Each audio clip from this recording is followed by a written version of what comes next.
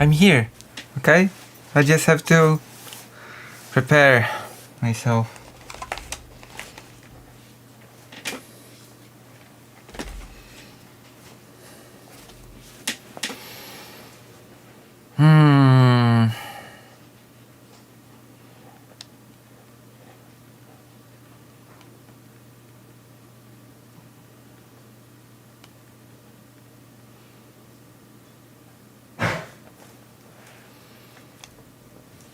Why?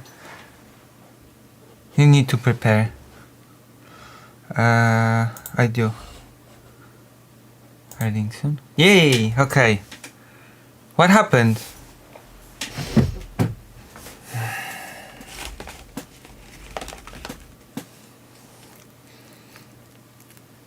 Bleh. Apologies, I have to eat. I'll mute, okay? I'll mute.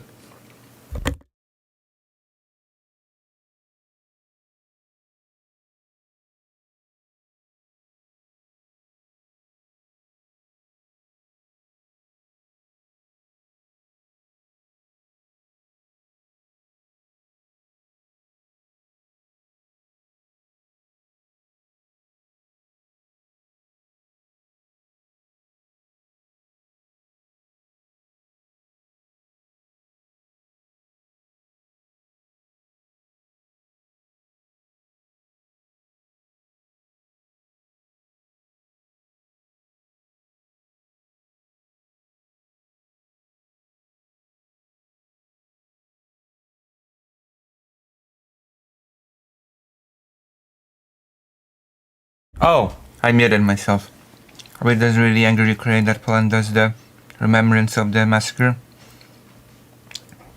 Yes, but it's a bit complicated. We're gonna talk about it, don't worry.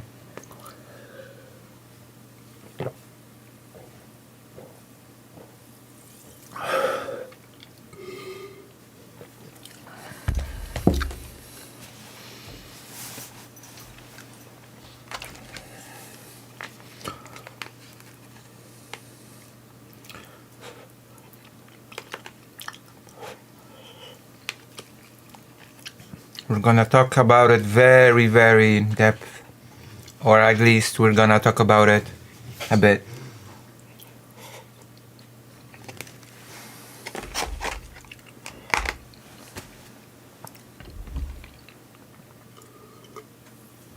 We're gonna be talking about Poland's very selective Remembrance Days.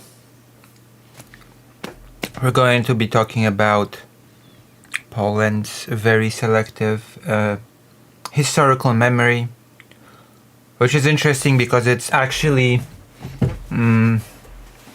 connected to the organization of Karol Nawrocki, the currently chosen president-elect, the National Institute of Remembrance, Polish Remembrance, Polish Memory, which is a very specific organization. It is a large organization. I think it's the largest organization of its kind in this region. Extremely well paid. It is a very, president-elect. Very big budget, very robust organization, but let's just say that the organization's activity itself has been controversial. Controversial is one way to put it, and we're going to be talking about it as well because history is important in my opinion, but the devil lies in the details, and the way you approach history will definitely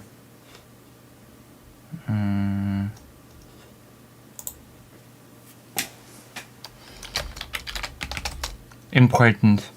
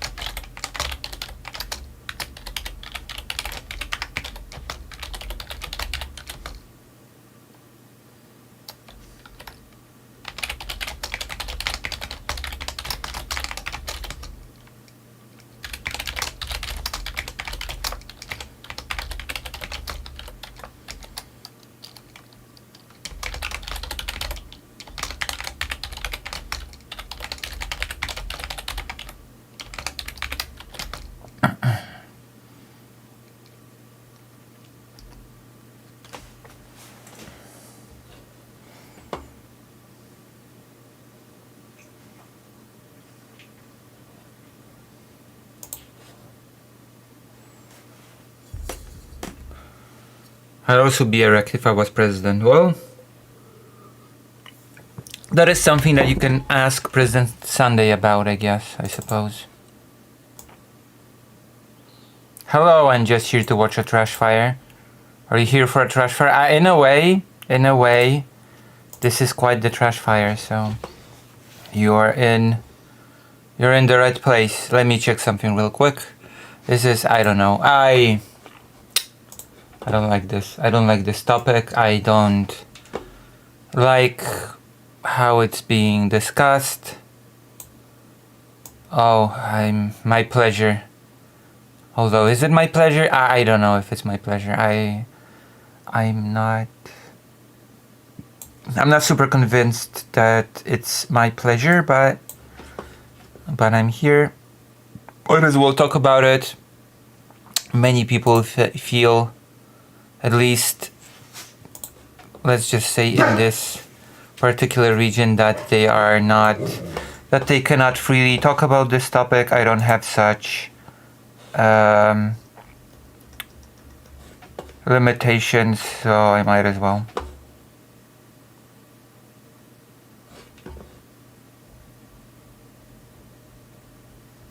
But I'm gonna eat first. How is everyone? How is everyone that is actually here?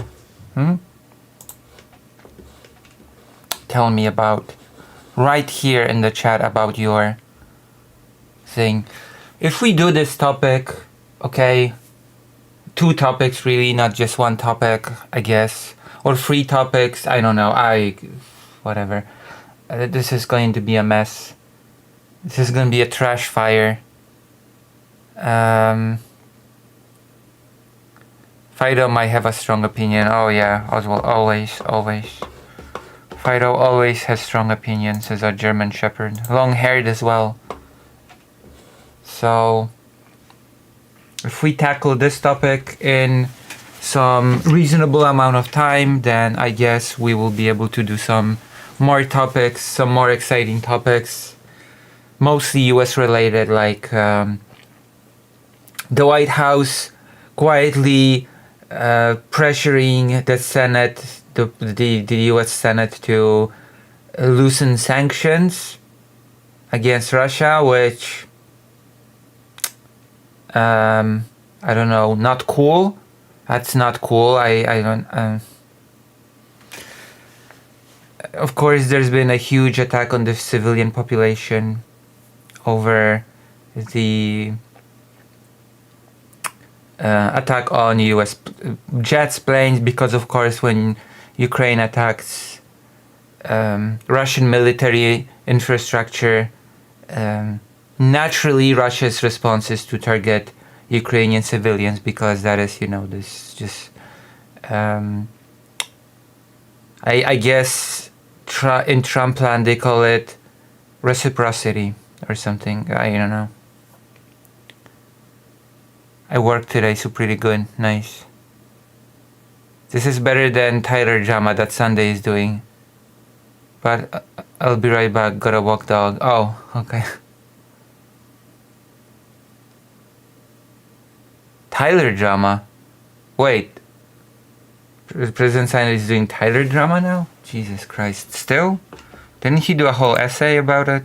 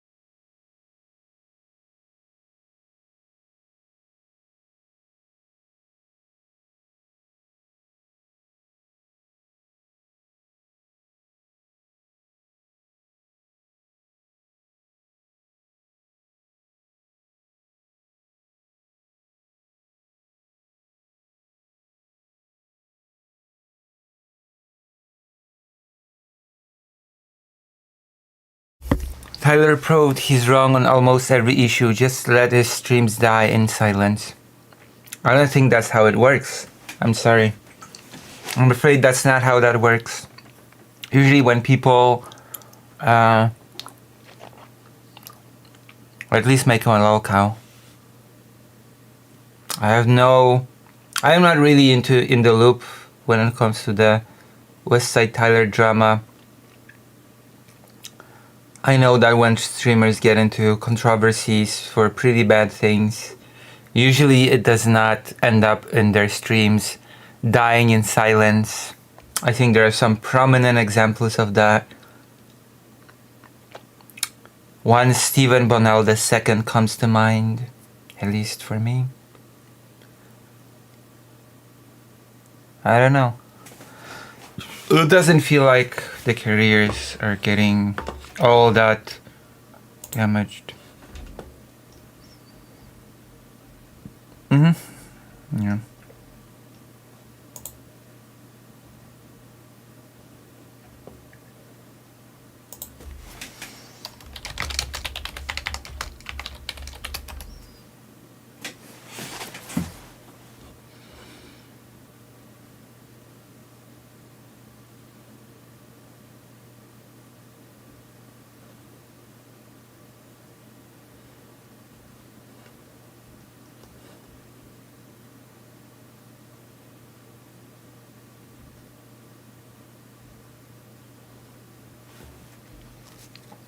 Oh my god.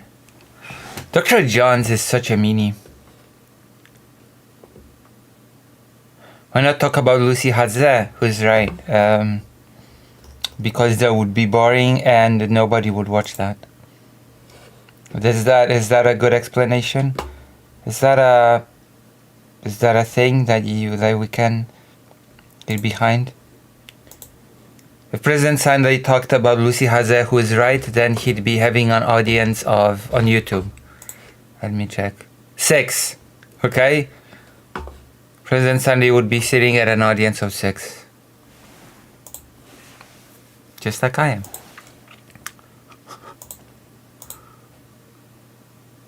Is it Hadze or Hadze? I mean, if it helps people pronounce it Hadze instead of Hayes, then probably you can add the little dash on top of the Have I told you how I've created even the surname Hadze? Have I told you the story of Hadze? I mean, I accept this. I accept this spelling.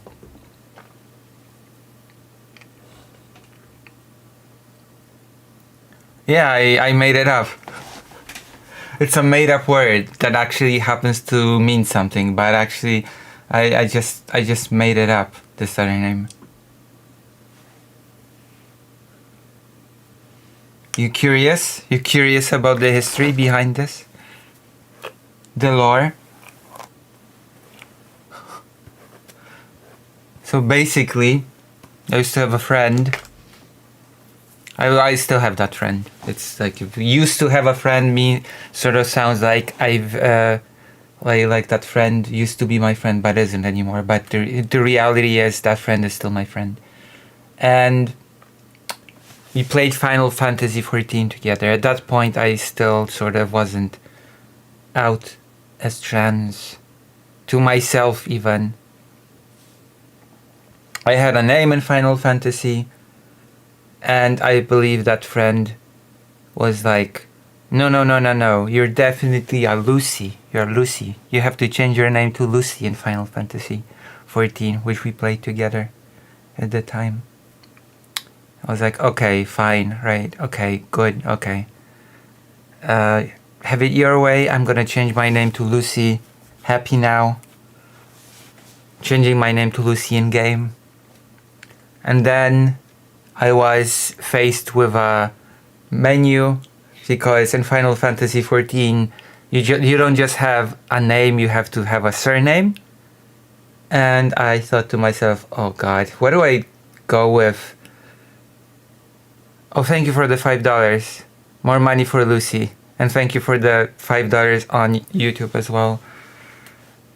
So I asked myself, okay, what surname do I give myself with Lucy on FF14? And then I sort of just typed in a random word. I was like, okay, I'm just gonna type in something random. I'm gonna type in a random noise, which was Haze, Lucy Haze. And that is how Lucy Haze was born.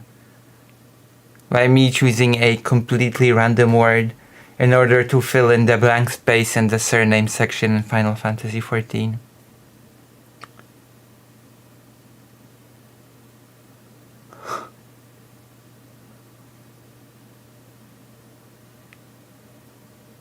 And so I was Lucy Haze in Final Fantasy XIV.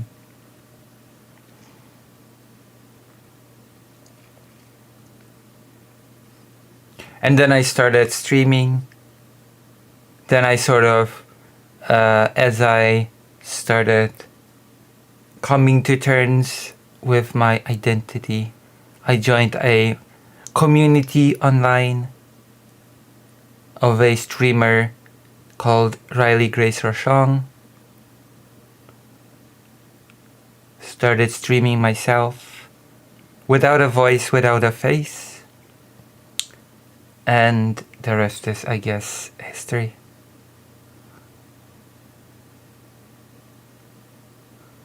I'm not even sure if anybody here knows who Riley Grace Rochon is, but it is what it is. It is what it is.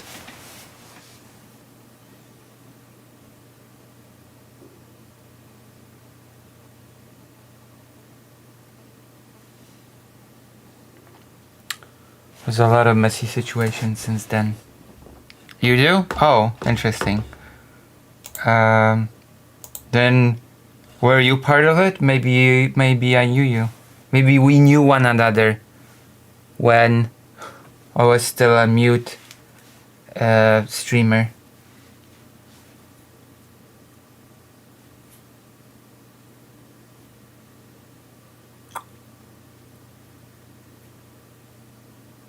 It was a messy period.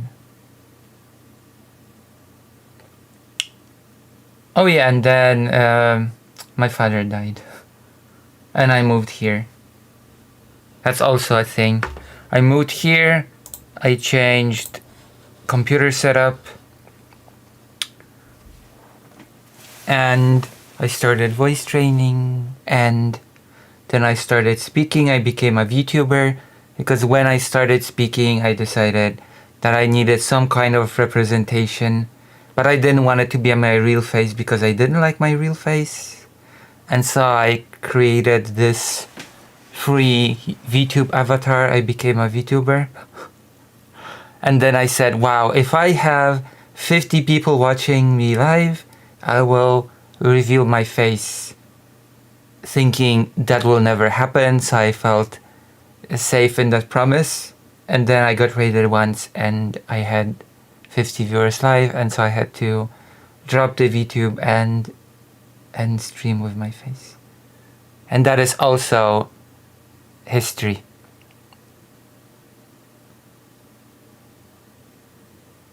I wasn't very active in the community, or any for that matter. I was mostly an observer.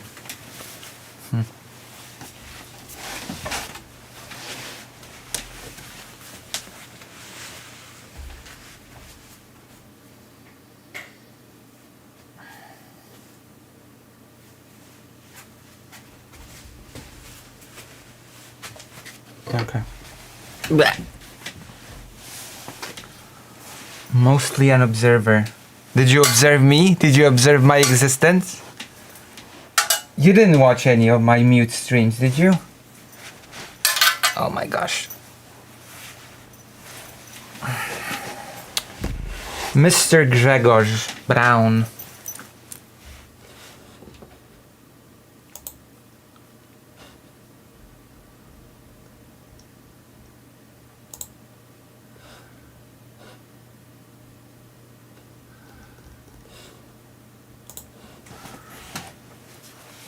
I've seen many other creators in time, like Shakespeare and Poly people. Oh my god. I'm sorry to say I am not a big fan of poly people, okay? I'm sorry. I have to say it. Not a big fan.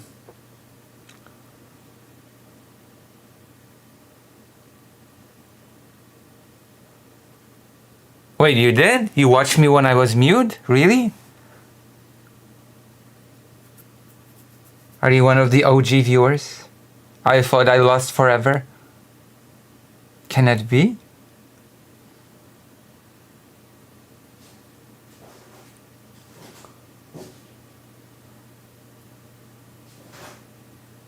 Okay, my dog is misbehaving. I have to check up on him soon. I feel like there are so many people that used to watch this stream when I was a mute or when I was a VTuber that don't watch anymore. One moment.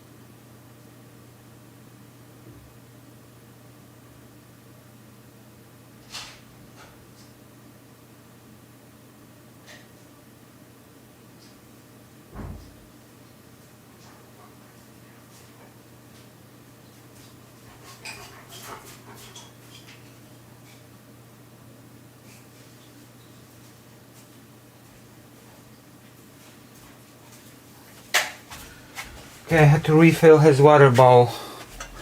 Ow! Oh my gosh, my back hurts. My back is killing me. Hello. Honestly, wasn't fan of your VTuber era, to be fair. Wait, why not? Hold on. What's happening? Okay, I wanna know why. Why were you not a fan of my VTuber era? What was wrong with it? Is it because of my falsetto voice Is it because of my falsetto voice? Were you a bigger fan of my not speaking era? When I typed in the chat, when I wanted to communicate with the chat?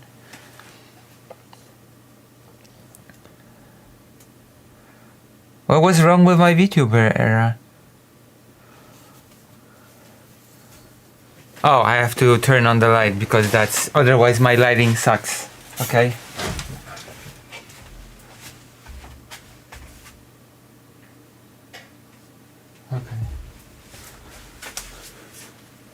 Okay, that's better. Now I'm not blue. I'm not blue anymore, which is good. Lucy is not blue. Okay, so tell me, before we begin, no blue seat. Yeah. Yeah. Yeah. Yeah.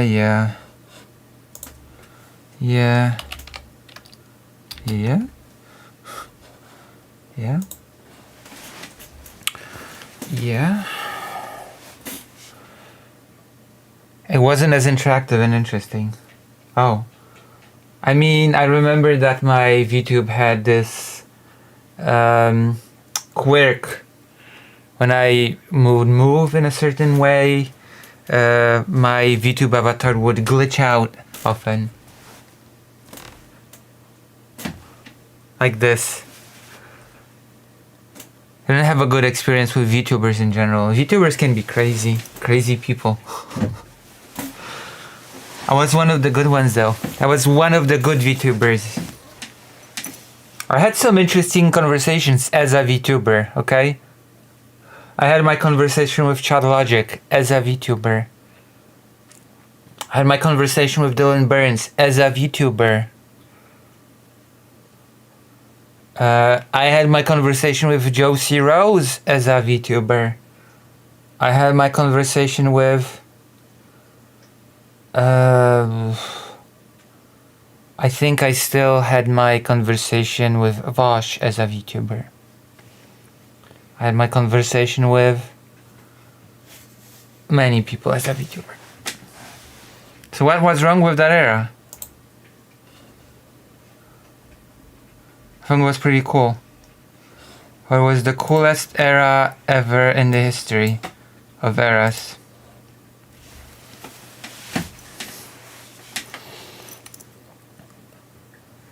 Some do great stuff, but there are a lot of crazy ones.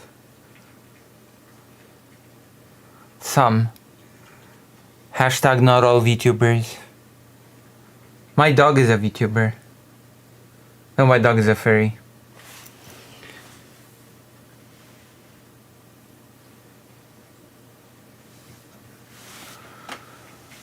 Oh my gosh. My goodness.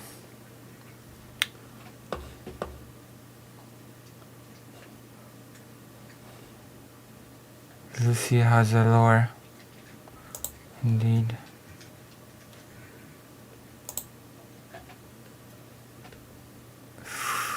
Fury VTuber. Oh my gosh, I'm stalling it as I can. Talking about this. Hello Red Rose. How prevalent is Christianity in Poland? I mean, Poland is considered ultra-Catholic, so pretty prevalent. Poland is considered this ultra-Catholic country. With religion taught in schools, etc.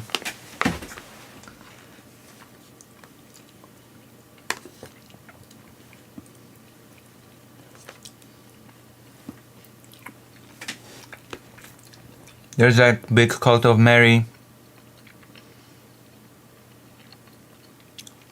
Really, American media told me they were all Jewish. I gotta get out of the house more. Wait, does the US media really say that there are a lot of Jewish people in Poland? Or did you just meme me here? Was that a meme? Was that a troll? A little bit of trolling? Hello, lettuce. No, it's true. Wait, what? I'm sorry to say.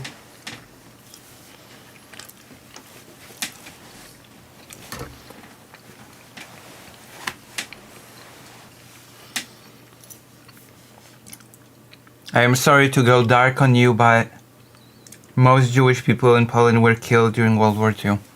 There were almost no Jewish people left, and most of what Jewish people were left in Poland were deported in 1968, which basically was considered the end of the Polish Jewish organized community. So, which is a whole other interesting topic that we could be discussing at length, because a lot of Polish Jewish people that were deported in 1968 did not consider themselves Israelis, because they were deported to Israel by the communist quote-unquote government. They considered themselves Polish, and they didn't really identify with Israel in any way, shape or form, which is interesting considering that there's a narrative that Jewish people are tied to Israel in some special way. And upon reaching Israel, those people never really adopted to their new country. They felt out of place. They felt foreign. It was a very messy period, of course. Very bad period of history. 1968. I'm not even gonna mention the whole World War II business. I mean, I am. I'm gonna talk about it today. Because, of course, we have to be talking about the World War II business regarding Ukraine, Poland. The Holocaust will also be mentioned. We're gonna be talking about our new elected president, wonderful guy. Well, I'm glad you're still Jewish, because imagining a little Lucy at her bar mitzvah is so fun. There was no bar mitzvah for me because a lot of Polish Jewish people did not live Jewish lives at all after the war. So I really hate to disappoint. There were a lot of Polish people that grew up not even knowing they were Jewish, and then oh god, that's a whole other topic. Polish people that grew up then discovered they were Jewish as adults, and it was sort of like this huge shock to them, this huge negative shock, okay, that they didn't know how to reconcile with, quote unquote. And very interesting, because Poland is a very homophobic country. I'm not sure if you're aware. Poland scores the worst in the entirety of Europe when it comes to intolerance to the LGBT. The worst, okay? And I think Ukraine is better on the LGBT than Poland. Only a few countries are worse on LGBT acceptance than Poland, like Russia, Belarus, and some other countries like that. And I distinctly remember, okay, there was a video that gathered testimonies of people in Poland that discovered they were Jewish as adults, because their family members never talked about it, it was a taboo, it was a secret, and so on and so forth. And one of them said, I distinctly remember, that he learned about it, he talked about it with friends and colleagues, and he said, people reacted worse to me being Jewish than to me being gay. People reacted more negatively to me being Jewish than to me being gay. And I thought, well, that's pretty wild, all things considered. Because I walk into smacking noises. I'm at work, can't talk much. You didn't knock work into smacking noises. That's quite wild, yes, I know. I think...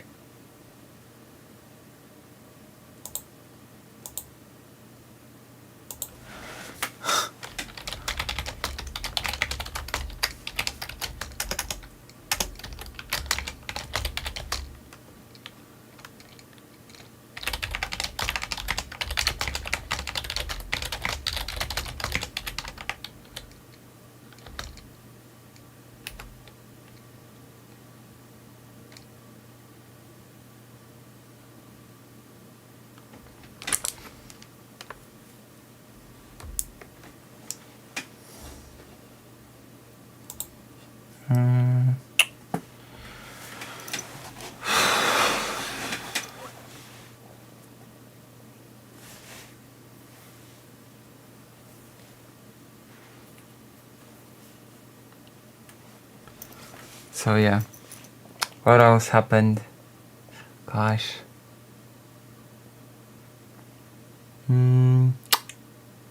Trying to think. What?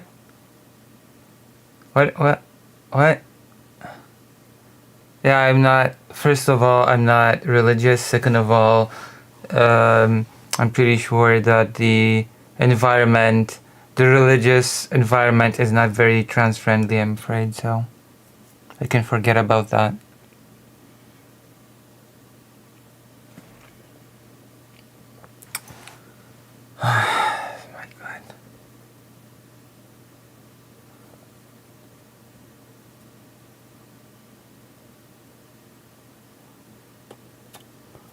I've been barely tolerated in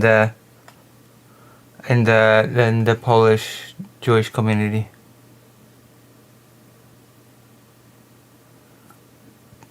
Yeah, I don't have a permit, and in Poland you cannot just buy a shotgun at any store without permit or whatever.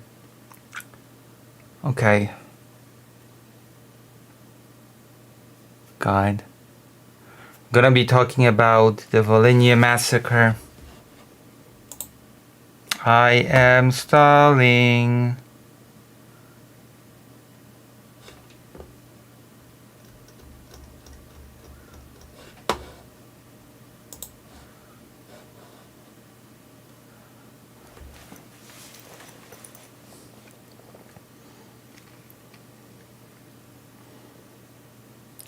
Hello, Rob Fortune. I'm trans friendly. Also, hi. Hello. How are they Catholic and you can just get a shotgun? America has twisted everything I know about religion. Interestingly enough, for some reason, gun control became a topic of discussion in this presidential election, which I am baffled as to why. I have no clue why a restriction on guns would be a topic in Polish presidential election. Will you promise not to restrict access to guns for Polish people? Well, there's not really much more that it can be restricted considering how many hoops you have to go through to get a permit. So why would you even... Whatever. It's really stupid. It is stupid and I don't like it. Yeah, but in America, exorcists all have assault rifles. That's how they shoot the demons. You have to be approved by the Vatican to do an exorcism. True. True and real. Let's see how many people are here now, so that I can build this. Okay, 10 people. That's fair enough. I can start my little show and tell like in kindergarten. Red Rose, I feel like you've been playing kindergarten. I feel like you have a deep understanding of that game. Like you've played it. I bet you've played it. You must have played it.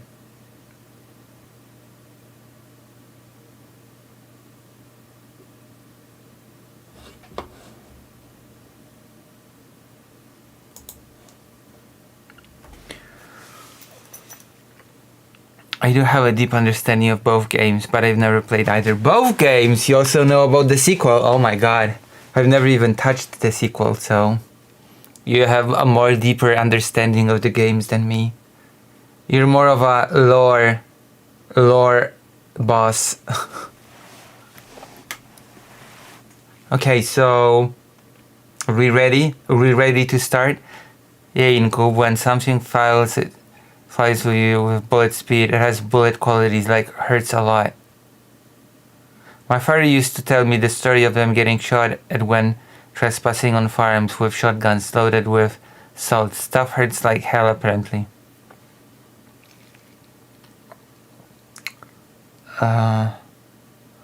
Wouldn't... Like, I hate to be the person that is weird about it, but like, if you loaded a gun with salt, wouldn't that damage the gun? Wouldn't the salt damage the gun? How does that work?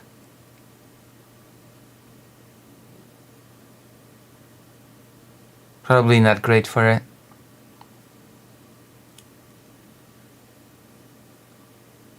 I don't know, I imagine that it would just... If you load salt in the shell instead of lead. Not if it's a shotgun. Weird. Wouldn't the shell seriously hurt you anyway? Wouldn't the shell penetrate your skin?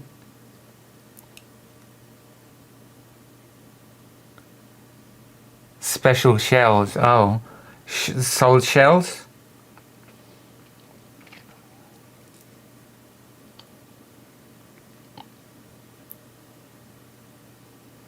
Well, it does break skin. God. Well, then of course it would hurt like hell. If it breaks the skin, then of course it will hurt like hell. A shotgun filled with salty shells. Seashells, salty cherry shells.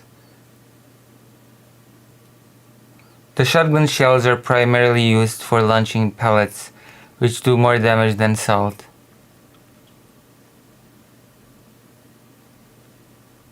But their shells make it work.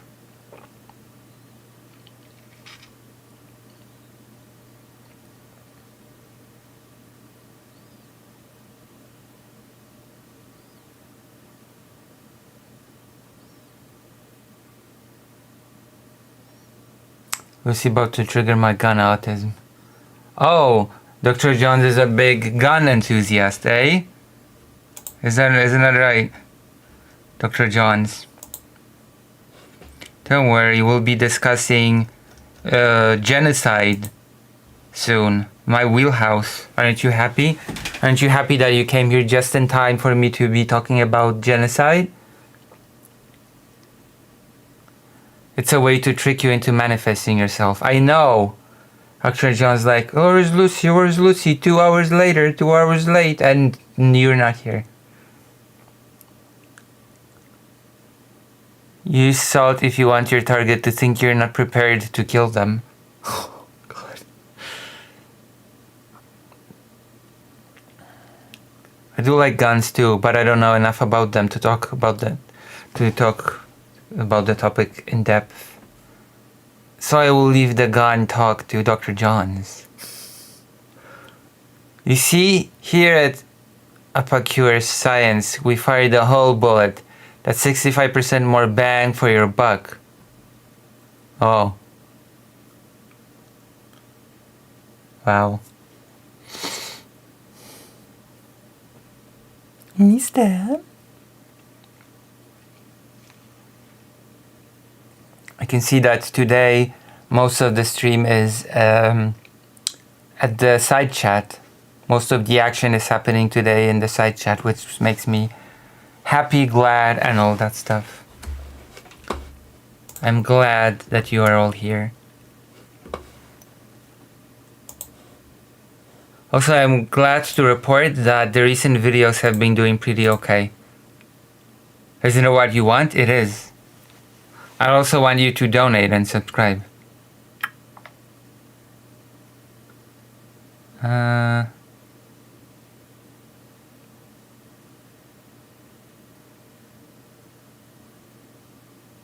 Oh wow. Oh my. Oh me, oh my.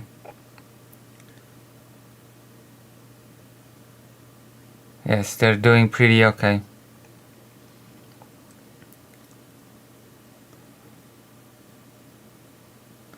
Dr. Johns, how did you like the video about me covering the coverage of the election? I assume you've watched it, right? I assume you've watched it. Have you watched it, Dr. Johns?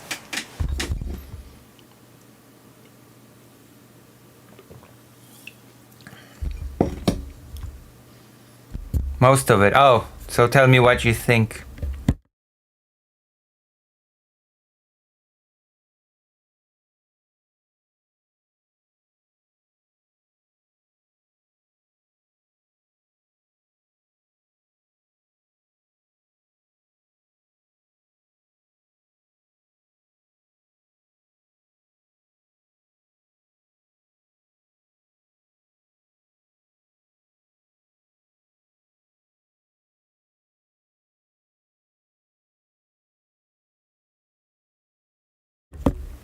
It's only alright?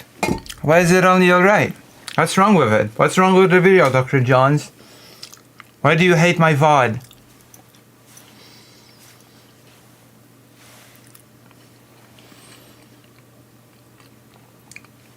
Why are you a hater, Dr. Johns?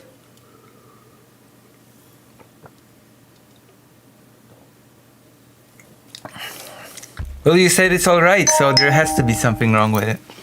Not enough, Lucy?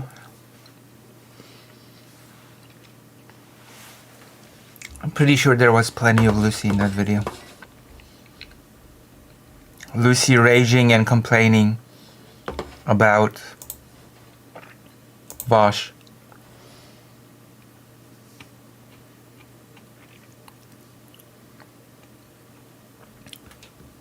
Dr. Jones doesn't hate you, Lucy. He just hates you. What? I mean, my main gripe with the Lucy streams is that they confine her to a small box in the corner, as if anything else mattered. Wow. Of course different things matter. There are many, many more important things than Lucy Haza. Alright. I'm ready to start, I think. I'm ready to start talking about history because, you know what? Technically speaking, I need to work on my diction. I have been listening back to my videos, and I've noticed that sometimes I say words in a way that I sort of hear them, and I'm like, wait, what did I say here? Maybe I should just be speaking louder and clearer. I should be clear about what I'm saying, because sometimes I hear my words and I have no clue what that word is supposed to be. So I suppose other people listening to me have the exact same dilemma. They listen to the sentences that come out of my mouth and they're like, wait, what was that word again? What did you say?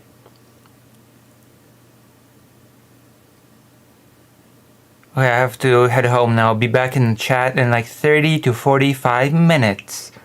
Alright, be back. I have to be clear. Pronounce. Good pronunciation habits. She doesn't even take them up the majority of her boss. Yeah, I do. I take pretty healthy amount of the box. The problem is no matter how much money I send Lucy money, she refuses to upgrade her camera. I'm sorry, fake Alec Kyle Parker.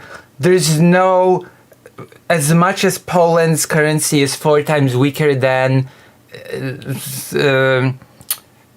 that of the United States, there's no universe in which I will buy a better camera for $5, okay?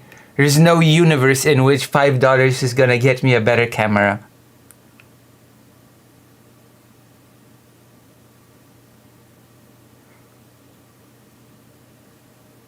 Pronunciation. Funny enough, the word pronunciation is pronounced pronunciation because English is a stupid language. It is. It is the stupidest of language.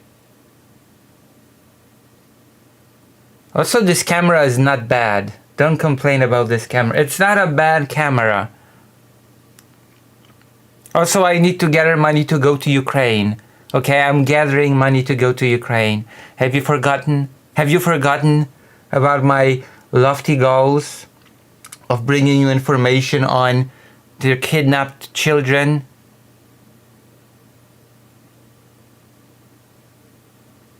I understand everything. Well, probably not everybody understands everything.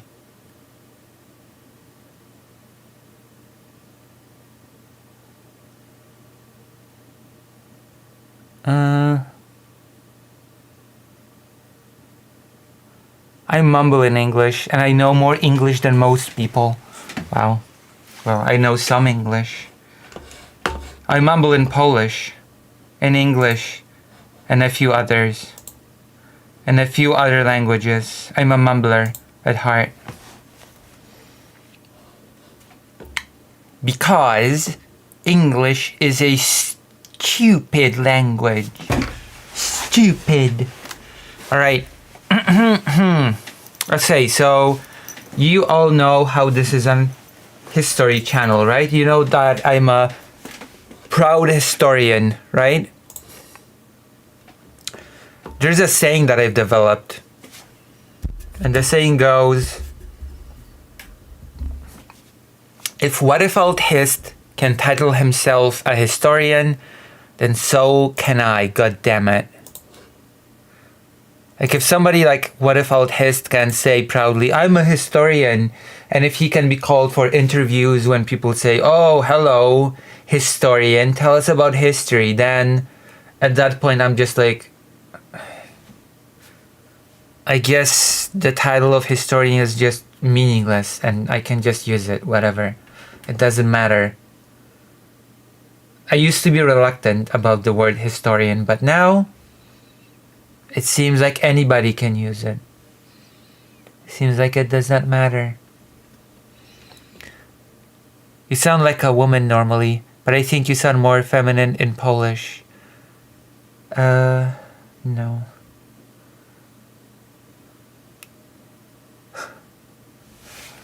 Favorite historian is Shakespeare, though. Not What If Alt Hist? Wow, I'm shocked. I am shocked to learn that your favorite historian is not What If Alt Hist. Hold on. See, there you go. I'm taking up more of the box now. By popular demand, I have upgraded myself to take up more of the space of the box. Listen, maybe I will even do you one more solid. Hold on. Before we... I'm so stalling.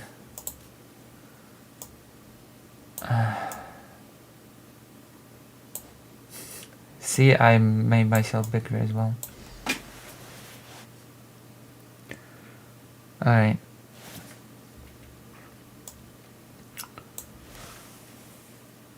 Alright, there you go. I'm bigger in the box. So...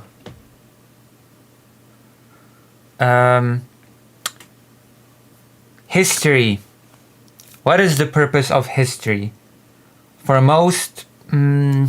I shouldn't say for most. In my opinion, because I can only speak about my opinions, history is a tool that allows us to understand how we came to the situation, how we arrived at the current state of affairs, so to speak. History teaches us about what were the steps, what were the situation, what was the environment, what were the dynamics between people, what were the events that led up to this moment. Okay, it's not just... what history is not is taking this situation that we have now, looking back, and first of all projecting the current situation onto the past, okay? And then saying, this is why the past existed just for this moment to exist, okay? This is not how we should view history, because things in the past could have gone many different ways. The outcome now is not something that has been ordained. It is not something that has been inevitable, okay?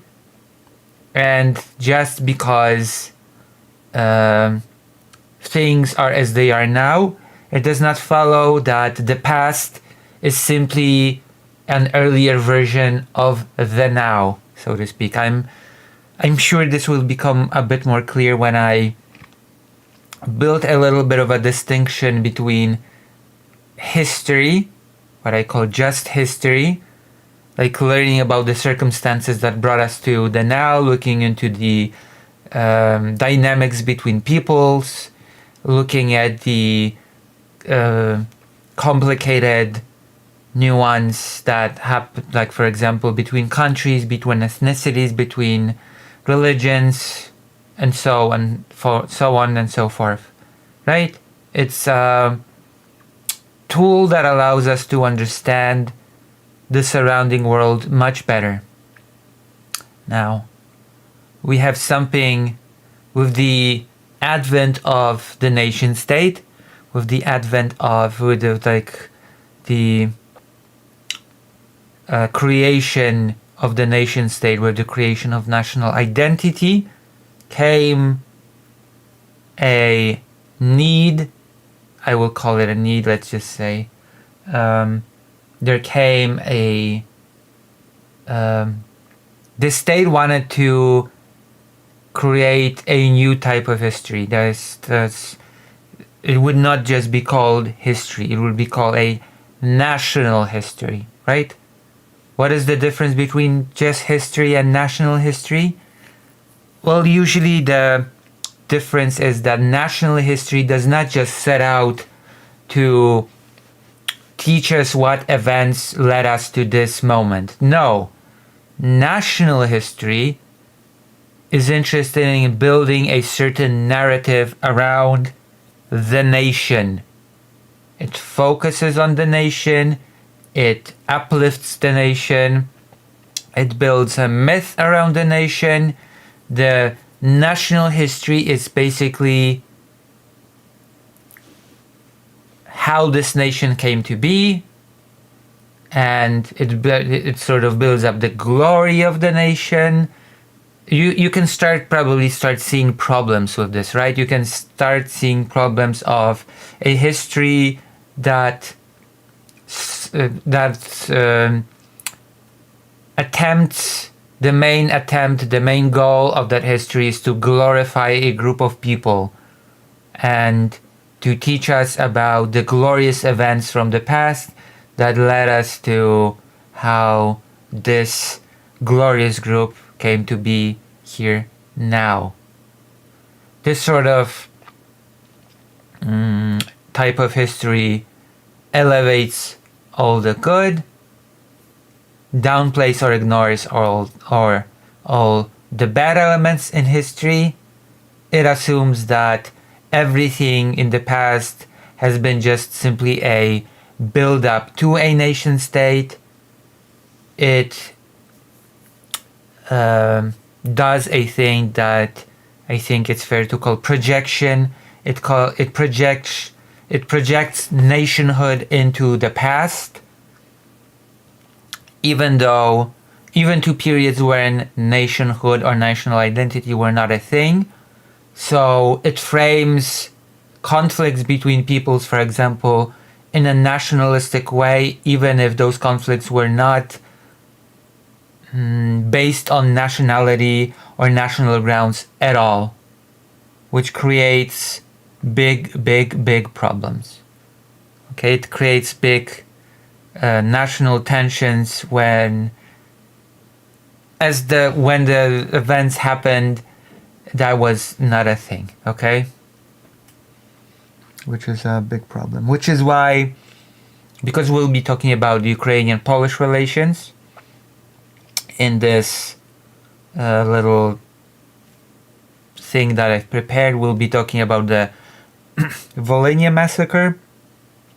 We'll be talking about historical events and, in my humble opinion, discussing Polish-Ukrainian relations within the context of the Polish-Lithuanian Commonwealth, when there was no such thing as a national identity, when there was no such thing as nation states of Poland, Ukraine, Belarus, or Lithuania. Those things should be discussed completely differently when talking about the Polish-Lithuanian Commonwealth, and they should be talked about completely differently when you talk about the newly emergent nation states after World War I. Especially since it is worth remembering that for this region of the world, there was the Polish-Lithuanian Commonwealth, there was no nation state, there was no national identity, and under such a premise, the Polish-Lithuanian Commonwealth has been partitioned between Russia, Prussia, and Austria. And you have to understand that the national identity of the people involved in this big composite state project of Polish-Lithuanian Commonwealth, their national identity basically emerged and grew under the partitions of when being partitioned by free empires. That was the grounds under which Ukrainian national identity emerged, Polish national identity emerged, Lithuanian, Belarusian, and so on and so forth. And of course it led to, I guess I can just, with this little intro, I can get into the topic itself. After World War I, the three empires in one way or the other collapsed. Russia lost World War I, which later led to the revolution happening. We're not gonna get into that in detail. There was a civil war. Austria collapsed, or actually the Austria-Hungary Empire collapsed, and all the countries involved in that empire separated from. There was no more Austro-Hungarian Empire. That ended. And there was no, well, Germany was basically blamed for the entirety of the war and was suffering from severe, very harsh punishing reparations. And it was under these circumstances that that nation states emerged, that people of certain nationalities, newly formed nationalities, declared independences of their countries. It was all sort of under the patronage, under the sort of watchful eye of the countries that emerged victorious in World War I. And the first thing that happened was that there was a clear conflict between the peoples that used to occupy the Polish-Lithuanian Commonwealth. The question, which lands of that bigger entity should go to which of the newly formed nations? Poland, Ukraine, Lithuania. Those are the biggest example. Like, which country should Lviv go to, considering that Lviv was primarily majority Polish, then Jewish city, but all the outskirts, all the surrounding areas were Ukrainian villages, Ukrainian settlements. We're gonna leave the topic of Vilnius for now. We're gonna be focusing on the Ukrainian part. And so that caused Poland and Ukraine to go to war. There was a Polish-Ukrainian war. And I'm giving you a very big TLDR because the topic is the Volhynian Massacre. I'm setting up the stage to the Volhynian Massacre just so we have a rough timeline of events, of what happened. Poland emerged victorious in that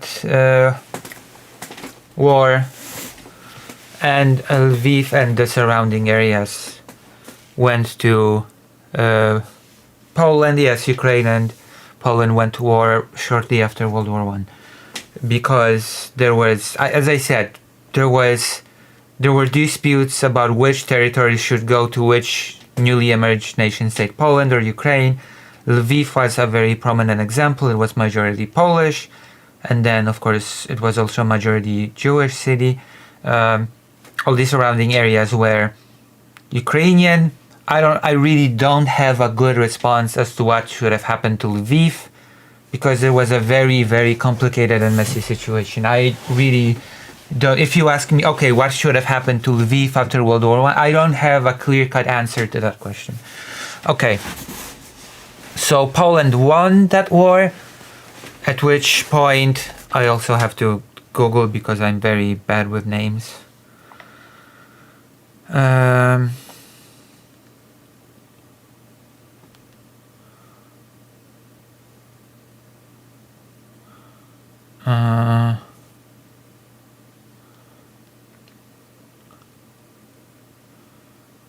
Okay. So basically you had that war, you had the sort of this western little Ukrainian country that formed, and then you have the Ukrainian People's Republic that sort of formed, and that country was at war with the Bolsheviks, with the newly forming Soviet Union. Okay? And Szymon Petlura, the sort of person that was in charge of that, sort of, okay, so I have to stop saying sort of, the person in charge of that Ukraine made a pact with Piłsudski, the military leader of Poland, after the end of the war. After the Polish-Ukrainian war ended, Piłsudski made a military pact with Petlura to fight together against the USSR, the goal was to push back the USSR, create an independent Ukraine, which would be in a close military sort of this. They would be allied with Poland, and together they would be like this counter to Russia. That was the general idea. And Petlura sort of said, "You are supplying us with military. You are helping us against the Bolsheviks, and in turn, we are giving you these Western lands to be Polish. We're Lviv, all that.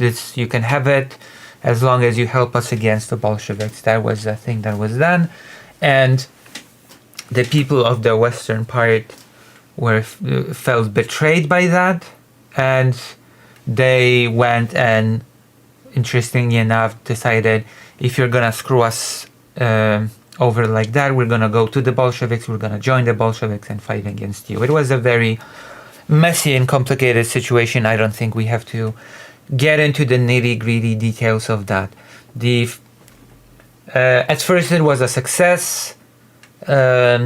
Polish and Ukrainian army together went into Kiev, for a time stayed in Kiev, although there were problems there as well, because Ukrainian people were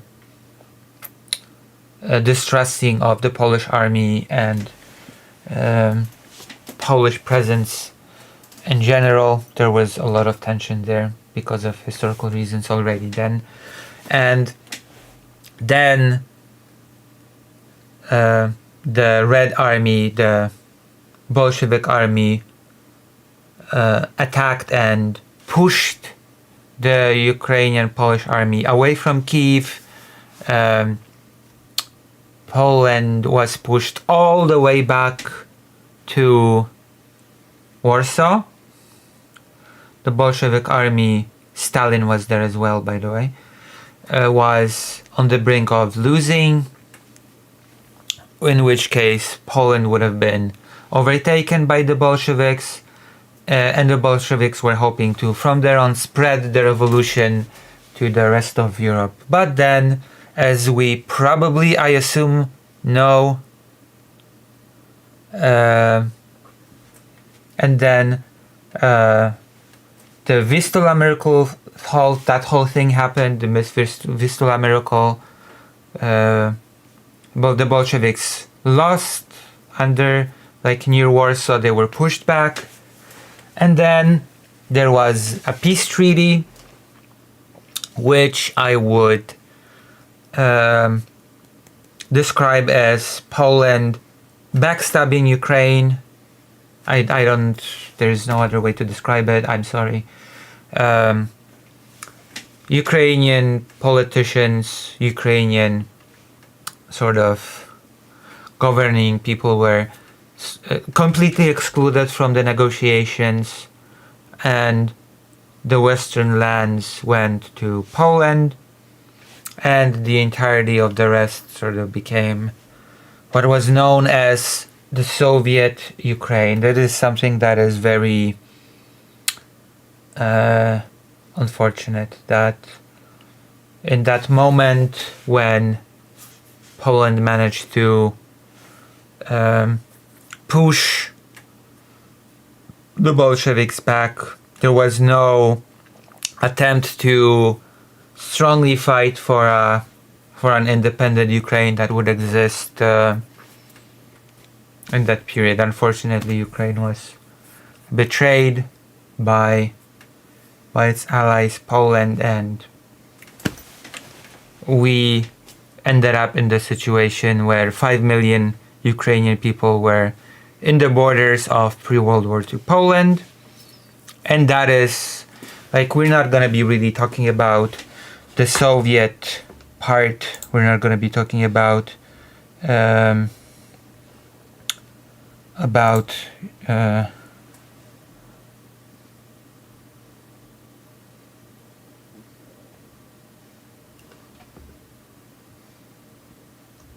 not going to be talking about that, but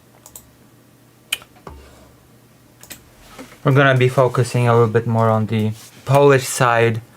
The whole idea behind, because the countries that formed after World War I, they formed under the rule of self-determination. The idea was that all the peoples have the right to sort of self-govern themselves, self-determine their fate. And on that rule, the countries, the nationalities that were under the oppression of mainly the free empires that collapsed after World War I would be able to form their own countries in which they would self-govern. And there was the question, because of how borders formed, because how the countries formed, there would be a lot of minorities living within the newly formed countries that would not have really a country of their own, like Jewish people, for example. And there was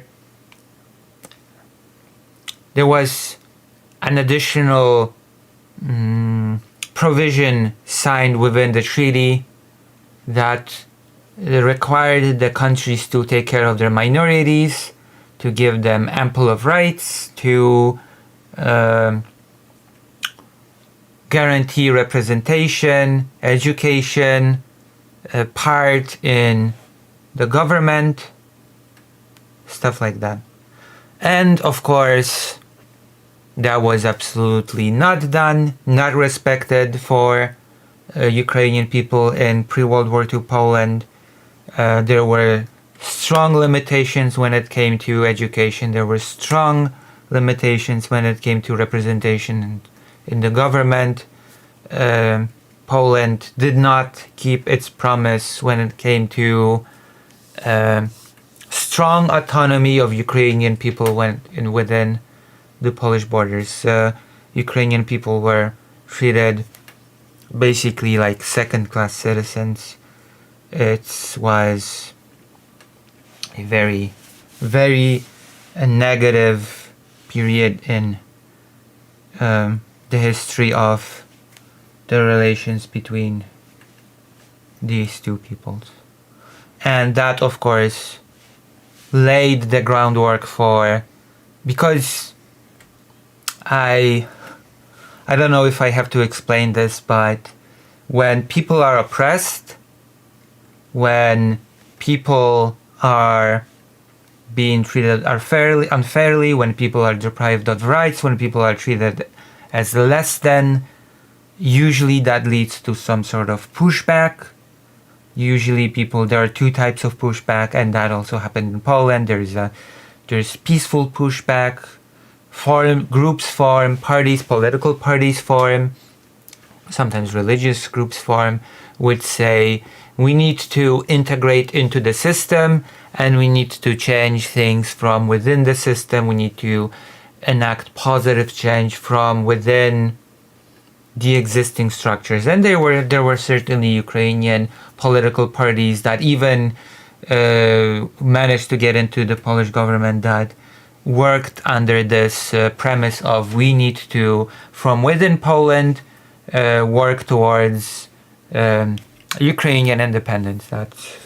There is not really an aspect that is talked about when discussing this history, but it was definitely a thing. And then there was the other group. There was the other form of resistance, which was more extreme, more violent, more terrorist, I guess, in nature. More like assassinations, attacks, especially on, interestingly enough, on those moderate Ukrainian people that wanted to do stuff from within the system, and on Polish politicians that wanted to push for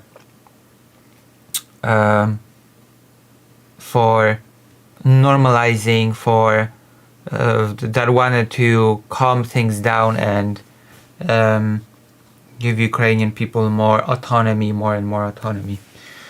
Which, of course, the goal was to kill those more moderate Polish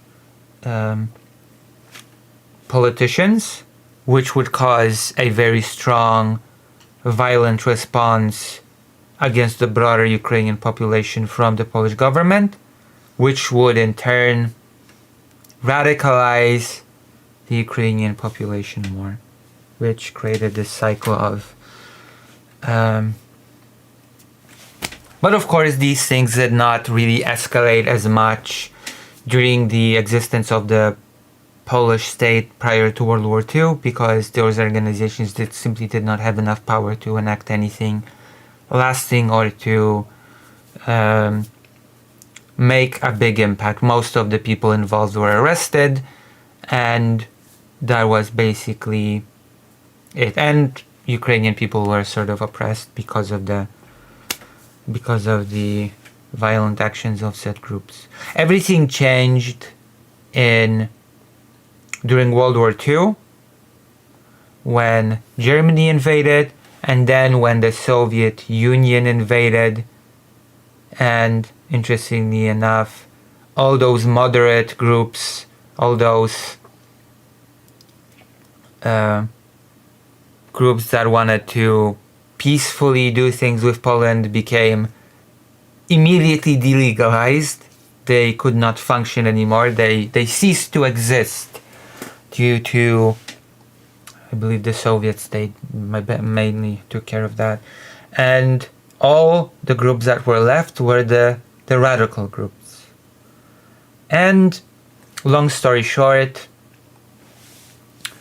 the Organization of Ukrainian Nationalists, which basically was that radical branch of Ukrainian people fighting for their independence within the confines of Polish part of Ukraine. They created a militaristic offshoot called UPA,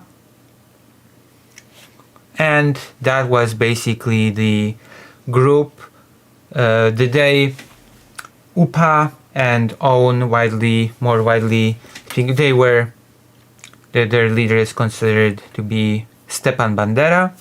The ideology of we have to remember that OUN, the Organization of Ukrainian Nationalists, existed more. It was more firmly rooted in the Western world, the European world, than what was the case for Soviet Ukraine and the Soviet Union. And in Europe at the time, fascism as an idea was emerging and gaining popularity more or less throughout Europe. The idea of quick decision making, not being boggled in elements of democracy that led to stalling of implementing decisive action that would help people. That was like the fascism, believe it or not, found fertile ground in many countries in Europe to a bigger or lesser degree. and Poland was sort of kind of not exactly an exception to that. We could go into that, but we're not gonna super go into that today. And the idea that OUN and UPA professed was a very ethnic-based nationality. It professed that Ukraine, in order to be able to form a country, needs to be ethnically pure, so to speak. Like the Polish people would need to be gotten rid of, Jewish people would need to be gotten rid of, and of course allies would need to be found to be able to get that idea. Like there was this, especially since Nazi Germany sort of fueled those hopes for a time before they stopped, but that's an entire story, that's a different story altogether, that maybe through cooperation with Germany, Ukraine would be able to gain independence. That was the hope, which of course Nazi Germany has quickly shattered, because Nazi Germany has seen all of the people in this area as subhuman.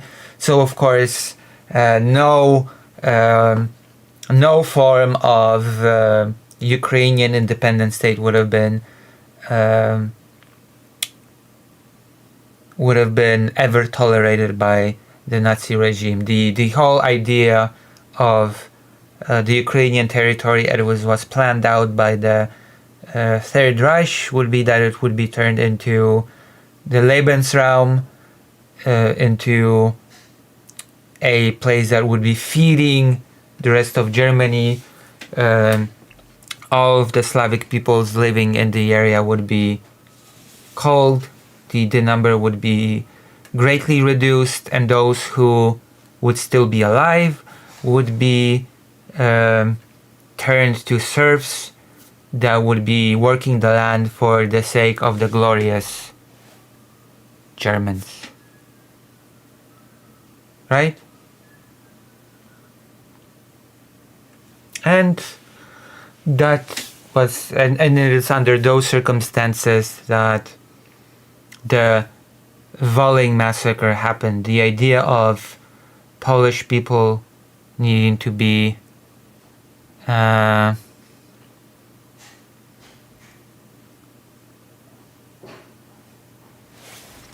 the context of non-existent Ukrainian state, I'm going to say that Bandera will collaborate even with Darth Vader if it would give him an independent Ukraine. Yeah, basically. Which of course Bandera was quickly disappointed, because, believe it or not, there's a lot of talk. That's an aside, but I feel like I have to say it.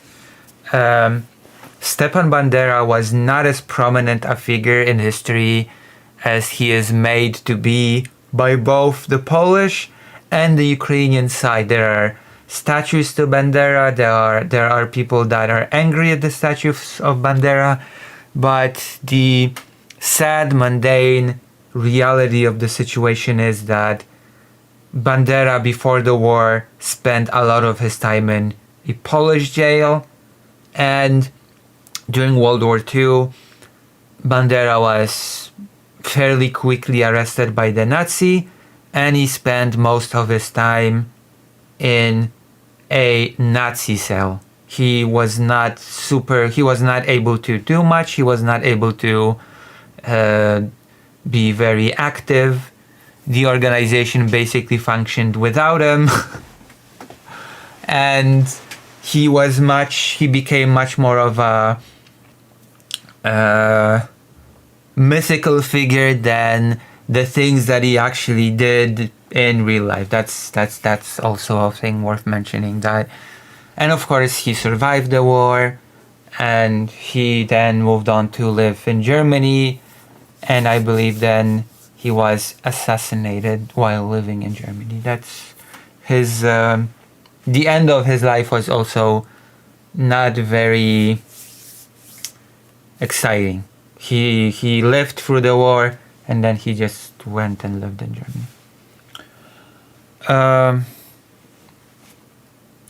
So it was under these circumstances that the massacre of the Polish people in Volhynia happened.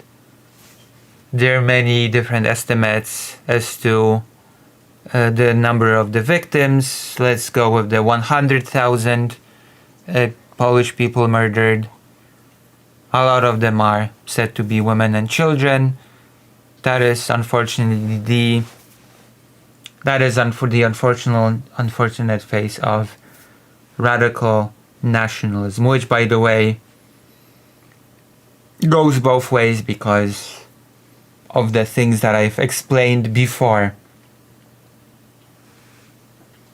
And then there were retaliatory attacks on Ukrainian villages, which is a thing that is less talked about.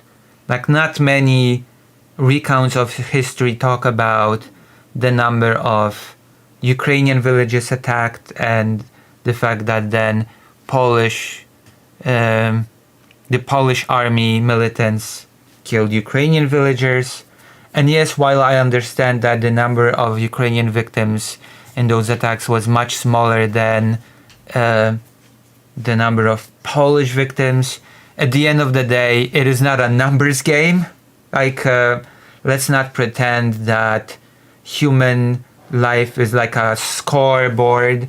Like, if only quote unquote hundreds of Ukrainians were killed, then it's worth less than like 100,000 Polish people killed. Like, let's not lose sort of track of the fact that I don't know how to put this. The fact that a single person dies is not less meaningful because more people of a different group died. Does that make sense? Okay? I think things like that should be condemned and discussed in equal seriousness and in equal sort of, like, it has to be recognized and not just say, oh, this number versus that number, because it feels like a very cold, statistical and dehumanized way of discussing tragedy, if that makes sense.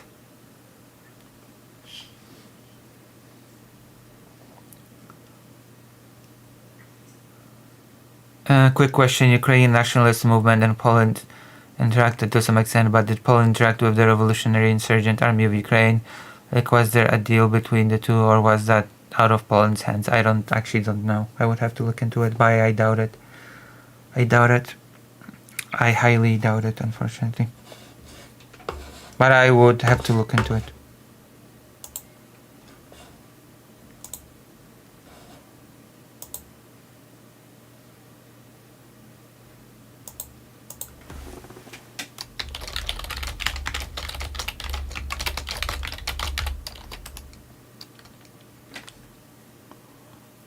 So yeah.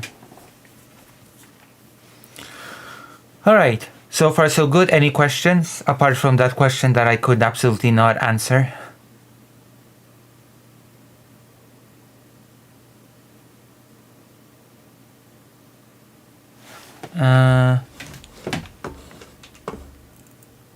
Oh, the noisy immigrant. Well, hold on, I'll let him. While people ask their questions, I am going to allow the noisy immigrant to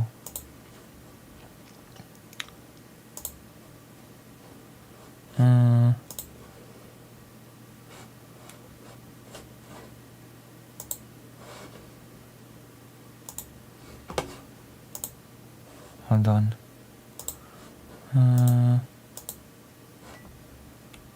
Where is it?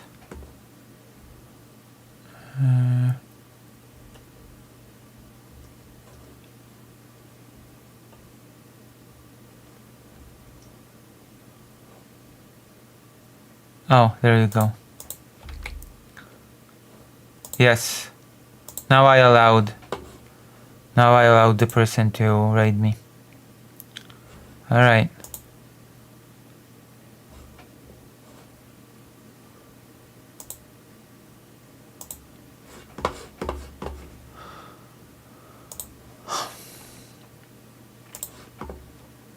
Okay. Yes, you can use the bathroom. Jesus Christ! Oh my God, yes. Yes, go to the bathroom. Jesus Christ.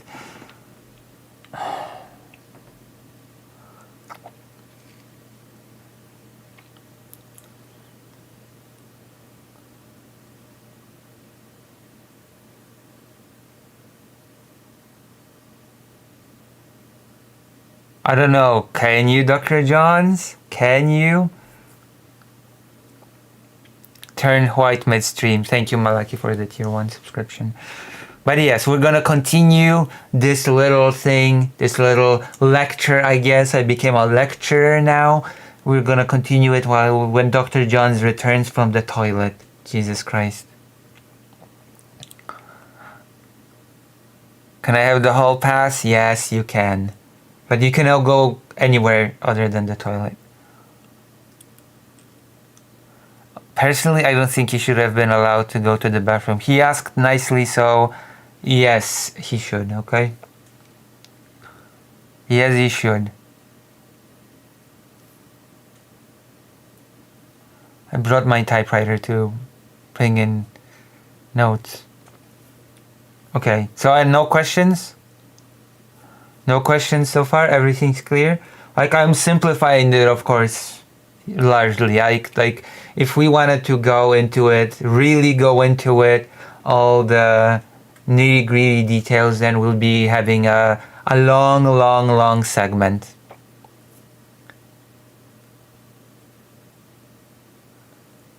I don't know what nefarious shenanigans he's up to in that toilet. It's okay, the janitor will tell me. The bloody mop janitor will tell me.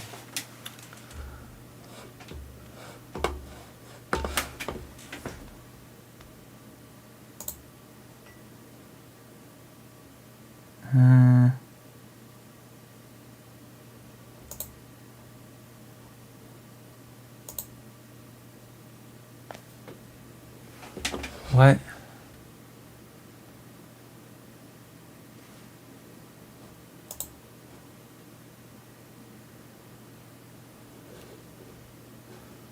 Oh my gosh. Oh no, the segment is not over. Okay? What do you, no, you don't get it. This was just, oh no. This is like, this is like a break for you to ask questions. It's not, the segment is not over. No, there's no, this was an interesting segment, okay?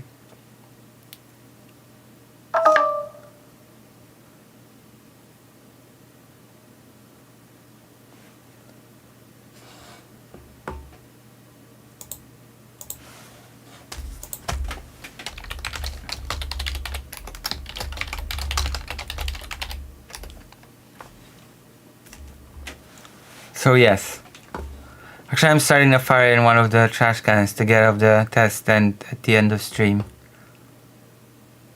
Alright. Why did it kill all those people? Because radical nationalism leads to well, it's just that is the nature of radical nationalism. I'm sorry to say. I am sorry to say that radical nationalism based on ethnicity, that is the result that sort of leads to. Is there some kind of remembrance movement in Ukraine for the massacres of Ukrainians in Poland? I would need to check that. Like, interestingly enough, the fact that and that is why it's very negative, okay? Like, I noticed that the topic of Ukrainian villages being attacked is not really discussed at all, because the number of the Ukrainian victims was much smaller than the number of Polish victims by the UPA, okay? And just because the number of victims of a certain group was smaller, it does not mean that they were not victims and that their death should not be sort of remembered, that the violence against them should not be remembered, okay? It's like, again, it's not a numbers game. These sort of things are not numbers games. People's lives are not just numbers. Like, oh, if just a few of you died, then I guess your death is less worthless. That is not how that works, in my opinion, at least. Like, it's not some nation scoreboard. It's not a game. It's not a contest. A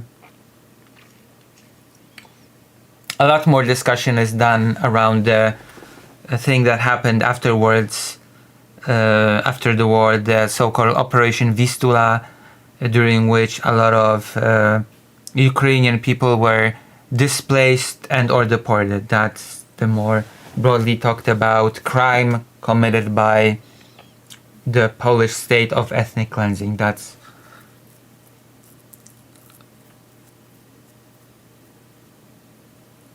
also, could we say that the Polish-Soviet War was a prelude of Soviet invasion of Poland in World War II? We could, because Stalin had a direct hand in the Soviet defeat during that period. He was very eager to attack, and he was flanked, he was defeated, he was very humiliated during that Vistula miracle period. It is also a thing that should be maybe discussed a bit more. And then Stalin actually developed a little bit of fear of Poland, which is why some historians say that is why Stalin was a bit hesitant to enter Poland in 1939, and Hitler had to say, okay, either you go in or we'll just take it all ourselves.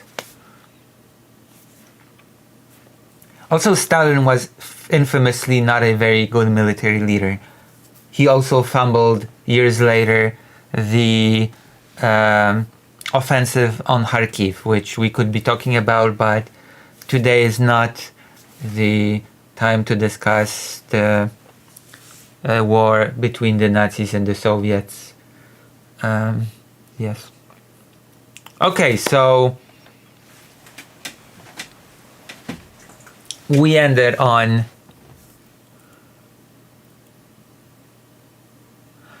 an unrelated note. Why was Danzig not a Polish city, but administered by the League of Nations? It was an independent city. It was in its own independent city, and it is worth noting that before World War II, which is something, hence the name Danzig, okay? The Polish name for the city is Gdańsk, and the German name is Danzig. It is very worth remembering that before World War II, that city was actually a majority German city. The majority of the people that lived in that city before World War II were actually German. It was not a majority Polish city by any means. And before World War II, it was a free city. It did not belong to any specific entity. And of course, Germany, before invading, demanded that that city be made German instead of being its own independent thing. And also demanded that Poland allows to build an independent highway that would connect Germany to Danzig, or Gdańsk, if you will. Those were the two demands that Poland rejected.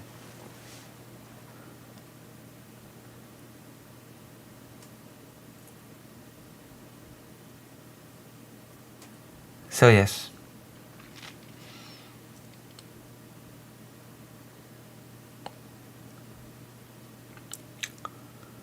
So yes, it's Gdańsk now. And it is a majority Polish city now. So, and of course, it is also the city of our beautiful president-elect Karol Nawrocki. Yes, much of northern Poland was mainly Germans because of Prussia. Yes. Those were complicated historical processes. Couldn't these Europeans look at America and see that there is life after ethnicity? Well, apparently not.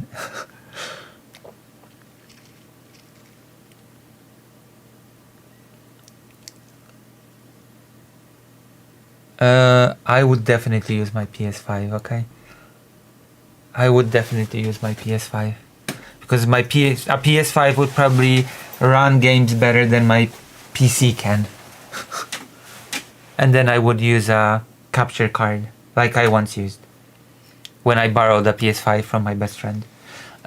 Yes, greater range, because I'll be wanting to go back to the segment soon. Or the PS5 has no games, Lucy. It has quite a few games. The Gołąbki is in the oven. Very good.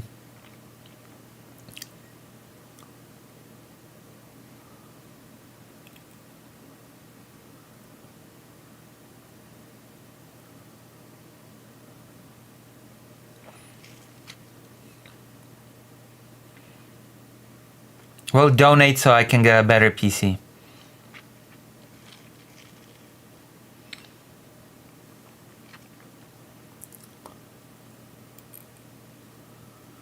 It's a Polish dish. Yeah.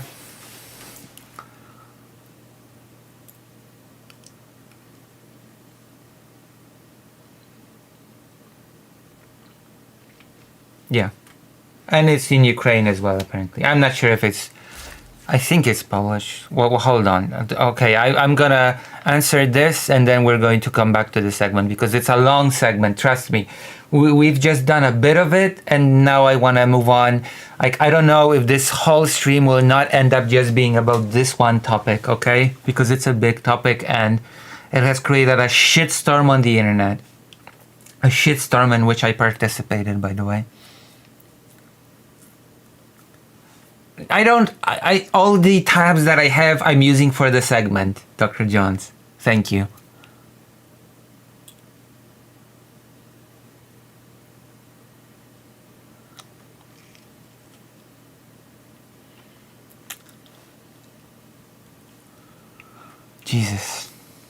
Jesus Christ. Okay.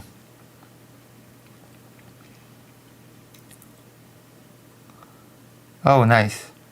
On the cooking. Gołąbki, skąd pochodzą?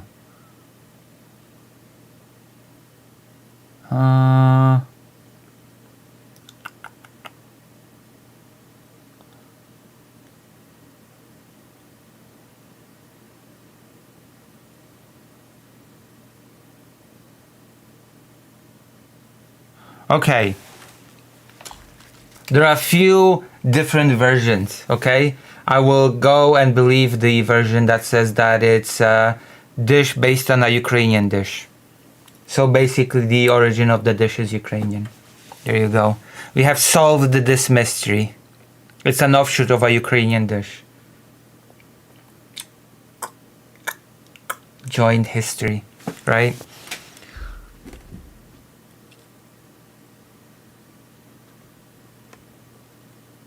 Also, the name of the dish translates to the word pigeon. We are eating pigeons.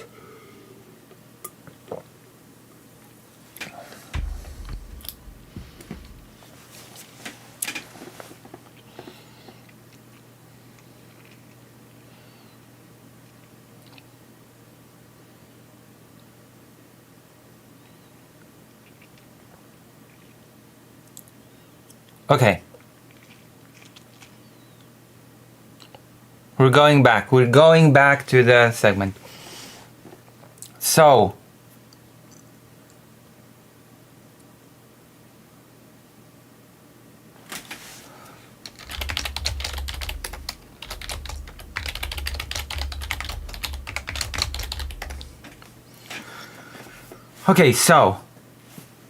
Volhynia Massacre happened.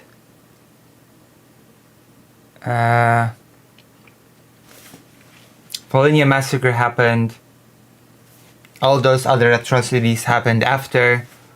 And from that moment on, it became a big tension point between Poland and Ukraine.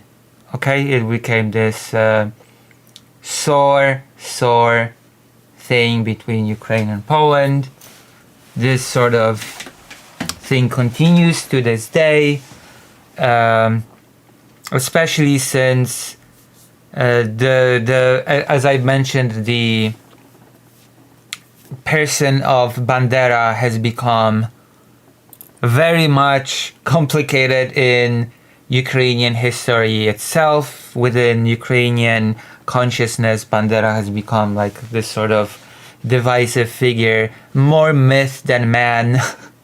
Actually, when people think of Bandera, they think of more about the myth than the actual man, more about the things that are imagined that he did than what he actually did, because what he actually did was he spent most of his life in prison.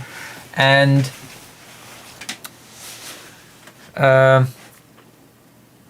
there's also the fact that Bandera himself, as I said, was part of the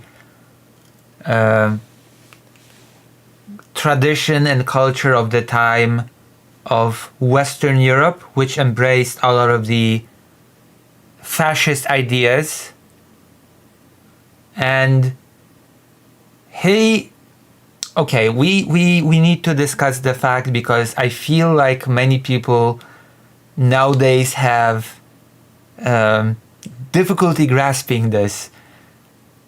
After World War I, before World War II, the world did not have mass media. The world was not as connected as it was now. We did not have information at our fingertip. When something happened here, we did not immediately have 15 articles writing about it, detailing it, recorded videos on what happened, live feeds, etc. That was not a thing. The internet was not a thing. I don't know why I have to say this, but it seems that I do. Okay? And that means that information flowing from one place to the other was quite a lot more limited. What was going on in this part of the world, and that part of the world, what was going on in Ukraine, the Holodomor, etc. Information about that was not as free-flowing to Poland as you might assume.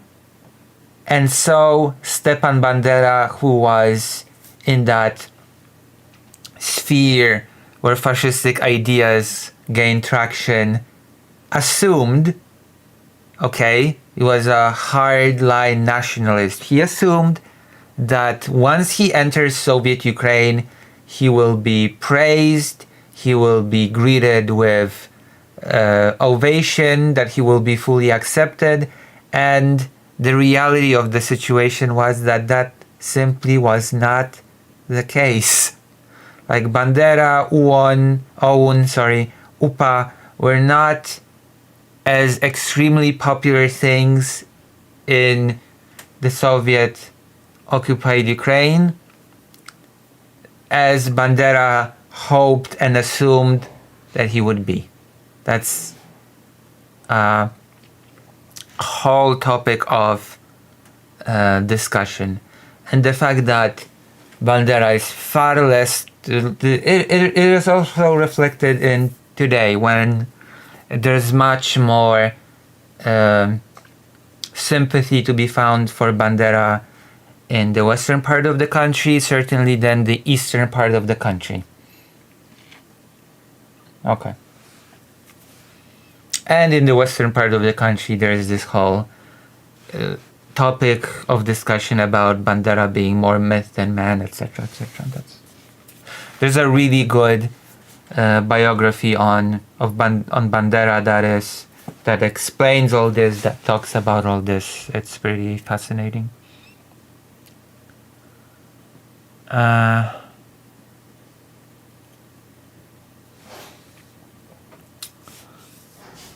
And so we now have a situation in which for years Poland has been sort of pushing for this exhumation of the the victims of the massacre, Ukraine has been reluctant to make that happen. There's been a lot of back and forth as to the nature of the massacre. Poland says that it was a genocide. The Ukrainian side does not agree that it was a genocide. Actually, basically only Poland, as far as I know, classifies it as such, as a genocide. I personally don't classify it as a genocide. I don't think it was a genocide. There are several factors that come into the why I say that I do not classify it as a genocide. For example, one of the big, and there are a lot of people that will hate me for this, but it's a fact, genocides are not things that are performed by guerrilla groups. There are things that are performed by states. It is a state apparatus, organized form of a systemic destruction of a group in whole or in part. It is organized and performed by a state. Okay, UPA was not a state apparatus. A massacre. Not every mass murder is a genocide. Like, a genocide is a very specific crime. Okay? Not every massacre is a genocide. I call it a massacre, combined with ethnic cleansing.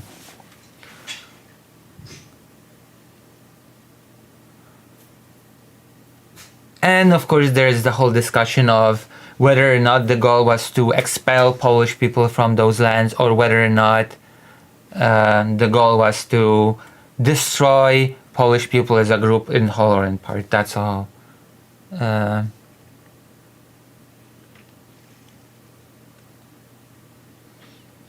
Okay, I've already... Oh my god.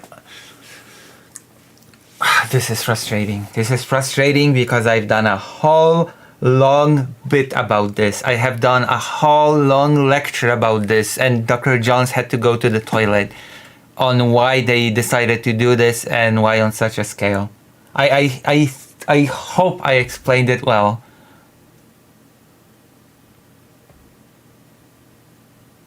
What were their mottos? What slogans? What do you mean, no? Were you here from the beginning? Or did you just join now?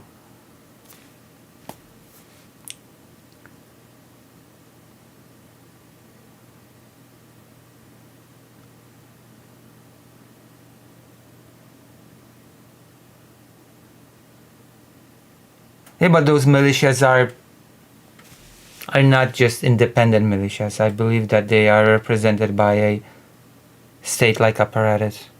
Like the Rwanda genocide, there was not just some guerrilla group that committed the Rwanda genocide.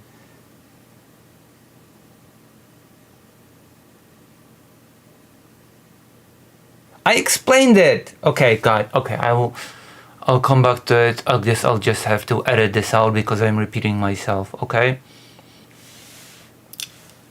Own organization of Ukrainian nationalists and its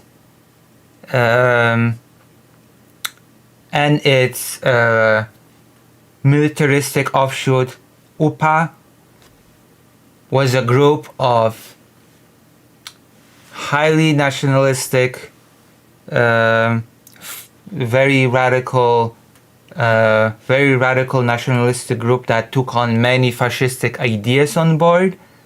The idea of ethnic purity, of the only way of forming a independent nation state was to have all the other ethnicities expunged from that newly formed nation state. So that would be Polish people, Jewish people,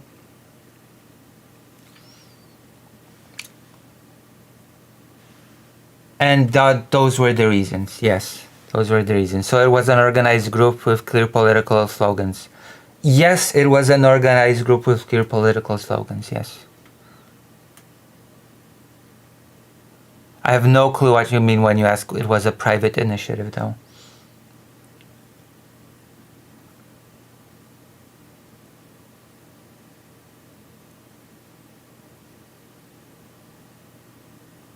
Do you think there can be a genocide intent without being strictly a genocide? Yes, there can be, definitely.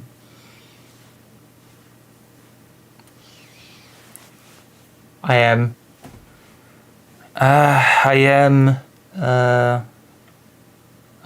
sort of, God, we still have quite a lot of things to go through. I still haven't even gotten to current events. And I have to go back and say once again what I've said before during the segment.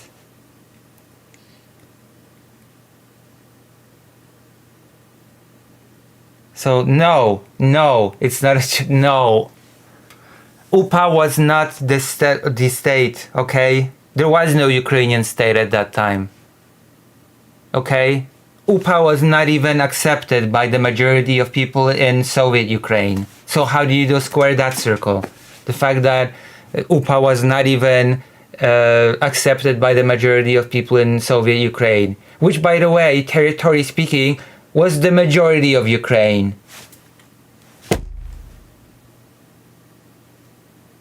So now you explain in that light, how could Ukraine have committed a genocide?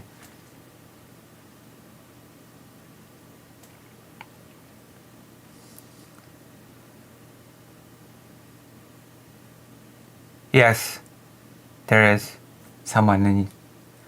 I'm reading their messages out loud.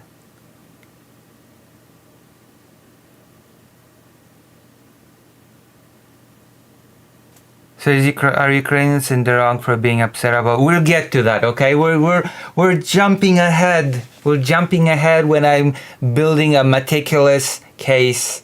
I'm trying to be very, very diligent here.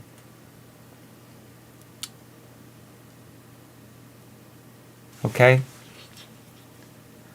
This might be the only topic that I discussed today. End up, okay? Because of how big this is.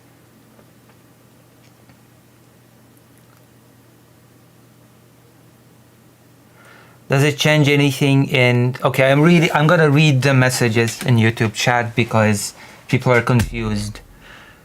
Does it change anything in relations to the brutal, exceptionally bestial murders committed on hundreds of... Okay, first of all, let's not say hundreds of thousands, because the upper estimate is the maximum. The maximalist estimate of victims is 130,000. Okay, so let's not say hundreds of thousands.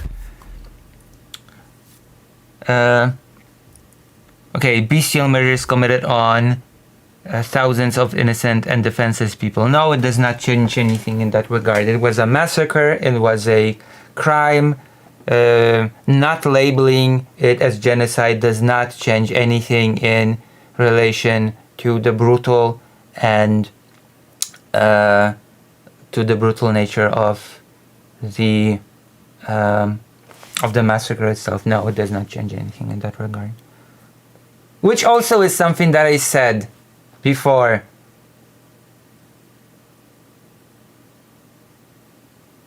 Do you know the definition of the word genocide? Yes, I do happen to know it. Yes, I do I know the definition of the word yes, I happen to know the UN yes, I do happen to know the Genocide Convention of Prevention and Punishment of Genocide, and the points that go into it. And I do happen to know about the person that created the term, Rafał Lemkin, Polish Jewish lawyer, who earlier, before genocide was genocide, coined the term barbarism, which basically encapsulated the same definition as genocide, but only after the war was changed, because he decided that the word barbarism did not quite encapsulate the crime as genocide. Yes, I do know the definition, yes. I am familiar.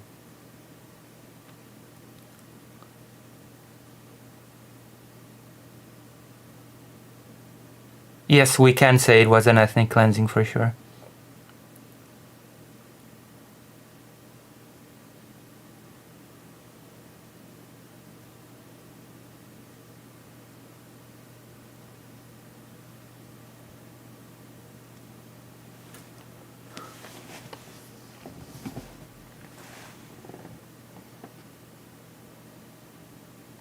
Yes. Can I continue, or are we gonna discuss genocide?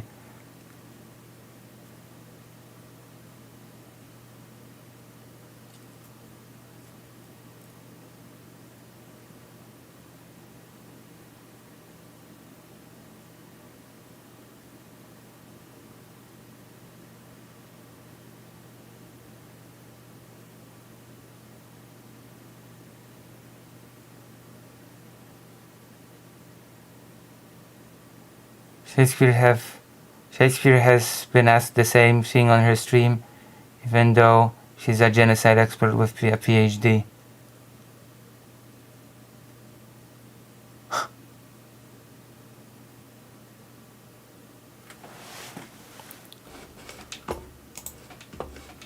Oh.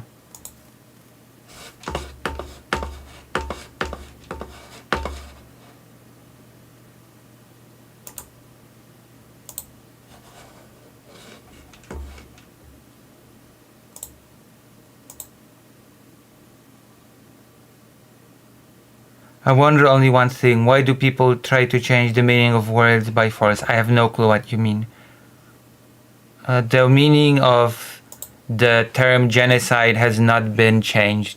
Even if Lemking's definition has been very much limited by when the convention was adopted, but I'm pretty sure that is not what you are talking about. I have no clue what you say. The Suche 25.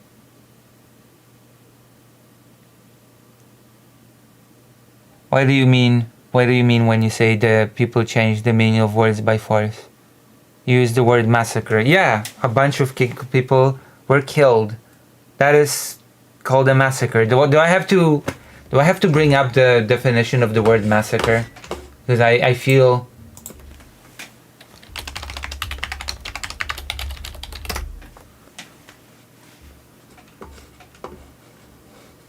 massacre, an indiscriminate and brutal slaughter of many people. I have no clue why you claim that I have changed any definition by force here. No, I don't, because it was not that. No, and I have not changed anything by force.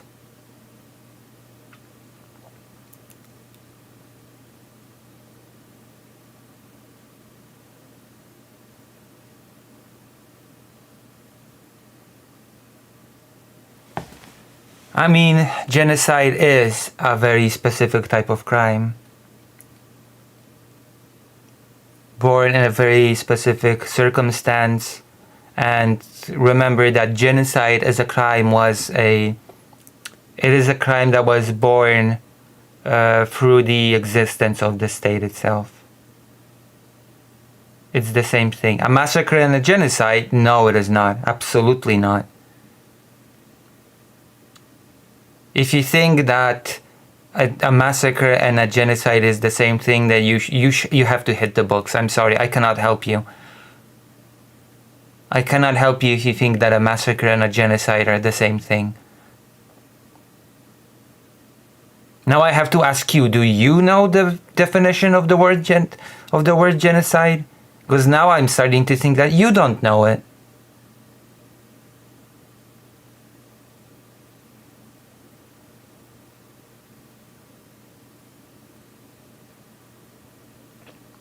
Maybe at some point I'll be able to go back to the segment proper and talk about the current thing that has happened.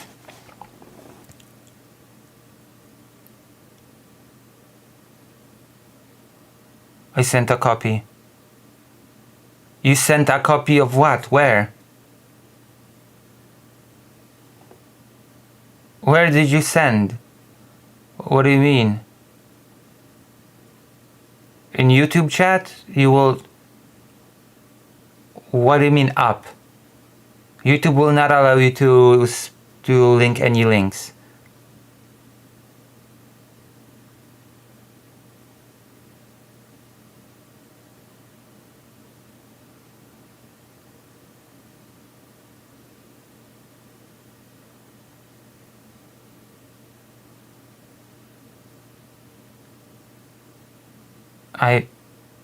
I don't see anything.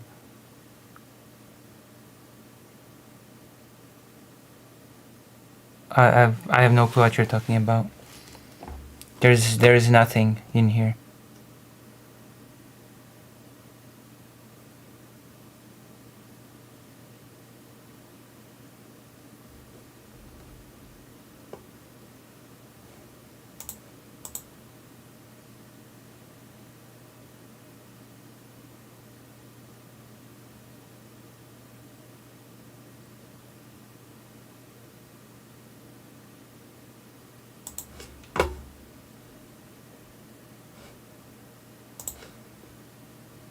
I have no clue what you've allegedly pasted.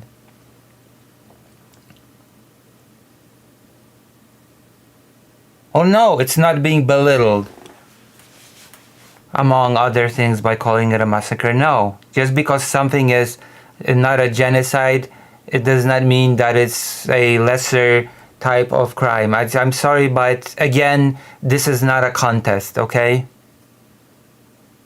The problem is that I feel like you're believing it.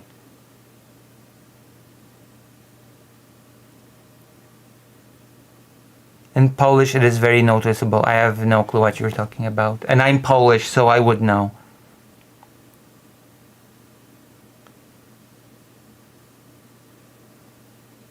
Lucy, I think I've always been shaky on what technically is a genocide and what isn't. I think I have a pretty solid foundation when it comes to that. Ludobójstwo. Yes, I know the Polish language. I know the word ludobójstwo, which translates into genocide. And again, I know the history of the person that created the word, Rafał Lemkin. Okay?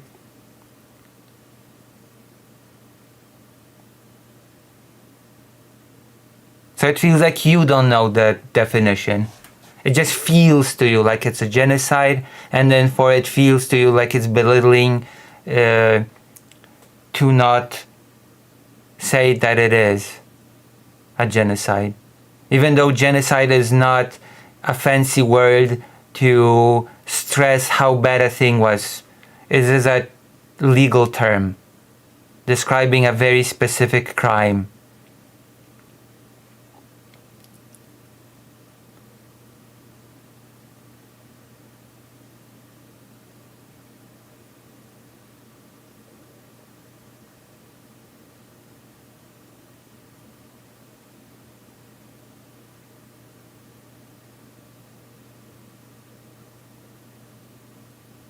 Shall we? The subject is already complicated enough with arrogant semantics. Well,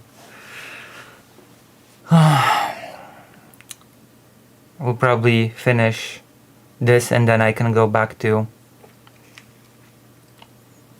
discussing the topic. This will be my hot take segment, so it might attract a lot of angry viewers to the VOD once I make it into a segment. I'm calling it now. There'll be a lot of angry viewers.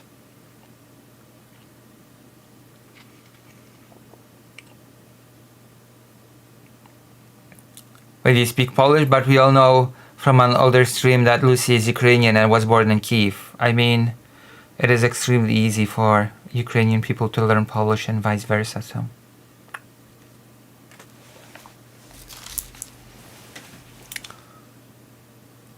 So you know, I just learned Polish real quick, and easy peasy lemon squeezy, I guess.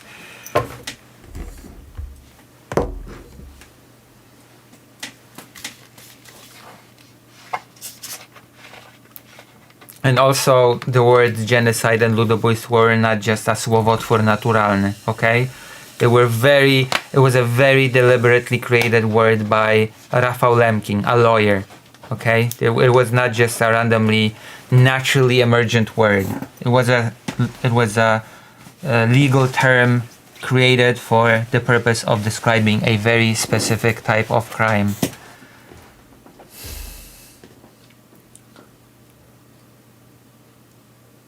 To lose, yes. Yes.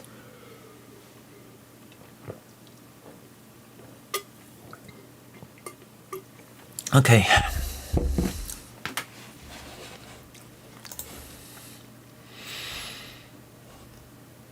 All right, so now that we have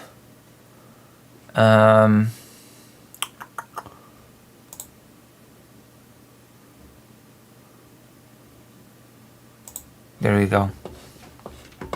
We're back. I can go back to the topic now.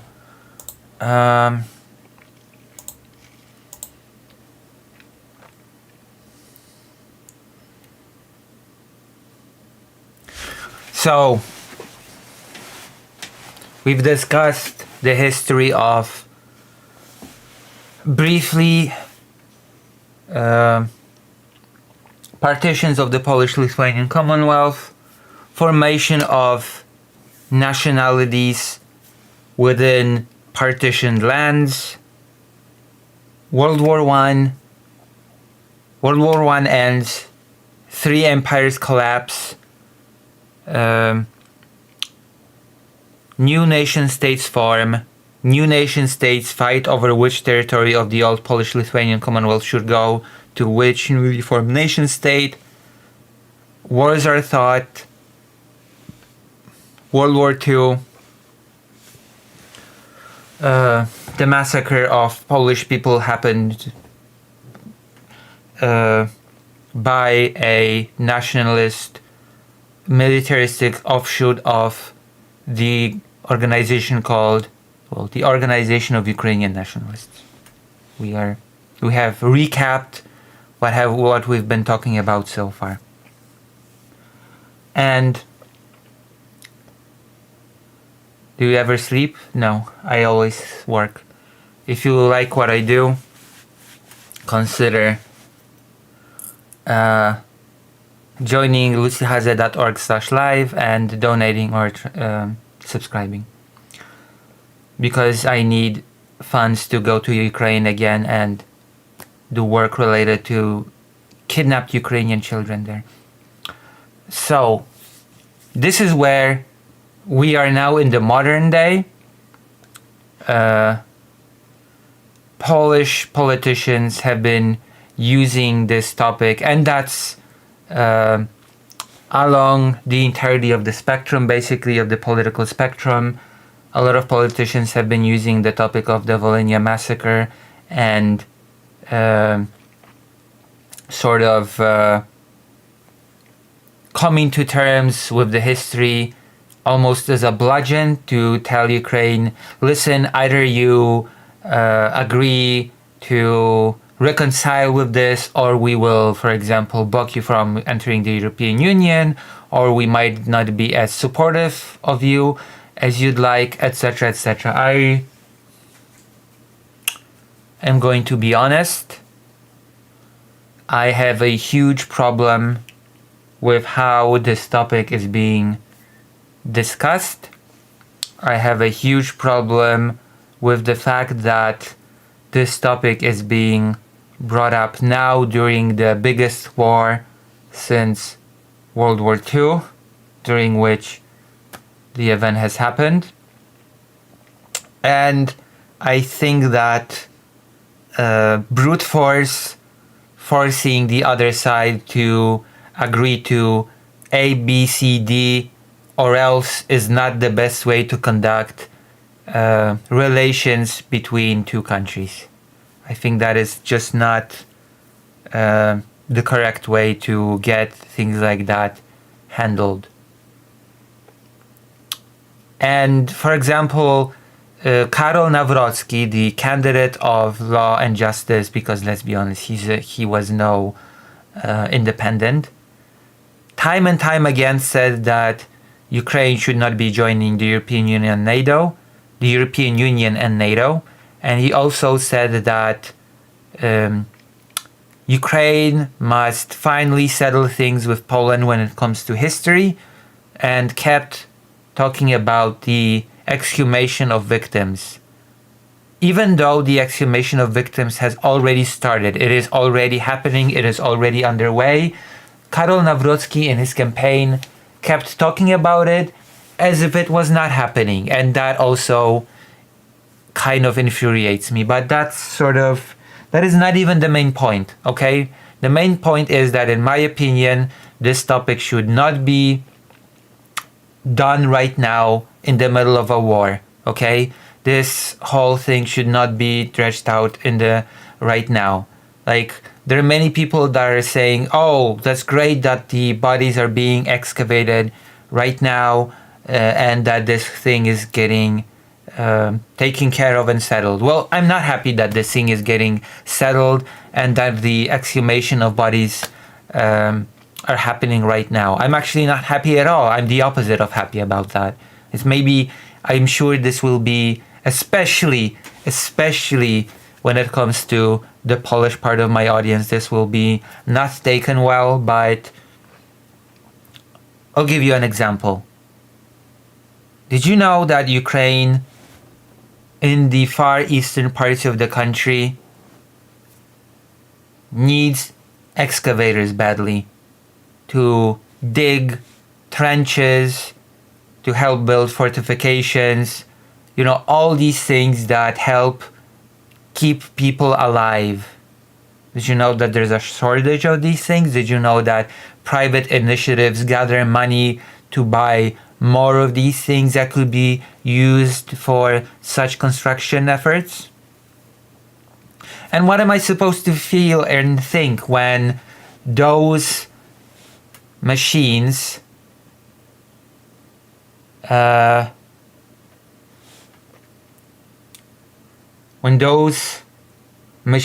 that could be used for such construction is now being used for the exhumation of bodies? I don't like it. I don't like the discussion surrounding this topic. I don't like the fact that it is being done right now. I feel like this whole discussion should be paused. I feel like this discussion should be brought up after the war, during peacetime. I feel like the negotiations about exhumation should be happening in peacetime. I feel like the historical discussions, any sort of discussions on this topic should not be happening during the biggest war since World War II. Okay, I will continue after I check YouTube messages. I managed to continue the segment a little bit. I managed to move it forward an inch. Zbrodnia wołyńska, rzeź wołyńska jest powszechnie uznawana za ludobójstwo. Choć nie wszystkie państwa mają takie samo oficjalne stanowisko, zbrodnię popełnili nacjonaliści ukraińscy UPA. So what you just said in Poland basically means that it's not accepted as genocide. Because not all countries has the same official stance. So no, it's not actually considered a genocide by everybody.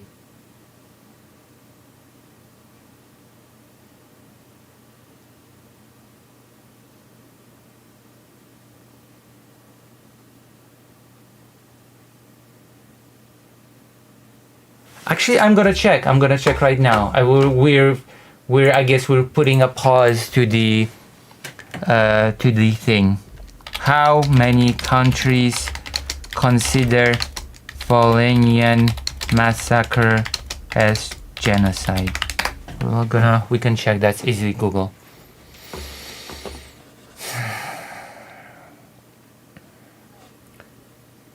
Wikipedia. Massacre, ethnic cleansing considered a genocide in Poland. So that's already not true. It is not widely considered a genocide internationally.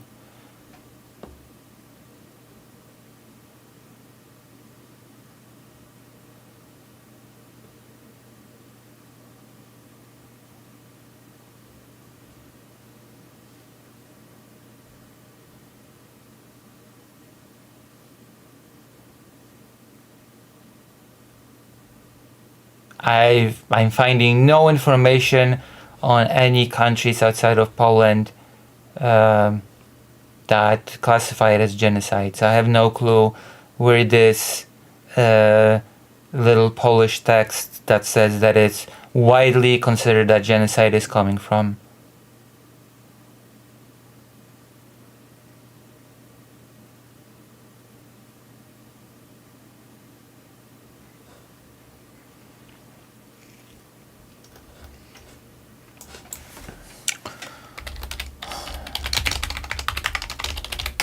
There you go.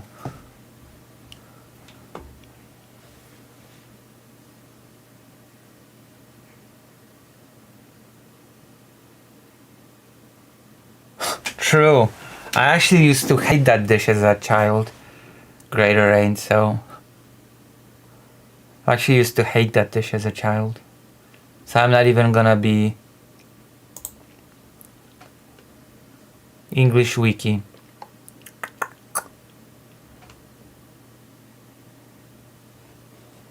Massacres of Poles in Volhynia and Eastern Galicia. That's English language wiki.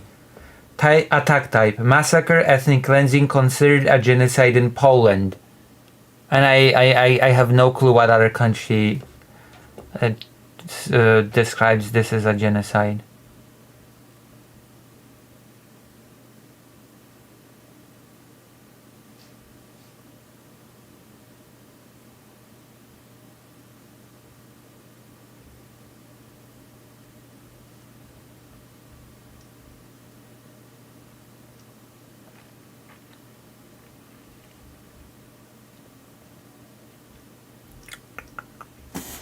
Let me see. Classification as genocide. There we go. Scholarly consensus. Oh, okay. There we go. UCLA historian Jared McBridge, an expert in region and in the Holocaust, writing in Slavic Review in 2016, said there is a scholarly consensus that this was a case of ethnic cleansing as opposed to genocide. So I guess that whole thing you wrote in Polish was a lie.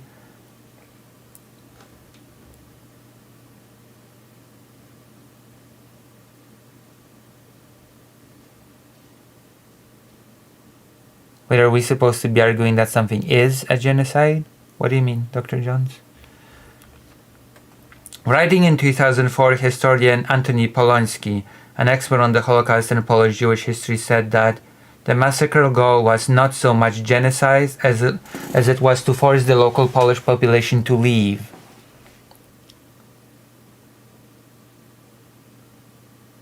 Historian Per Anders Rudling wrote in 2006 that the goal of the OUN UPA was not the extermination of Poles but ethnic cleansing of the region to attain the ethnically homogeneous state.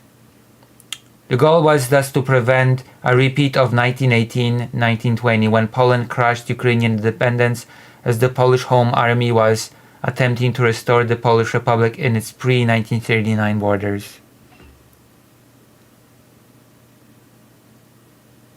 I'm used to people arguing that something isn't a genocide. Wow. According to a 2010 conference paper by Iwan Kaczanowski, the mass killings of Poles in Volhynia by the UPA cannot be classified as a genocide because there is no evidence that the UPA intended to annihilate entire or significant parts of the Polish nation. The UPA action was mostly limited to a relatively small area, and the number of Poles killed was quite a small fraction of the pre-war Polish population, both the territories in which the UPA operated and of the entire Polish population in Poland and Ukraine.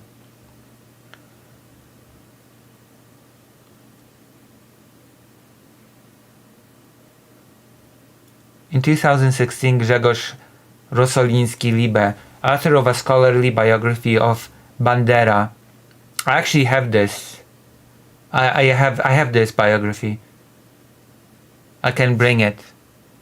This is a really good biography by Grzegorz Rosoliński-Libe, author of a scholarly biography of Bandera. I believe that it's the first scholarly biography of Bandera. Argued that the killings were ethnic cleansing rather than genocide. Rosoliński-Libe sees genocide in this context as a word that is sometimes used in political attacks on Ukraine. However, historian Grzegorz Motyka, an expert on Polish-Ukrainian issues, argued in 2021 that although the anti-Polish action was an ethnic cleansing, it also meets the definition of genocide. So, I'm sorry to say, basically only Poland classifies it as genocide.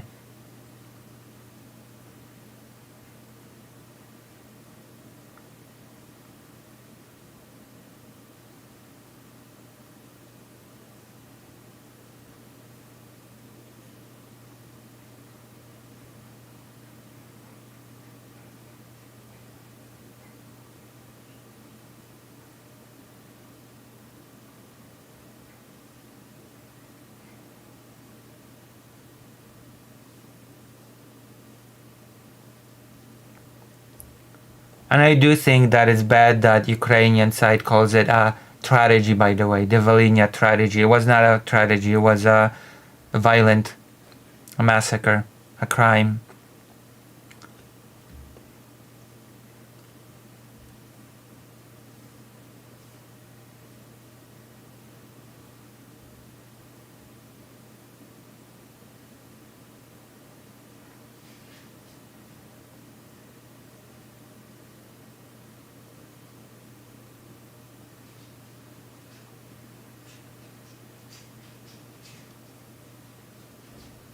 Okay, I'll be right back. If you have any questions, if you have anything to add, then go on, and then I will continue to, and then I will continue to the topic, okay?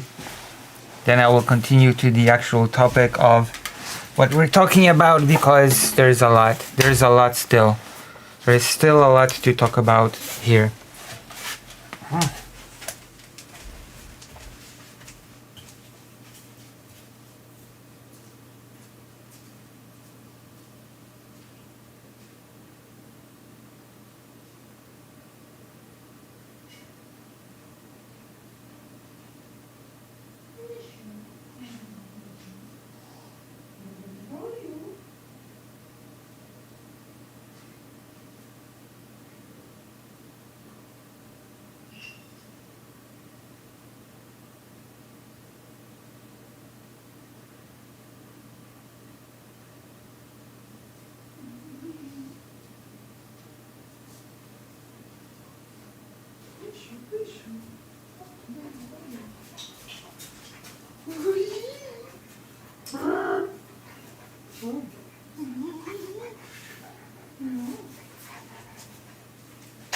Chodź pan.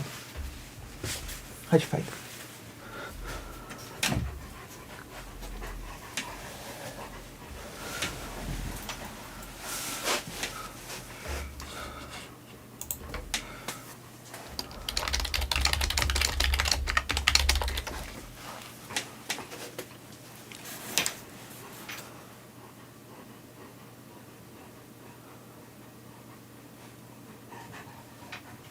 People really hate using the word genocide appropriately, like you'd almost think it physically hurts them to think first. Okay, so as we've established, I am not a big fan of how the Volhynia massacre is being discussed in between Poland and Ukraine right now. I actually don't like the fact that Ukraine uses that term. tragedy. It was not a tragedy. It was not something that was stumbled onto by mistake. It was a pretty deliberate act. And also, I don't like the fact that Poland uses the topic as a bludgeon right now, basically saying during this war, if you want continued support, if you want to join the European Union, if you want this, if you want that, or if you want the other, then you better listen to our demands right now when it comes to this historical event. You better start the exhumation right now. You better do this, that, and the other. Okay, I don't like that. This is not, I've already said it, this is not the way to conduct international relations in a productive way. Not at all. And this whole situation, this whole thing should wait till after the war to be addressed properly. That is my opinion.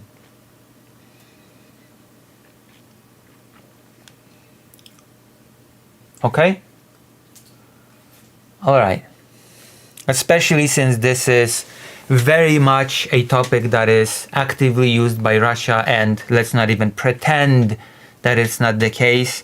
It is very much a topic that is actively used by Russia to attempt to throw a wedge between Poland and Ukraine and to sever that link, or at least weaken it, in order for Russia to have an easier time in Ukraine. That is also a very strong element of the whole puzzle. And so we finally, after, because this is the whole thing that I've been doing throughout this stream. So after 2 hours, give or take, okay, because I've not been doing this from the very beginning too, so let's just say that I've been talking about this for 2 hours. After 2 hours of building up, of meticulously building the case, we can now enter the topic of the discussion, okay? This whole thing was just, you know how people, when they start segments on political topics, they will do a little bit of an introductory preamble.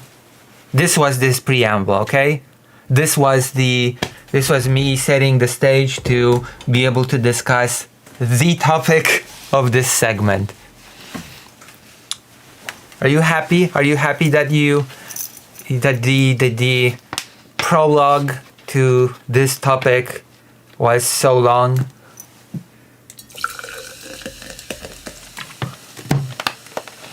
I think it is important to do this whole long intro, because otherwise you will end up like Vosh, who says, Volhynia? What was that? Was it when the Nazis killed them?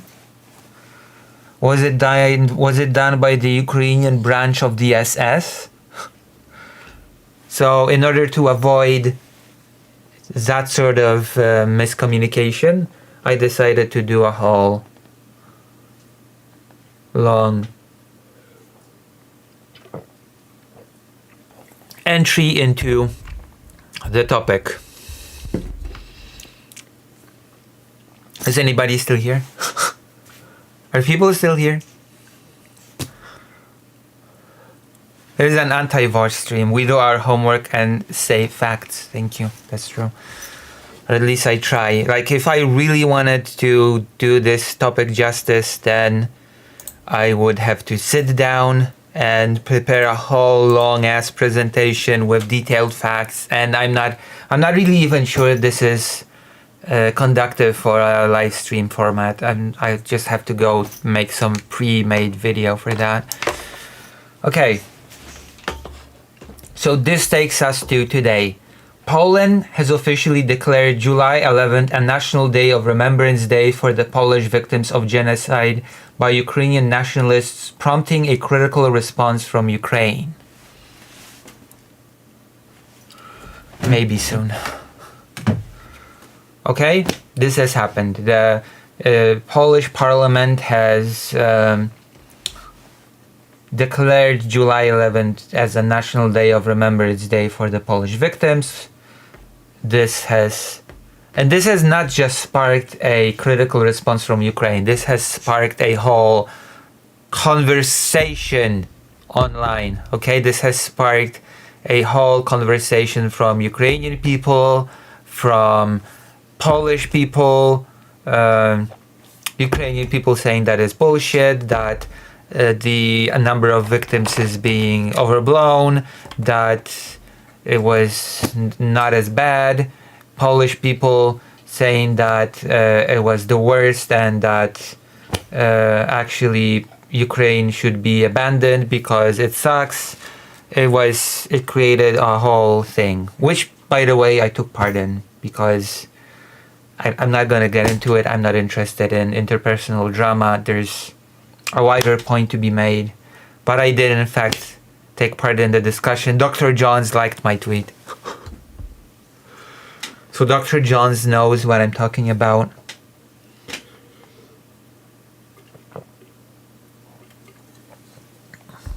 The thing is, as much as I am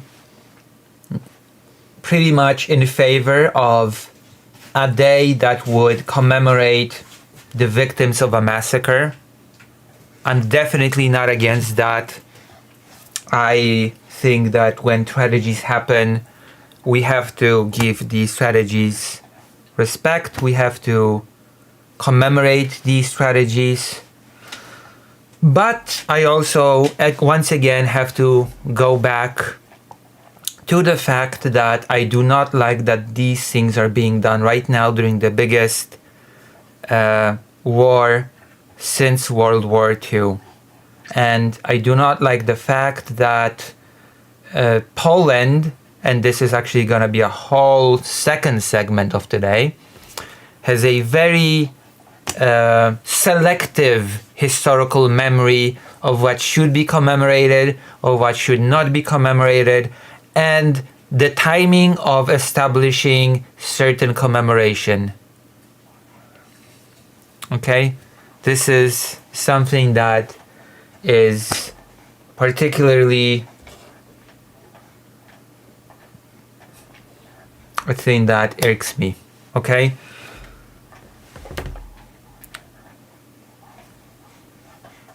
I will be discussing this after I finish this. The response from Ukraine was, and I don't particularly like the response from the Ukrainian government side either. Statement of the Ministry of Foreign Affairs of Ukraine. The Ministry of Foreign Affairs of Ukraine considers the decision of the Sejm of the Republic of Poland to establish 11th July as a day of remembrance for the victims of the so-called genocide committed by the OUN and UPA in the eastern territories of the Second Polish Republic, to fly in the face of the spirit of good neighborly relations between Ukraine and Poland.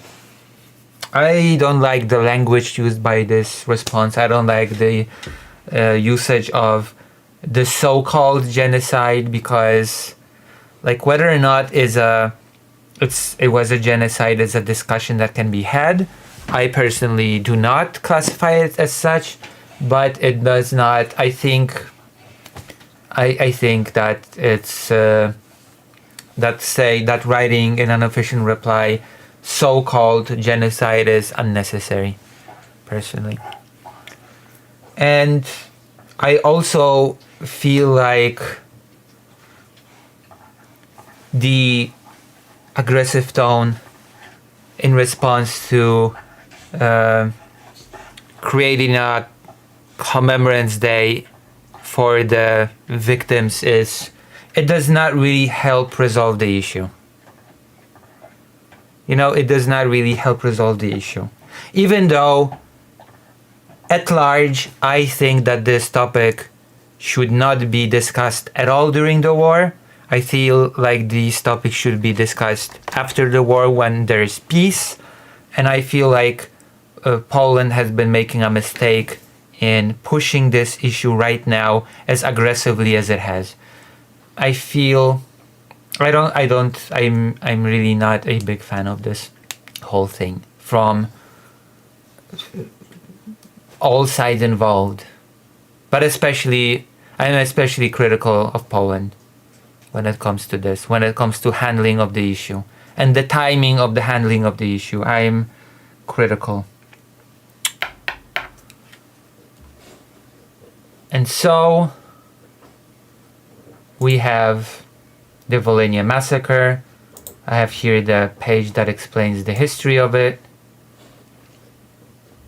And of course, there's one interesting thing that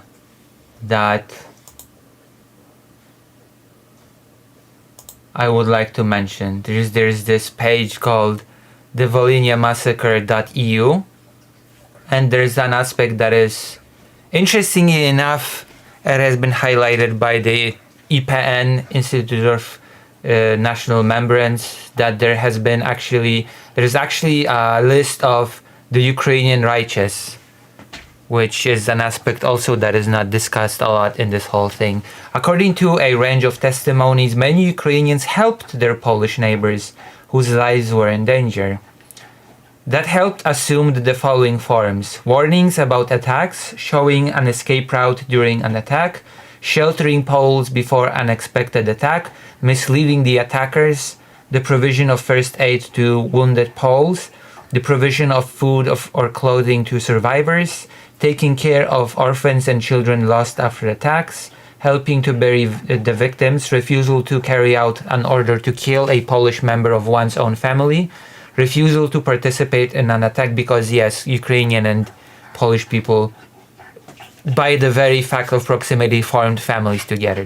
I don't think that's a thing that should shock anybody. One moment, my dog is starting to scratch and...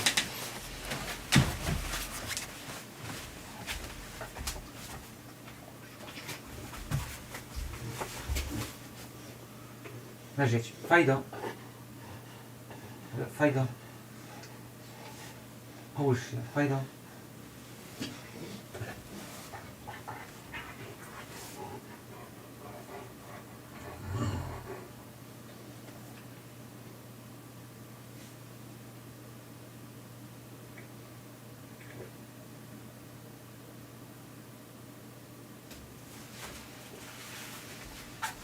Okay.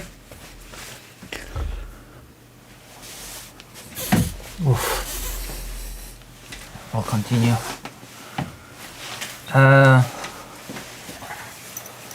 Refusal to participate in an attack.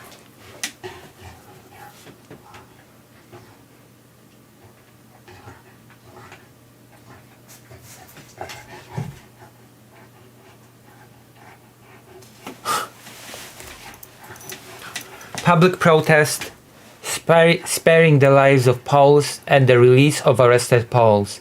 Even though it is difficult to estimate the scale of this help, it was real. In 500 localities of the eastern borderlands examined in this regard, massacres occurred in over 2,000 localities. The OUN UPA killed approximately 20,000 Poles. Ukrainian acts of solidarity and mercy saved both individuals and populations of entire villages, several thousand people in total. Over 1,300 Ukrainians are documented as having helped Poles to a lesser or greater extent. Ukrainian nationalists killed several hundred of the righteous as punishment for all manifestations of friendliness towards Poles.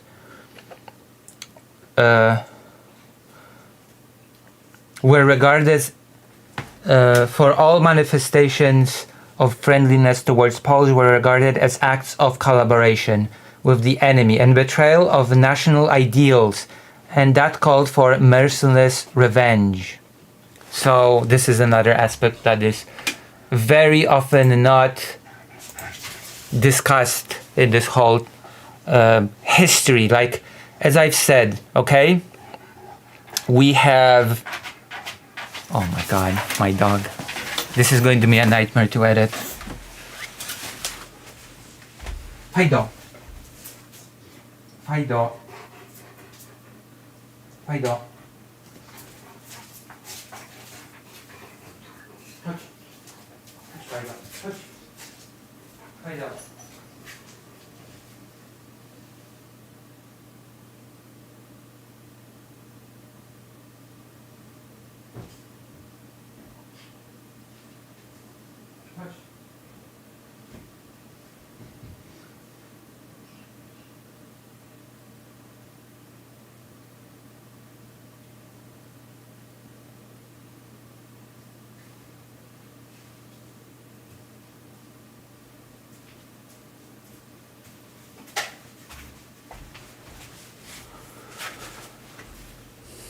Okay, I'm back.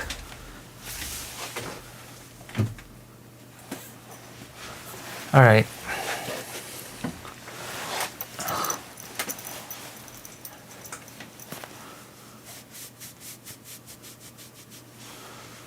All right.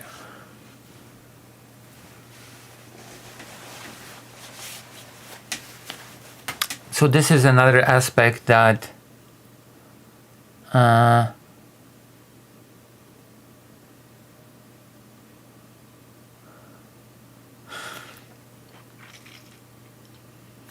there is another thing, okay? OUN, UPA were very extremist, nationalist groups, okay? They did not tolerate Ukrainian people that did not fall onto the idea of nation and nationality that they believed in. OUN and UPA very much persecuted and killed any Ukrainian people that did not, so to speak, fall in line with their modus operandi, with their sort of idea of what the Ukrainian nation was and what it had to do to achieve an independent Ukraine. Which is why, let's just say that OUN and UPA were not extremely popular organizations in the East. They were not. And to this day, OUN and UPA are not remembered with fondness in eastern Ukraine. So, to summarize, because I feel like the build-up, like the explaining of the circumstance that brought us here, took a lot more than actual explanation of the current situation, which I don't have a problem with that. I feel like we are in this mess because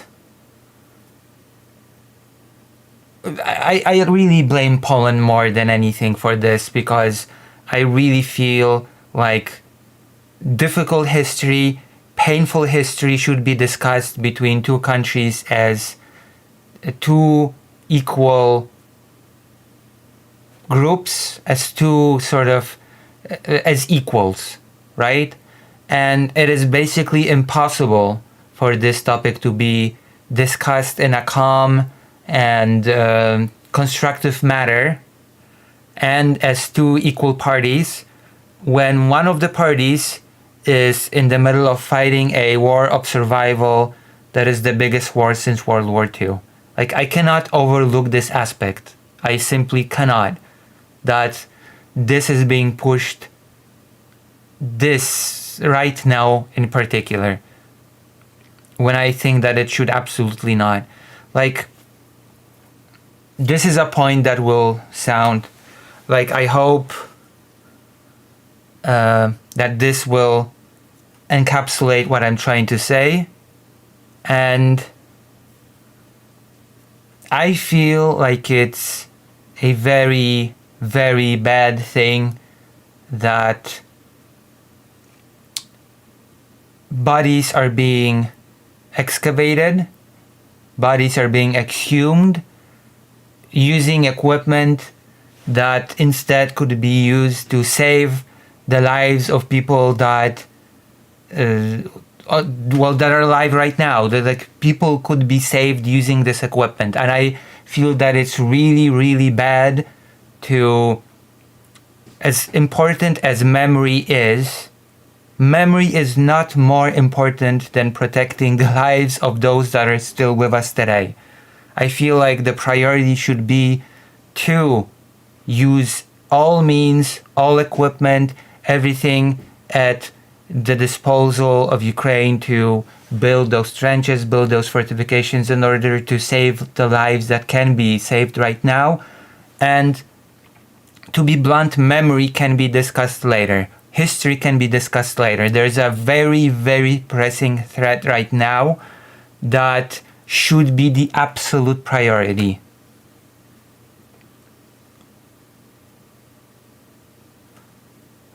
Dr. John says, but Lucy, what's more important than settling a century-old grudge?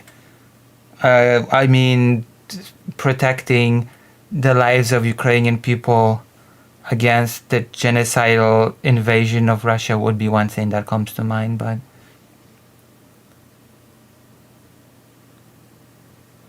there might not be a Ukraine to apologize in the future. Poland won't get a sorry if Russia wins. Like, this is... I hate this. I hate the discussion surrounding it.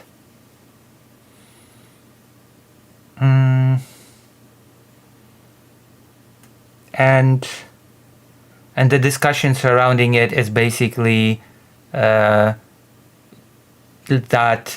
there are people that are saying that Polish people are the worst because they voted in a Yanukovych type guy, which I agree, sort of. He is a Yanukovych like guy. And that Polish people only are pro-Ukraine because they hate Russia more, and otherwise they would be just anti-Ukraine. That's... I'm sorry, that is not a generalization that I can get behind. That is not something that I can sort of agree to. And also, I do not agree with the people that say, oh, Ukrainians are only just want to deny, and demand help. That's not the case, okay? If anything, I can say that when discussions like this happen around the topic, all I can conclude is that Russia is succeeding.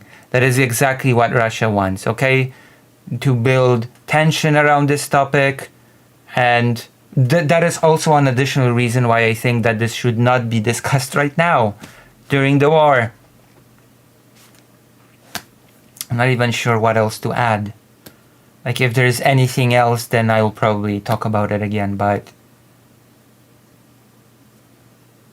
I think someone here said it best. Like, settling a century-old grudge should not be more important than supporting Ukraine and defending itself against a genocidal invasion. And exhuming, like, the exhumation of the bodies of victims should not be prioritized right now over the helping of those who are alive today. This is not the time. This is not the time. And I'm not even going to mention the fact that these discussions should not be so one-sided. Poland should... Absolutely, there should be a discussion on what led to the creation of those extremist nationalist groups in pre-World War II Poland, what Poland did before World War II. There should be a discussion about the post-World War II Operation Vistula. All those things should be discussed honestly and with everything that it entails included. We should be discussing history. We should not be discussing national history, which I'm going to wrap this up by going back again to the idea of learning and discussing history, and learning and discussing national history. National history being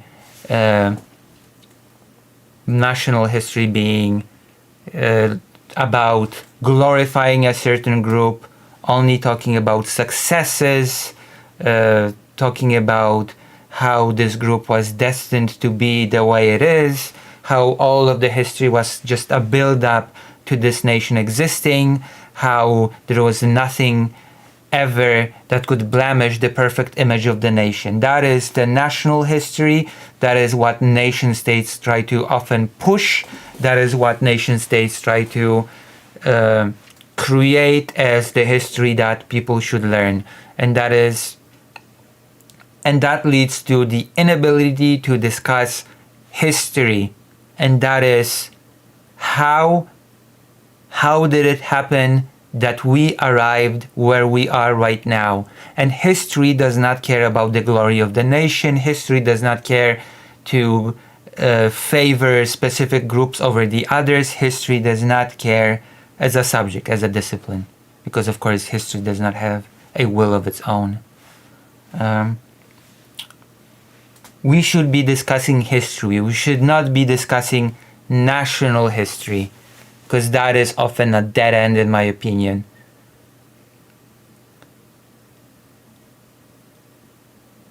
Lucy, I think you've made a clear case. But we should be discussing whether or not Yoda is Jewish. Well, you'll have to ask Mr. Brown about that topic. Okay, now, as a separate subject, because I feel like I'm gonna treat this as a separate topic, but it is an important topic nonetheless.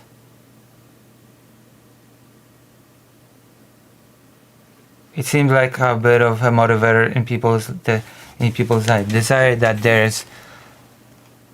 the loved ones did not die in vain. Yeah, but keep in mind, national history also creates hatred, okay?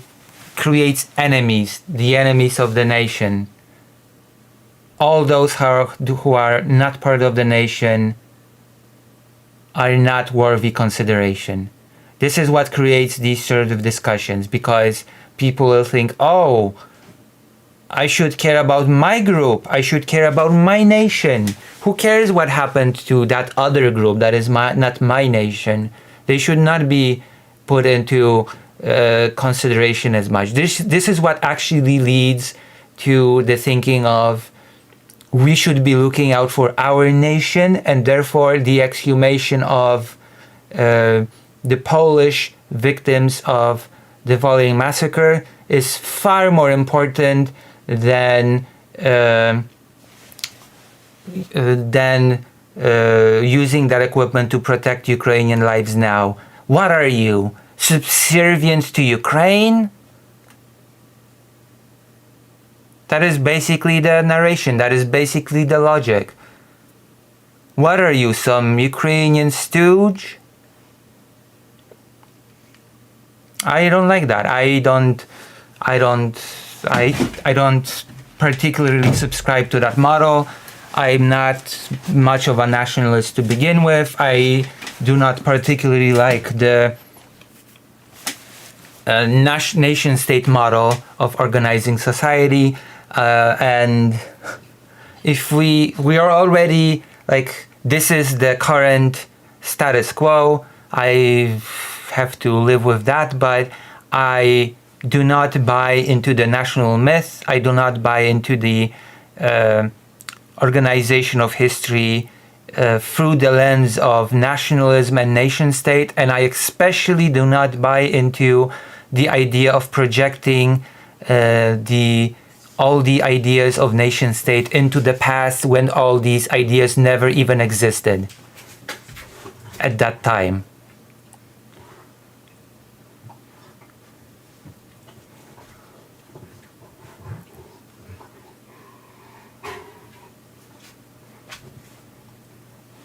So yes. Any questions before we move on to the next thing that I really wanted to talk about? So it seems like we're gonna have time for 2 topics today, and then that'll be it. Nope. Well, of course you don't have questions. You just came here. You just arrived here.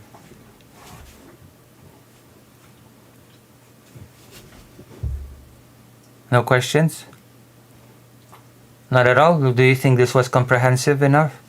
Do you think this was informative? Have you learned anything new? Do you feel like I left out anything, or?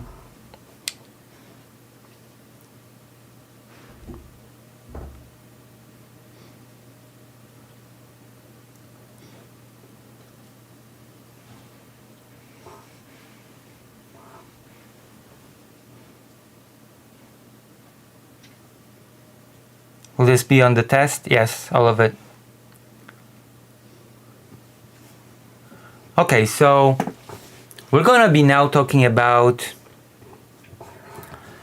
the Polish Institute of National Remembrance.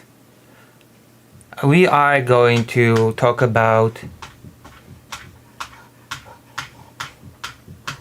Okay, my dog threw me off completely with his attacking the floor with his paws.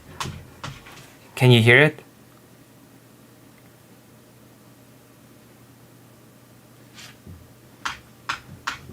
Can you hear it?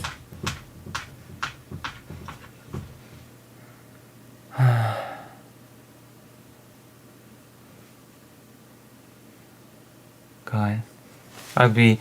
We'll be getting back on topic in a second once I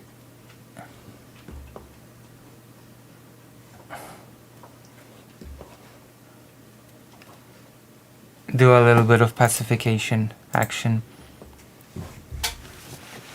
If I ask people to raid you, should I tell them you are dunking on right-wing Polish disinformation? Oh yes,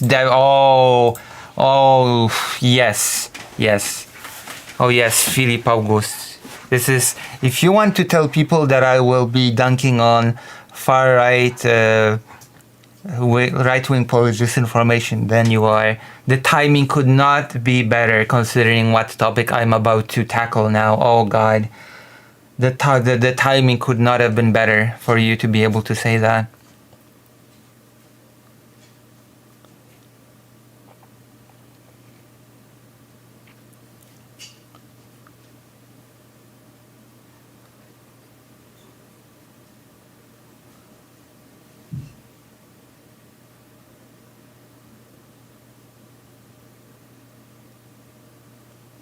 Okay. So, what I want to talk about is, we all know, because I know that you all diligently followed my coverage of the Polish presidential election. We all know that the winner of this election is Karol Nawrocki. Karol Nawrocki, who also happens to be the chief of the Polish Institute of National Remembrance, of the National Memory. An institute that is the best, it is basically the best financed historical institute in probably this general area of Europe. It is better financed than many historical departments at universities, and unfortunately it is very much an institution that has been constructed to teach about history from a highly nationalist lens, to create national memory, to shape national memory, which means that it will twist facts, that it will omit certain parts of history in order to make the nation look better. It will downplay certain things. It will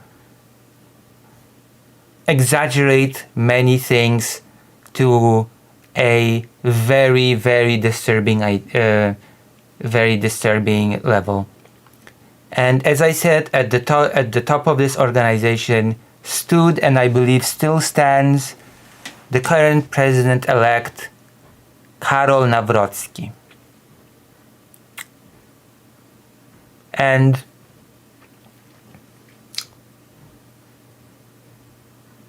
Poland, because we've been just talking about reconciliation with history, with talking about how certain difficult truths about history should be brought to light, how history should, that is definitely the call of Karol Nawrocki. When the president of Ukraine, Zelensky, has written to Nawrocki on Twitter, "Congratulations on your election victory. I hope we can cooperate in a good blah blah blah manner. I hope we can work together. I hope everything can be well." And to that, Nawrocki immediately responded by saying, yes, but we also have to get historical matters settled. Settling of history is important. It is important. Historical truth is important, etc., etc. And quite frankly, this gives me pause. This gives me pause because under the law and justice regime, I guess I'm going to call it a regime, under the governance of the Law and Justice Party from 2015 to 2023, the Institute of National Remembrance, which was, as I said, at the top of which stands Karol Nawrocki, has been used as a tool to push false history, to push false narratives about the Holocaust. Okay, my dog is... Oh, God. I'll be right back.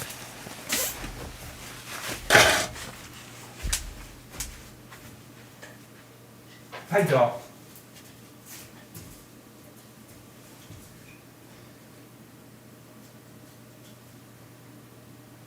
Hi, dog.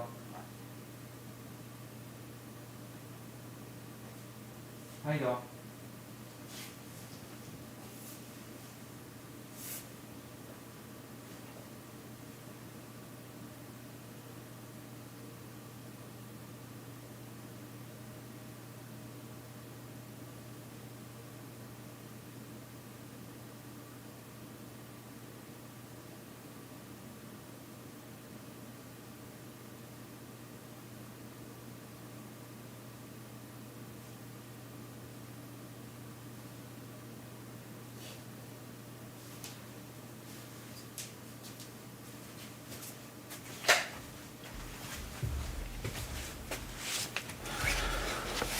Okay.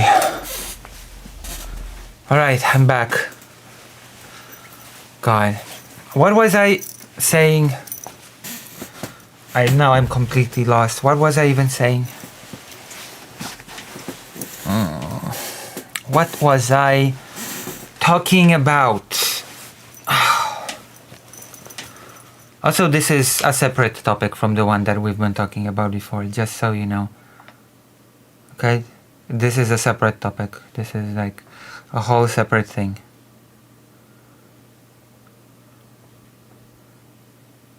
Nawrocki, yes.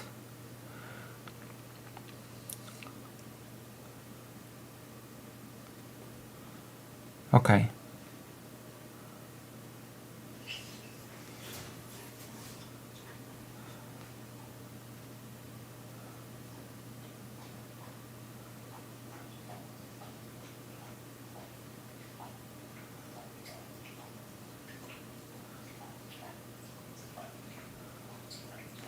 All right. So, the institute that Nawrocki is in charge of during the rule of law and justice was busy pushing false narratives about the Holocaust, pushing narratives that contradicted many historians on the matter.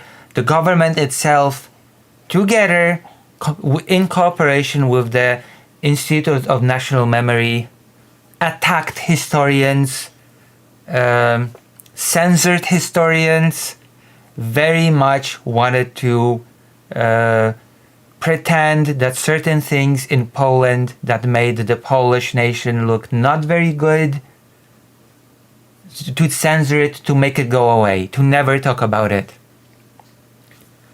And that is the history of the Polish, I hate to say it, collaboration in the Holocaust. It is said, and I have attended quite a few lectures on it. Very interestingly, I have attended a lecture by a Polish historian that I believe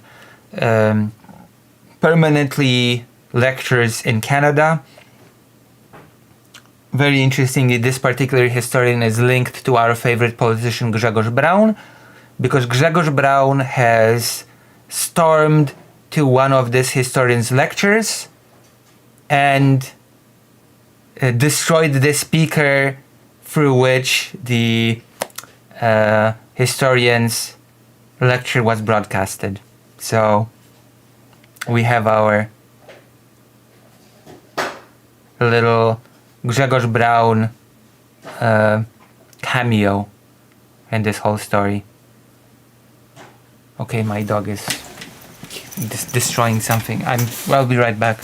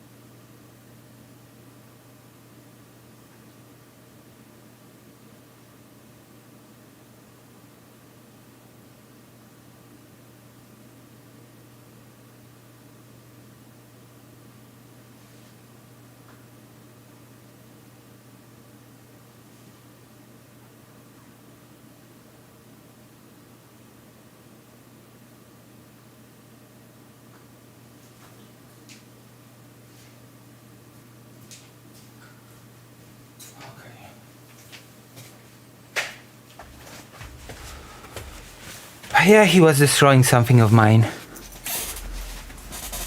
Oh my god, $50 from fake Kyle Parker. Thank you very much. Banana. Thank you very much. Thank you. Wow.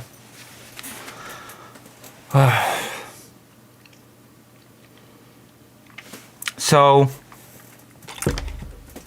the distortion of the history of the it is 200 zlotys, which is a lot of money. So the distortion of the Polish participation of in the Holocaust. This historian is a very precious historian in my opinion. He is someone that not only touched on the topic of the distortion of the history of the Polish participation in the Holocaust, but also said something that everybody should take to heart absolutely, okay? He said that when he lectures history, he tries to ingrain a very important principle of learning about history into his students. He says that we all, when we are learning about the history of a country, a very good practice is to learn the history of a country from the perspective of its most vulnerable minorities. And then he asked the question to the people that were in the thing that I attended. Imagine, put yourself in the shoes, in the spot, in the situation of the minority when talking about history. If you were a Ukrainian in Poland before World War II, did you have a nice time? Did you have a nice life? What was your situation as a Ukrainian in Poland before World War II? What was your life like? Was it fair? Did you feel good about your situation and how things were? And then you can go from there, and then you can understand a lot of things much better. And I must say that I subscribe to this model a lot, okay? When you learn about history of a place, it is very good to learn about the history of that place from the perspective of the minorities that live there.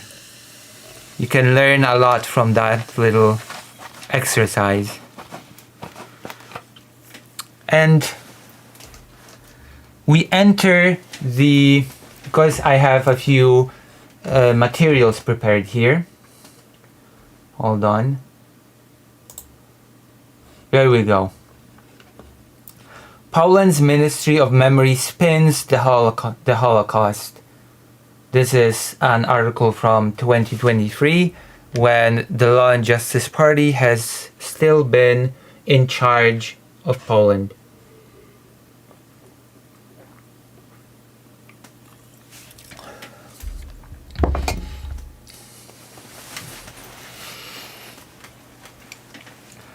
Resistance is building to a populist bid to center Polish heroism and to put the country's Jewish history back in the freezer.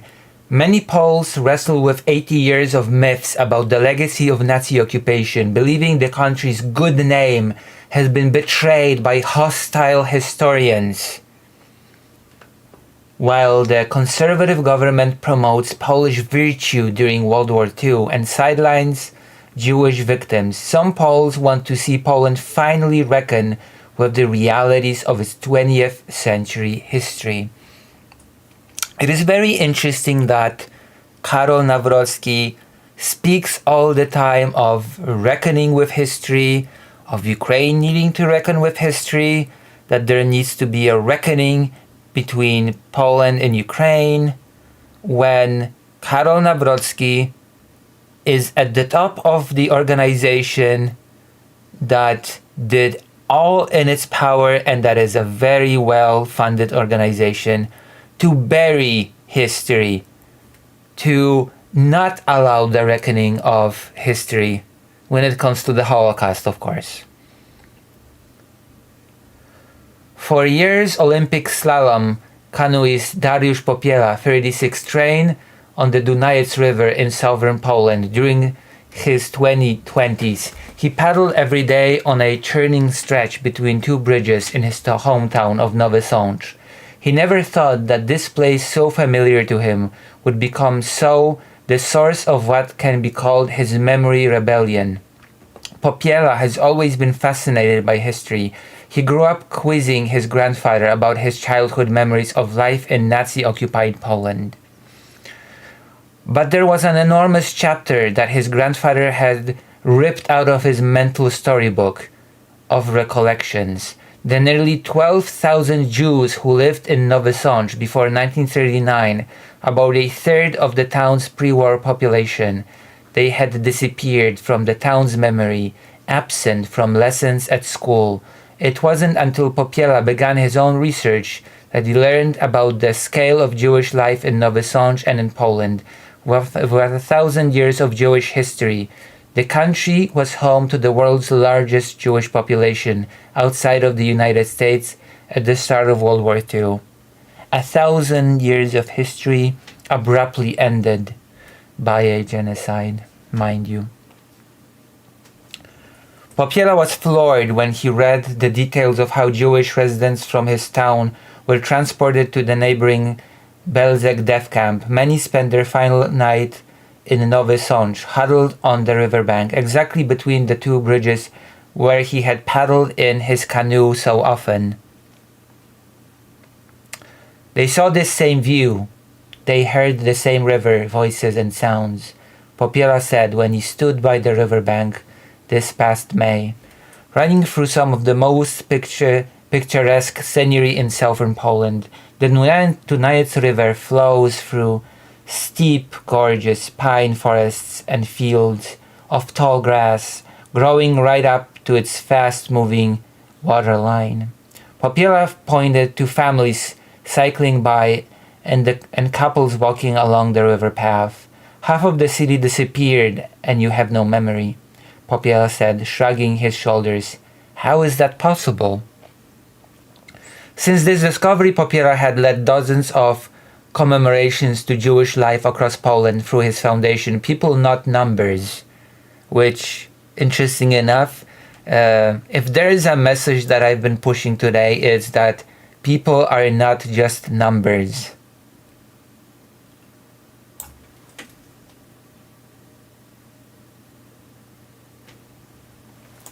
Popiela is part of a new generation of Polish citizens, historians, writers, and educators pushing for a more honest confrontation with Poland's 20th century history. For decades, Polish Jewish history was kept in what scholars call the communist freezer. Around 3 million Polish Jews were murdered by the Nazis. It wasn't until the 1960s that Polish communist authorities tolerated much discussion of the genocide. When they did, such as during an anti-Semitic purge of the party in 1968, it was to blame Jews for not showing enough gratitude towards ethnic Poles who tried to save them. After the fall of communism, some of that silence was broken.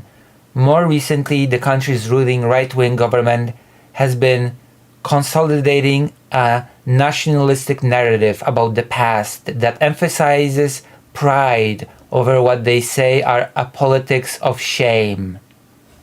See, this is nationalist history. We must be proud. We cannot allow the politics of shame. It has been effective.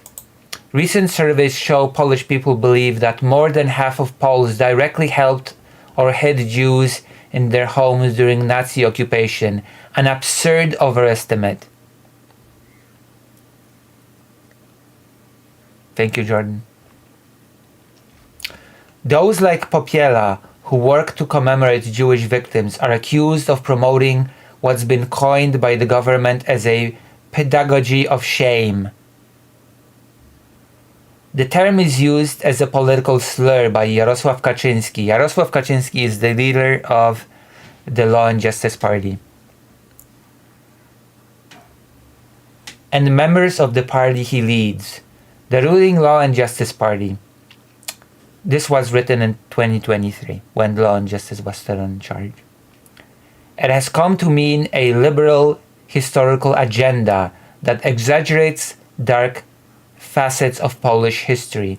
And I'm talking about this because while Law and Justice is no longer in charge for now, Karol Nawrocki, who is in charge of the Polish National Institute of Remembrance, is very much responsible for this. While he speaks of Ukraine needing to reconcile with its history, I feel like maybe you are beginning to see my problem here, right? I feel like maybe we are starting to see the issue that I'm having with this whole thing.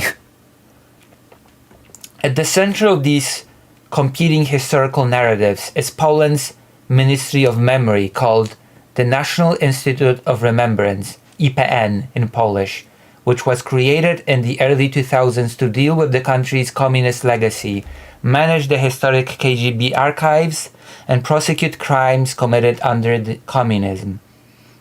Today, the institute also largely deals with the legacy of Nazi occupation and is charged with defending the country's good name. This is the part that I do not like. Defending the country's good name. What does that mean? The IPN was at the center of international fury in 2018. And now I have to walk again because I have to stop my dog from destroying further things. I'll be right back.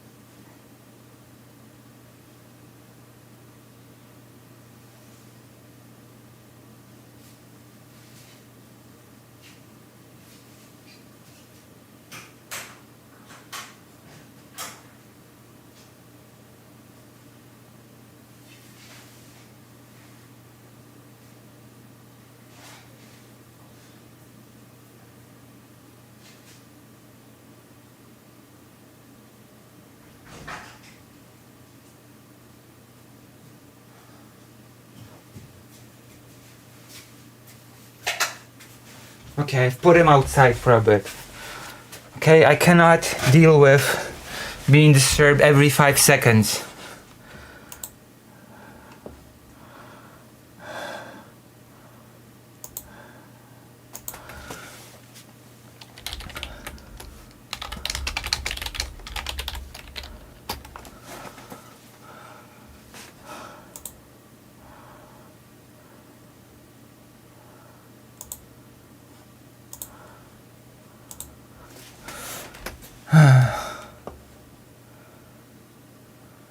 Alright. Good. Okay. Where was I? What was I doing? Ah, yes. Okay.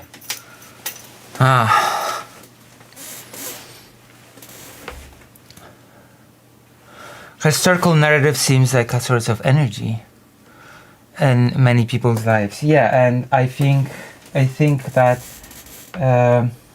it's also a very destructive thing. A historical narrative, a national historical narrative, is a very destructive thing. All right.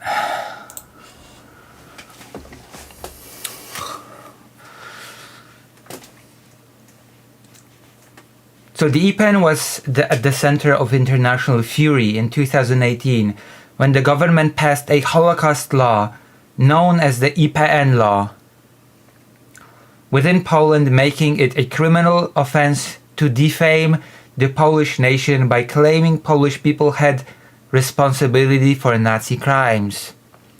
And this is when it becomes a huge problem, because guess what?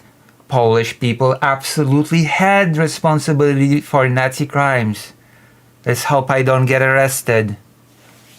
I'm not even sure if this IPN law has been stricken down or not. Maybe I'll go to jail.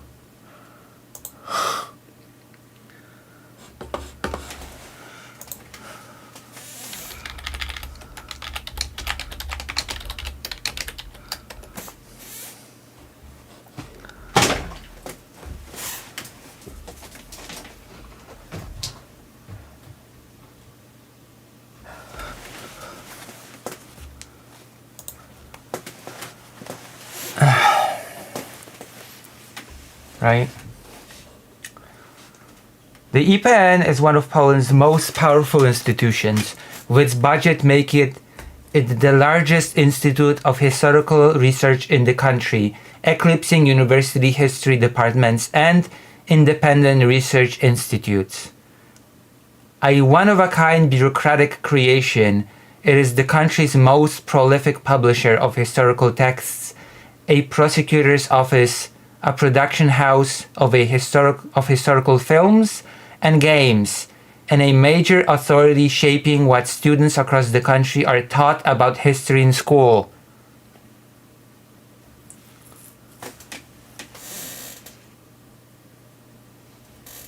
Yes. The Institute of Remembrance's budget has nearly doubled under the Law and Justice Party, which has been in power since 2015. Today, it has an annual budget of $430 million, $105 million, a staff of about 2,000 people, and 11 regional branch offices. A large organization.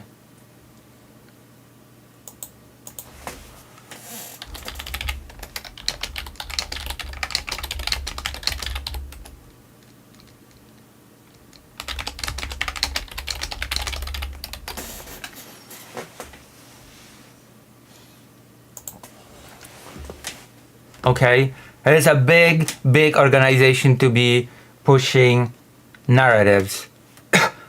And it's rich that Karol Nawrocki is talking about reconciling with history again, I will remind. With its leadership appointed by Parliament, the Institute is controversial in an already highly polarized political environment. There is demand from a number of leading historians for the Institute to be dismantled or reformed. Far more widespread opposition comes in the form of local level initiatives like Popielas that are trying to change memory culture in Poland. A memory rebellion. When Popiela learned about the concentration camp on the banks of the Dunajec, just steps away from the beautifully preserved town square in Nowy Sącz, his first feeling was, in fact, shame. Each new detail emerged felt personal.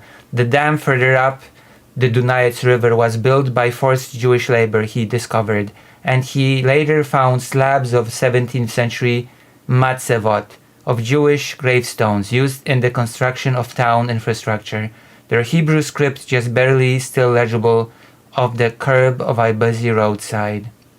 But the shame was something that gave me power, said Popiela. It gave me rebellion and the power to do something. For the past 10 years, Popiela has devoted the time he has outside of his sport to commemoration work. With just a handful of members, his foundation people, not numbers, has researched archives and interviewed all their residents to identify the name, surname, and age of Jewish victims across rural Poland. They've installed 10 monuments and discovered 10 mass Jewish grave sites. Volunteers maintain a number of Jewish cemeteries that were abandoned. Popiela self-published what he calls With a Wink, his underground monthly newspaper about Jewish history in Nowy Sącz. He leaves out stack at local coffee shops and in the town hall. When we meet in May, Popiela is about to break ground on his most recent project, a memorial park in Nowy Sącz, located within what had been the town's Jewish ghetto, along with the installation of a plaque along the Dunajec River bank at the site of the former camp. All of the efforts are crowdfunded by Popiela. I asked him, why is he, an Olympic canoeist, about to compete in the European championships, doing this in a country that created an entire state bureaucracy to deal with historical remembrance? They are caring about other stories, he said. I push him to elaborate, and he gives an example. A few years ago, the foundation tried to team up on the commemoration of a Jewish family of 8 murdered in 1944 after being turned over to the Gestapo by their neighbor. The institute's local branch said the memorial plaque must say that this family was killed by the Nazis. Popiela refused.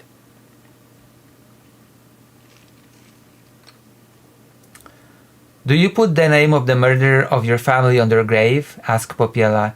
It's the same demand he's just recently received in an open letter from several local patriotic organizations in opposition to his plan for building a monument to Jews killed in Nowy Sącz. They don't have the point of view of the victims. The most important part for them is the sign that the Germans made the Holocaust. And I will also say, and this is a pretty accurate estimate in my opinion. This might shock you, this might not shock you, but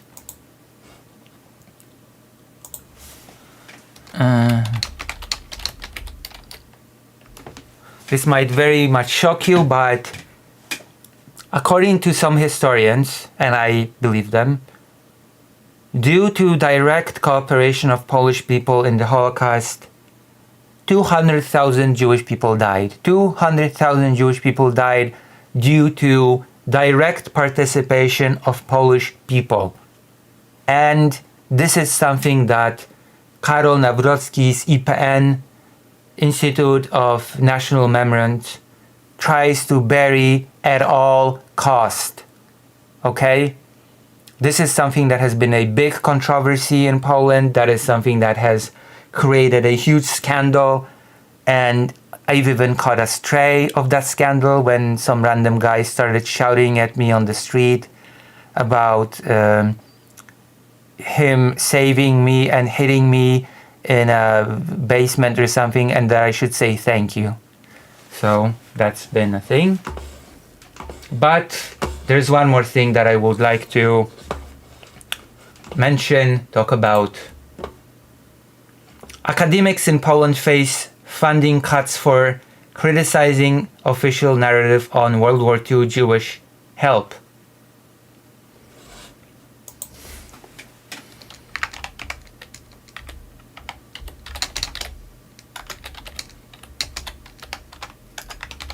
And again, this is from the time when the Law and Justice Party was in charge. Like, this is from 2023.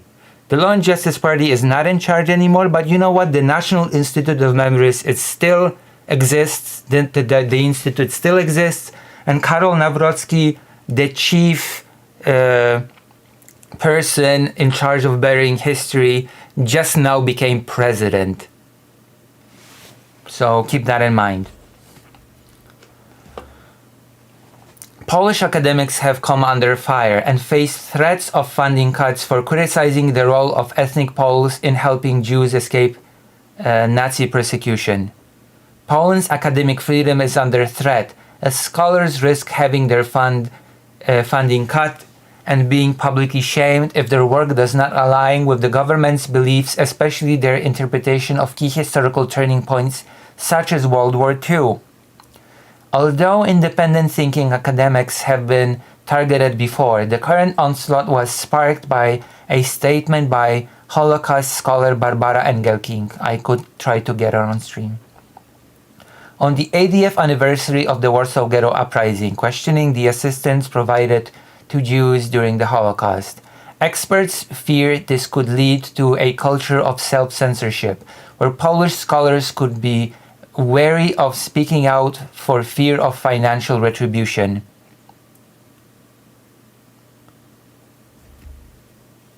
Mateusz Morawiecki, who was the prime minister, called her research scandalous and anti-Polish, and Przemysław Czarnek, who was the Minister of Education, referred to it as insolent.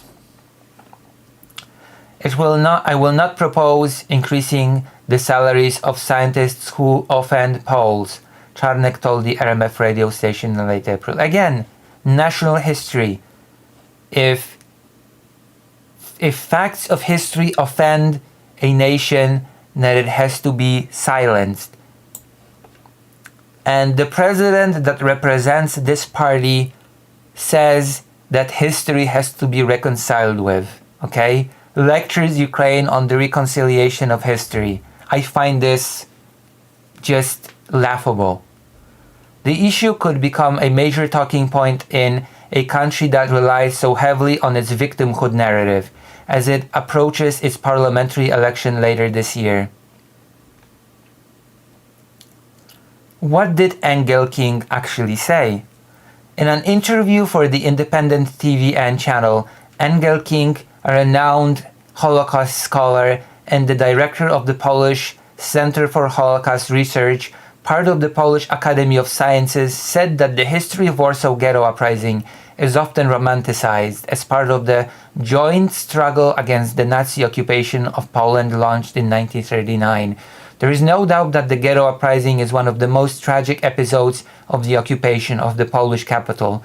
By organizing among themselves and smuggling weapons into the ghetto, Polish Jews forced from their homes and into the ghetto decided to resist the German SS decision to send them to the Majdanek and Treblinka extermination camps in April 1943. As punishment for their refusal to surrender, the Nazis burned the ghetto block by block, killing over 13,000 Jewish people. During the interview, Engelking talked about how her research suggested the Polish population played a rather limited role in aiding the Jewish resistance. It wasn't like Poles who wanted to help them were bustling around them. It may only look like this in false propaganda, explained Engelking. They really faced the greatest danger on a daily basis from Poles and their neighbors.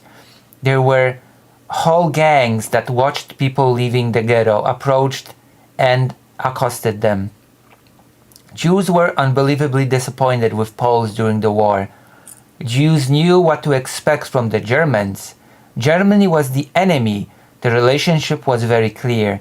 The relationship with Poles was much more complex, she concluded. This is the statement that caused the controversy. This is the statement that caused the attack by the Polish government on this scholar. And the president representing that past government talks about the need to talk about history. laughable.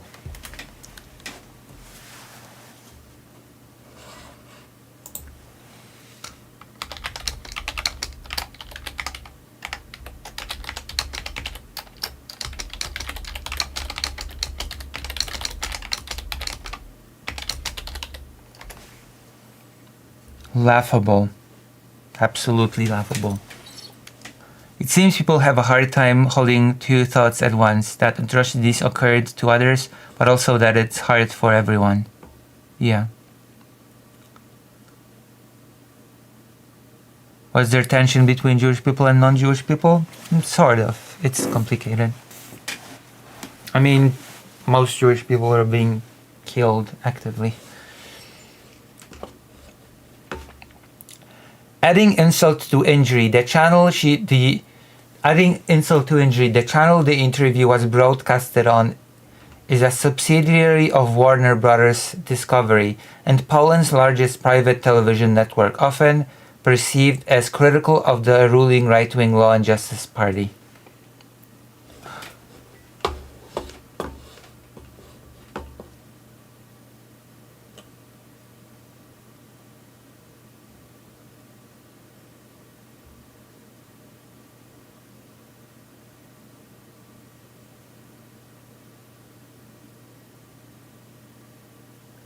Yeah, I know what you meant. I might have misread, but I know what you meant.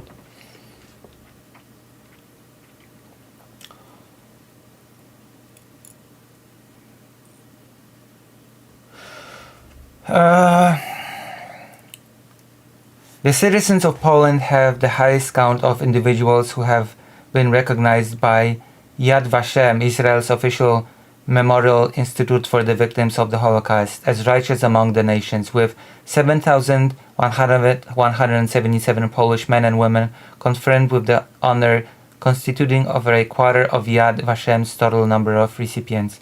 However, Poland also had one of the largest Jewish populations on the continent before World War II, and it should not be out of the question to speculate whether more could have been done to protect them 80 years after the war.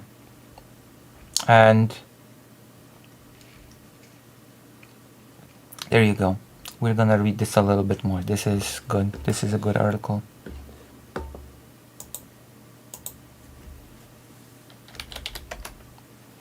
This is good.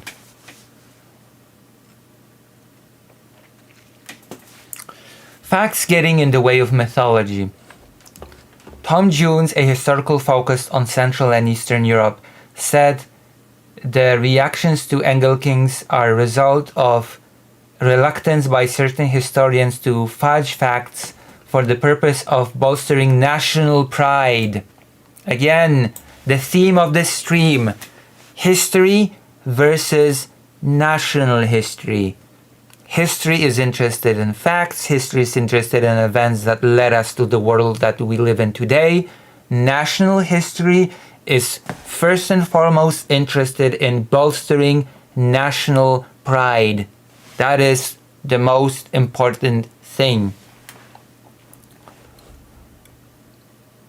Angel King's comments were made as Holocaust scholar, and her research is well known, he explained, highlighting that the government has chosen to react to a statement made by an internationally acclaimed academic and is threatening to revise or reanalyze the funds at the institute where she is employed.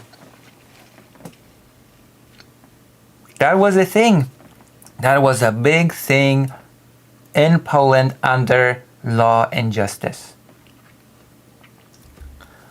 Jones is a historian at the Institute of the Political Studies at the Polish Academy of Sciences, the institution that the ministry is considering cutting funding for.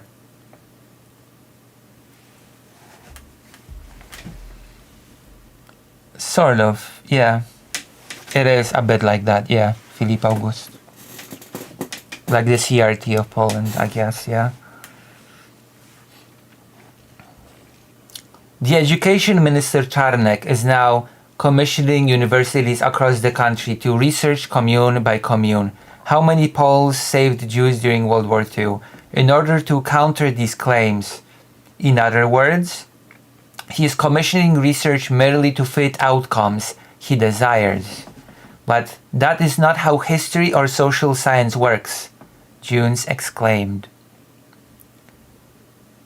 Clash between painful reckoning and victimhood narratives. Jones explained that the government is opting for more comfortable position of the Polish nation being seen exclusively as a victim instead of engaging in introspective debate and prompting the mistakes of its past. Probing, not prompting, probing. Essentially, this is about martyrology. God, what a word. Essentially, this is about martyrology and the victimhood of narrative. Poles want to be seen solely as victims of Nazi and Soviet occupation, and not perpetrators, he said. And that is simply not true. And this is very interesting I'm gonna once again go there. This is very interesting in the context of Ukrainian-Polish relations. Very interesting indeed. Poland suffered greatly during World War II, with the war being officially launched after the German invasion of the country in September 1939. The country's central position on the continent and significant size meant it was the subject of a secret non-aggression pact between the Nazi and Soviet government, along with the entirety of Eastern Europe, known as the Molotov-Ribbentrop Pact. There's an old Latin phrase, "It is sweet and proper to die for one's country." Another 1920 poet would go on to call this the old lie. True.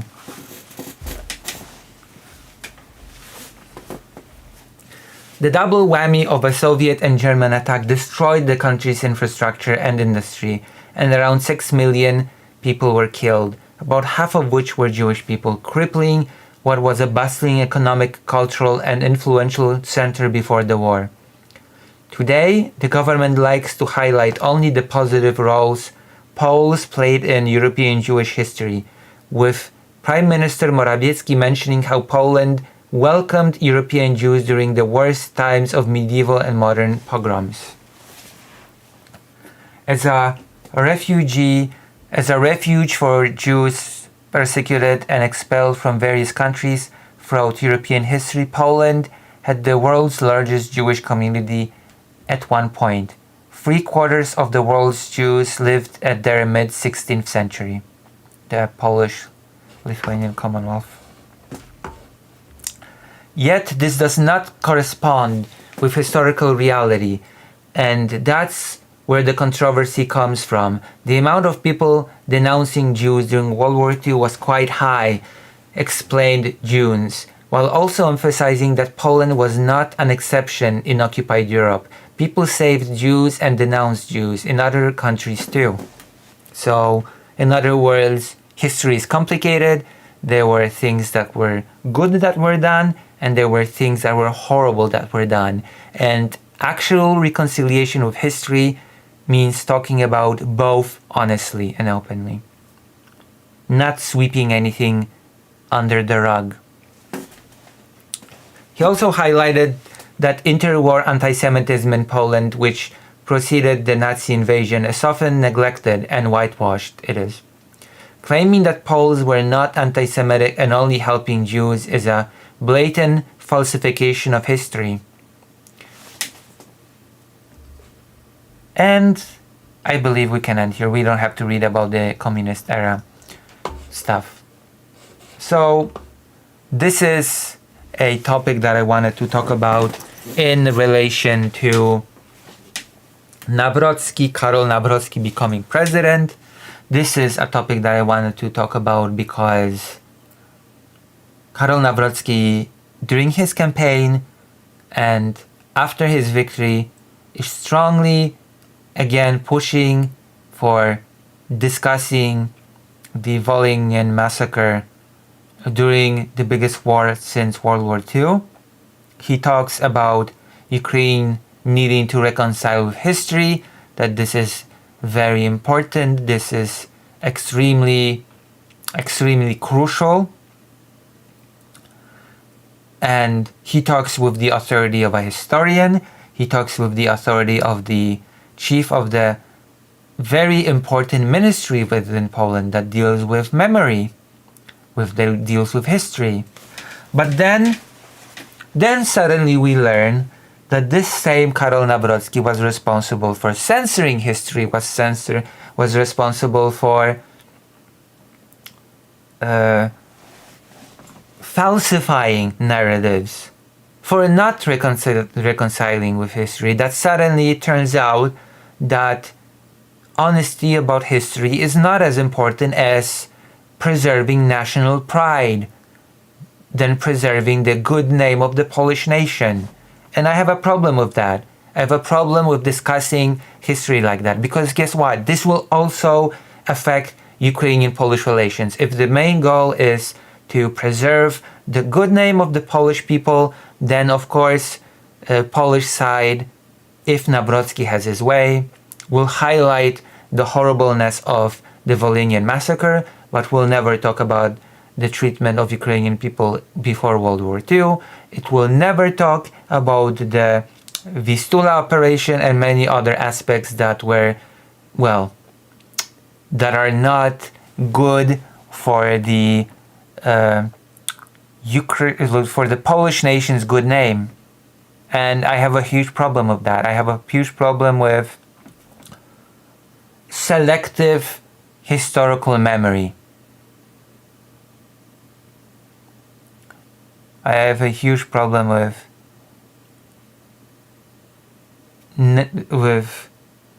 history with a national spin on it. Oh gosh, my goodness.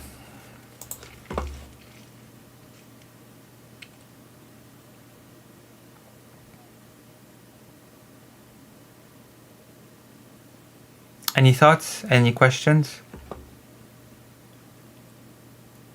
4-hour stream. Beautiful. We've done these two topics.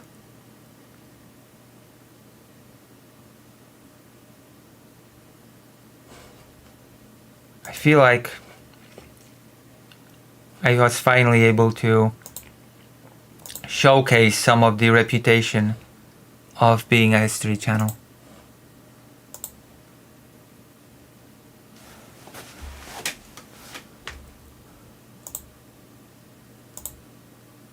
Games now? We could do some games. We could do a break. Do we want a planet? Do we want a planet? Do we want a palate cleanser a bit? Just a bit?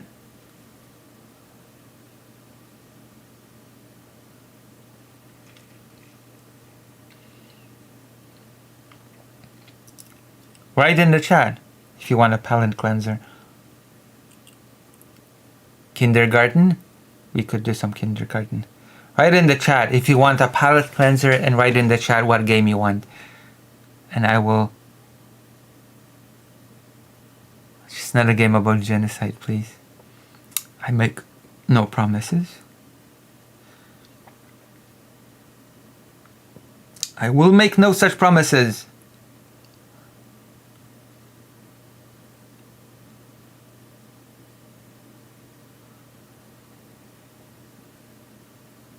Okay?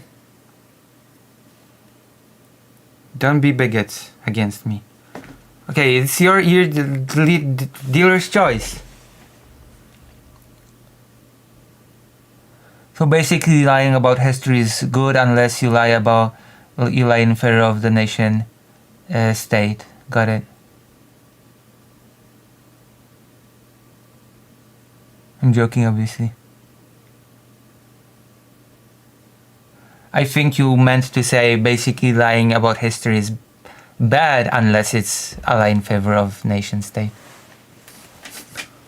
But yeah, that is basically the takeaway that Karol Nawrocki would like you to, you know.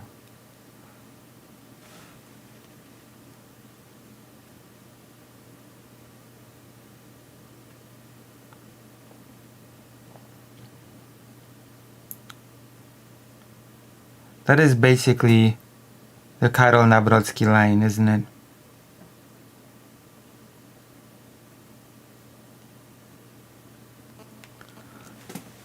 Okay, what game? What game do you want? Only Greater Rain said.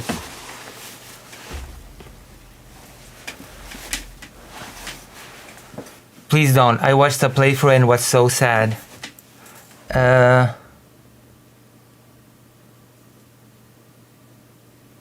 Expedition. Oh, you want me to? Wait, I said please tell me what game you want me to play. Not don't want me to play. I don't care what. Like, write what game do you want me to play? Not game do you not want me to play. Oh. Expedition? Okay, so it's kindergarten versus expedition. So I need a tiebreaker.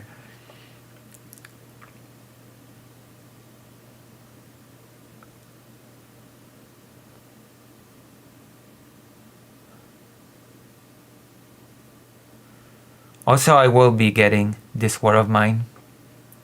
FF Tactics? I don't know about FF Tactics, you know? The problem with FF Tactics is, and I'm gonna be Kotor. Okay, that's a contender. The problem with FF Tactics is that FF Tactics already has... Oh, okay. I still haven't played Resident Evil 8. I still have to finish all the others on stream, but... No. That's not what I'm not slandering FF Tactics. I'm saying that the problem with FF Tactics is that it already has a Steam page. Already has a Steam page which shows all the great improvements that... all the great improvements that the remaster that is coming will have, okay? And in light of that, I'm not sure if it makes logical sense for me to continue playing FF Tactics on an emulator when I will have, in less than a month, a Final Fantasy Tactics game remaster with a bunch of improvements. React to the new Resident Evil game trailer.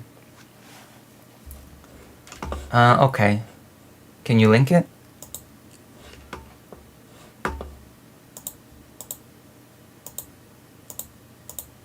And a huge improvement is that, and you might say that it's a silly improvement. Did you see the new Witcher trailer? I discussed the new Witcher trailer. Okay, I discussed it on stream. I should make a segment on it. I did a reaction.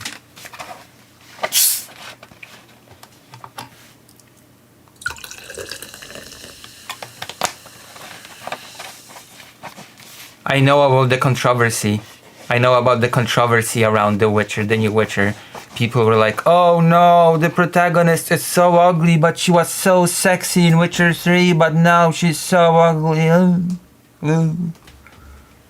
People are so weird, I swear to God.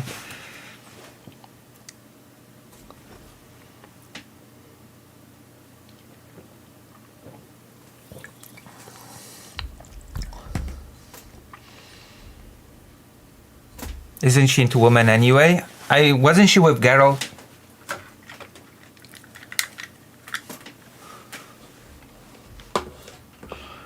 I'm scared they will mess up the remaster. I think it will be fine. They've already added a huge improvement that I'm happy to see. That you will see on screen all the time whose turn is next, okay? Because in the original you had to go to a menu and you had to look at the turn order. And now I have it on screen all the time, okay? That is, I will play it just for this improvement that I see. That helps so much with planning spells. You cannot believe how much this will help me with planning, okay? Not having to go into separate menus to see, oh, how long will this spell load? Which turn? Will this even hit the enemy before their turn comes? But now a grown woman.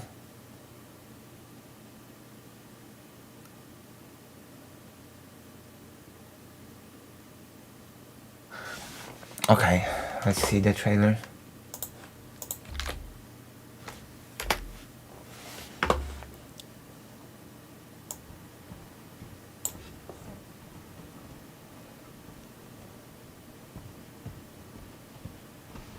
Is this the protagonist? Jesus.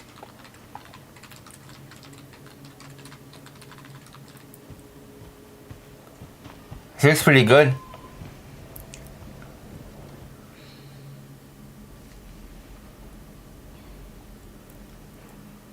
I will not laugh.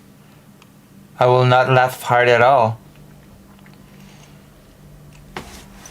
You know all those old Resident Evil games that were about surviving against zombies and I don't know, puzzle-infested houses and plants and research facilities? Well, now welcome to 2025, when Resident Evil is a survival game based on being able to go through a day in a packed office. The zombies are the drones working from 9 to 5 that you have to navigate in order to get your job done. Resident Evil. Grace. Okay, that is the future of Resident Evil. Modern day California. Both. Grace Ashcroft. Yes? My office. Coming.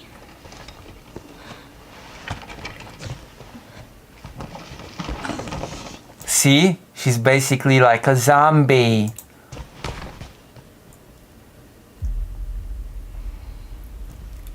You can't be talking about this disease. You have to... I'm shutting you down. This is about the report you asked for yesterday. It'll be ready in 3. No, 2 days, tops. Put a hold on that for now. We found another body. One that exhibits the same pathology as the others we've been investigating. Now I need a good technical analyst on this. Okay.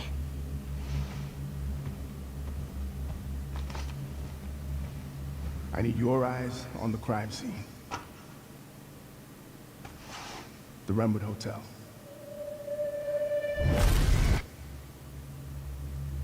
I know that's where your mother was murdered. Alyssa died. I think so, yeah. She's the new protagonist. Perhaps it's time for you to face the past. Grace. This is gonna be a great game, isn't it?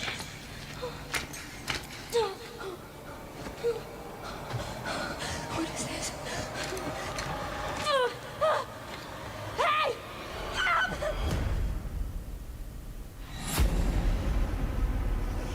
Stay close.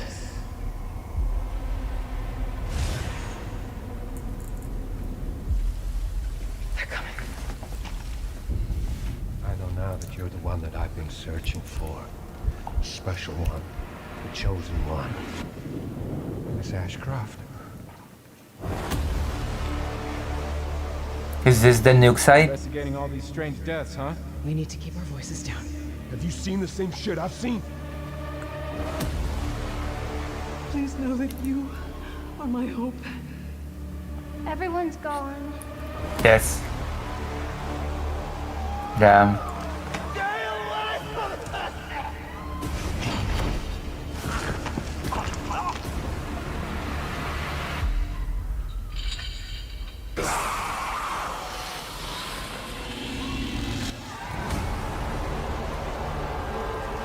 I wonder what the gameplay will be, because we haven't seen any gameplay. Any gameplay at all. I mean, the cutscene is good, but we haven't seen the game at all. The game itself might be crap. Have you considered that? The game itself might be bad? Fucking pronouns, true. And you play as a woman.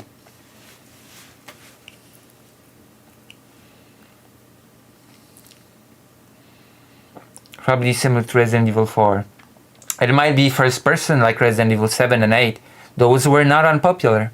Those are not unpopular games. They were actually smash hits, so... Oof. Female protagonists are woke. Woke, and I don't approve. I'm against such wokeness. Woke. Now you play as a woman, not like in Resident Evil 2. Or 1. Or 3. Wow. What a woke series, if you think about it. Alright. Now you have to choose what game you want me to play. And possibly... game you want me to play. Oh my god, Echo. I cannot listen to my horrible voice. So, what game do you want me to play? That Echo just...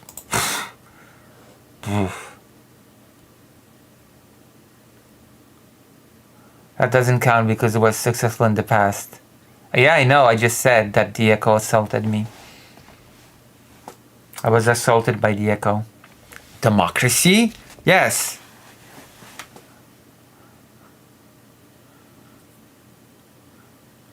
Vote. Vote, vote, vote.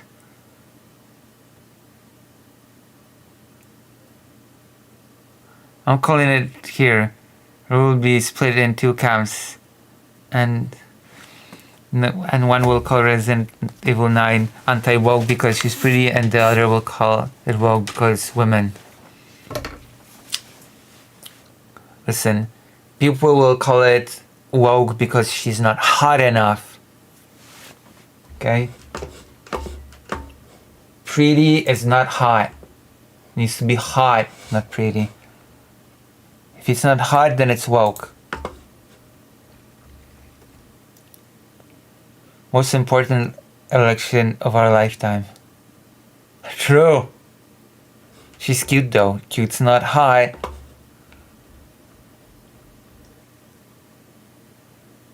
Adorable's not hot. You're all so woke. You are all so woke.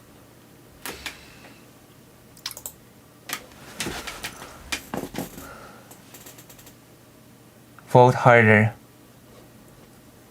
Maybe tomorrow we'll play some, or rather should I say today we'll play some KOTOR because I've neglected KOTOR. I hate Gunnar. You're falling asleep?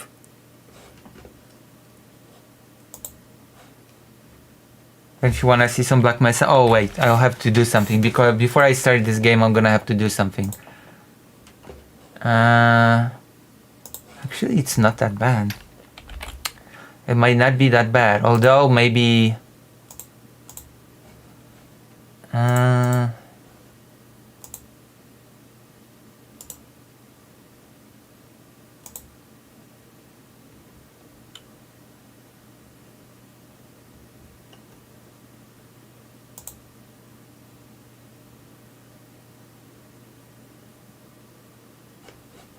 Alright. I hope it will be okay. You're playing Expedition. Outgunned. Was a long day. Oh, I know. Today I will have to do a lot of preparation, physical preparation. Is it today? Today or tomorrow. I will have to do a lot of physical preparation. I will have to take all of these books out and store them somewhere outside of Fido's range because they will be coming to dry the walls and the ceilings and the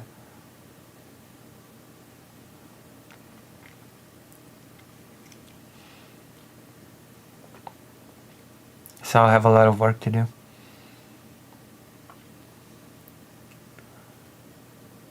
Fido proofing, yeah. Basically. Also, as always, if you like what I do, if you like the beautiful, lofty ideals that I represent through my coverage of topics, then why not consider joining and subscribing and donating so that I can gather funds to go to Ukraine and leave Fido with my mom. That's right, when I go to Ukraine, I'm gonna be leaving Fido with my mom. And that is what's gonna happen.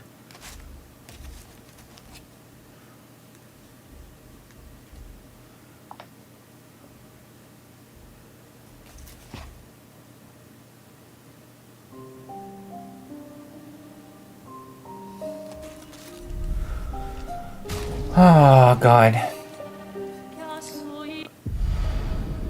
No, you are with my mom. Jesus.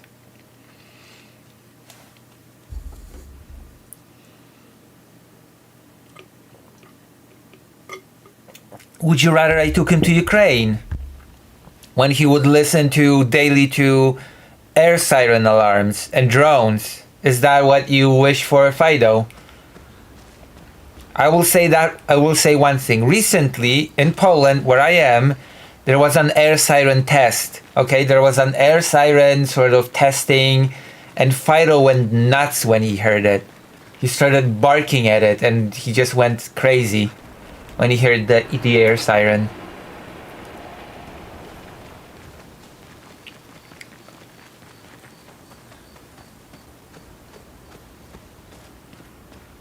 Oh, Red Rose, you're still here. Nice.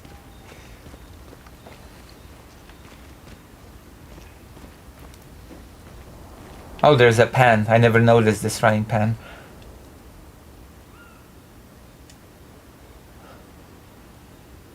Oh. He will arrest 2 burglars with a series of traps up in the house. Yeah, I don't think Fido has that sort of cleverness in him.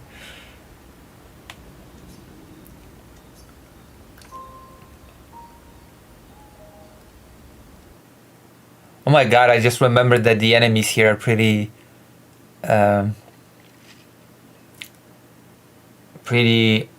difficult. I hope I still remember how to avoid and parry those attacks. Fido eats plenty of books, he's smart enough. Are you still in Lockton Valley? Yeah, of course.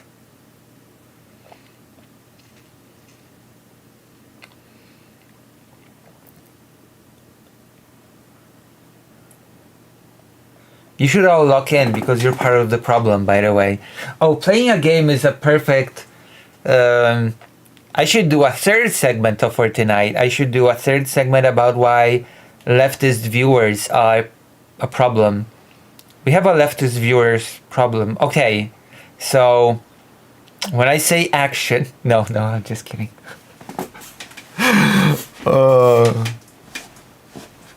You all know what to do when I say action?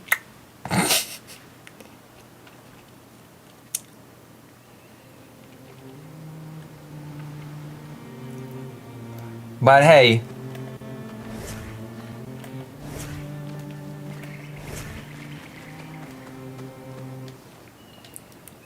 so ready.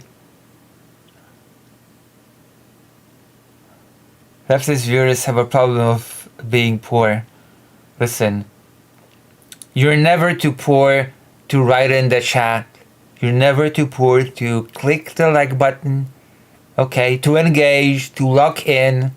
I see you. I see you thinking to yourself, I don't have to say anything. I don't have to engage. It's a problem. Okay, you're part of the problem. And I don't condone. Okay, I don't condone. I'm trying to change the world here. Okay? And you're interfering through your inactivity. I am, however. I don't have to say anything. You have to. It's your duty as a leftist. We have gathered a lot of money tonight for the trip for Ukraine. I am glad. We are true leftists. I even copied the share link. Oh, thank you. Thank you for that.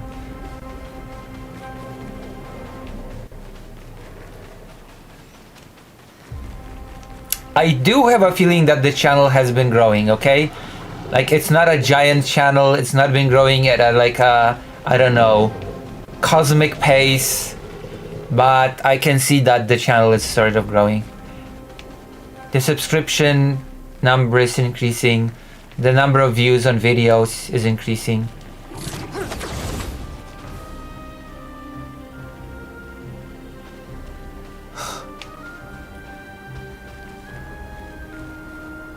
Not for long? What do you mean not for long? What do you mean? Wait, what do you mean? What happened? Okay, Red Roots, I'm worried.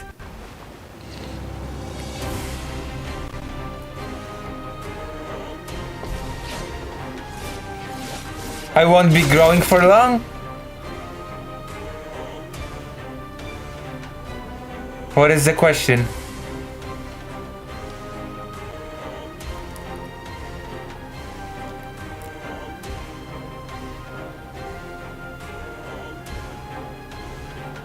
What is the question?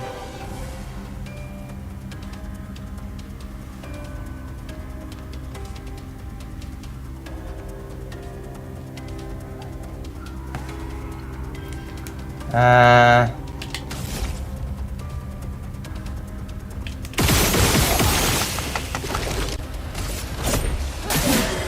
storm is coming.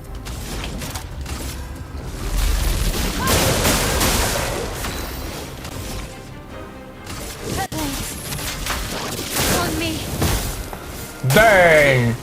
Babeshen, boopshen.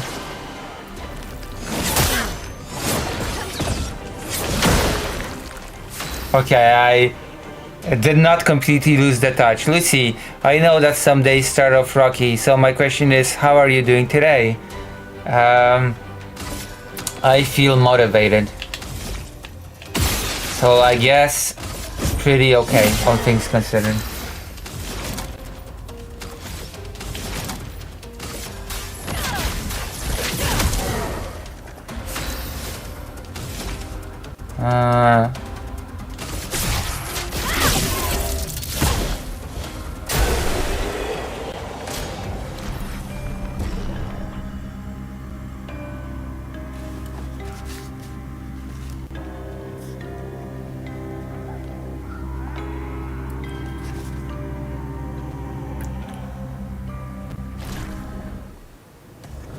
All right.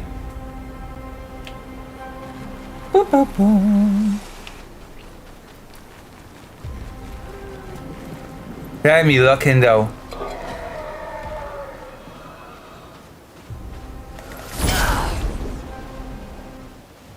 What?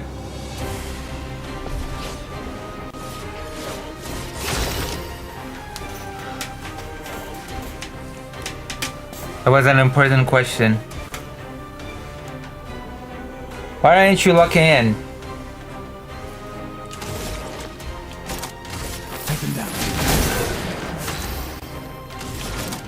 I have a question to the audience. How do you like this game? Finesse and grace. Card up. Blah blah blah blah blah.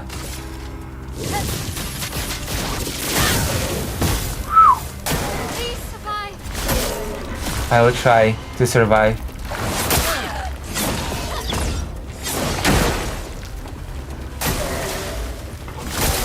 Parry it.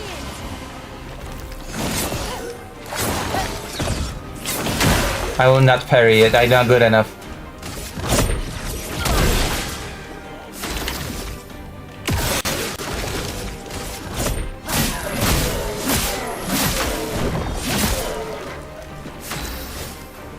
It's a very interesting game, but it's no kindergarten. I mean, kindergarten is not a game. It's a lifestyle. Also, if you wanted kindergarten, you should have voted for kindergarten. Just saying. There was a vote. There was a vote for what to play.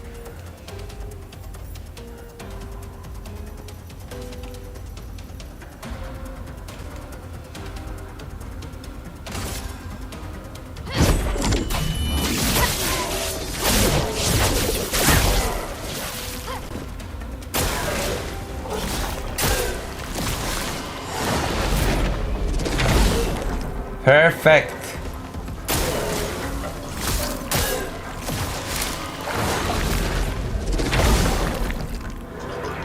Let the ink flow. Let the ink flow.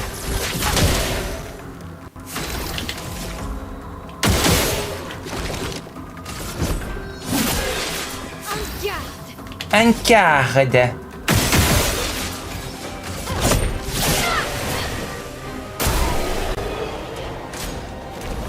Look, sometimes you just gotta check in with people. For instance, how are you doing?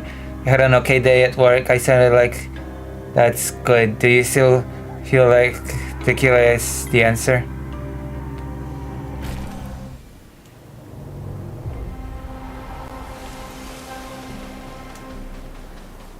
I feel like roulette's gonna be an extremely expensive Lumine. Wow, these enemies felt so difficult at the start, and now it feels a lot easier. Like that I've learned how to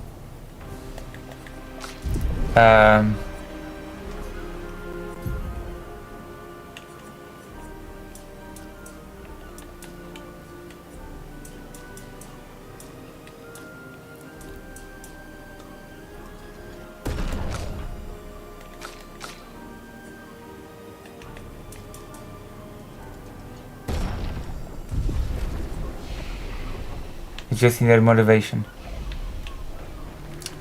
I'm a bit tired. Also, I'm gonna have to edit.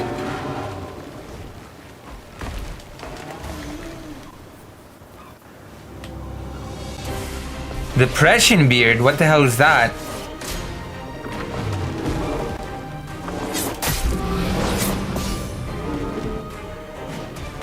Well, look out!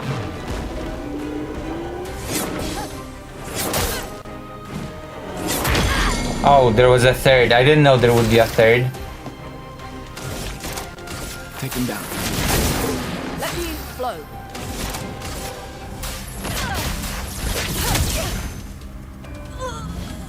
Get ready. What? Why did I die? What happened? Uh-oh. I have a bad feeling about this.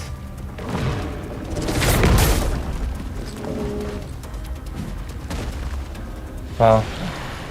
These enemies felt easy last time and now they killed me. Take your shot.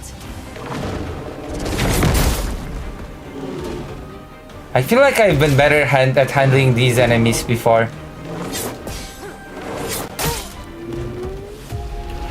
And now I failed at handling this particular enemy. This is very weird.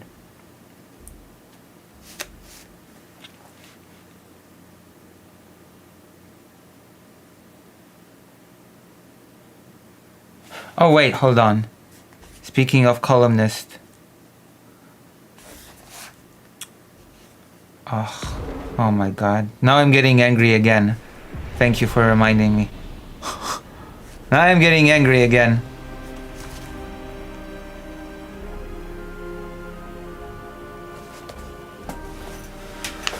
I'm getting frustrated again now.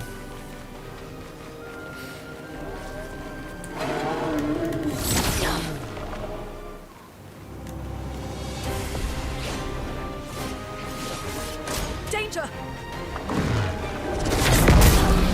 Oh. On me.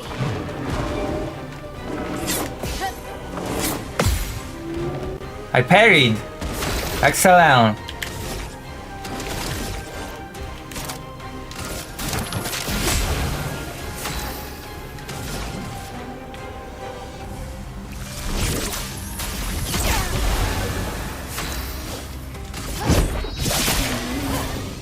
I'll do it. Oh, I didn't parry at all. Oh, third strike. Take cover. That's weird.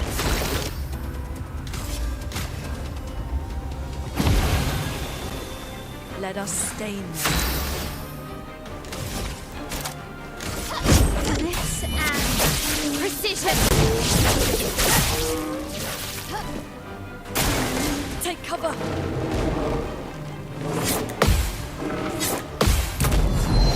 There you go.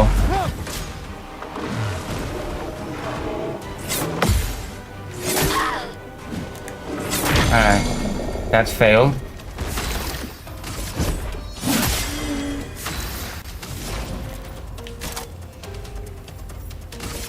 Thunder.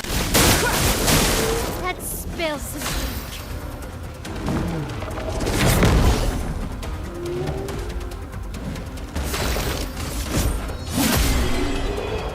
There you go. It does have a healer. Lune is a healer. Sort of.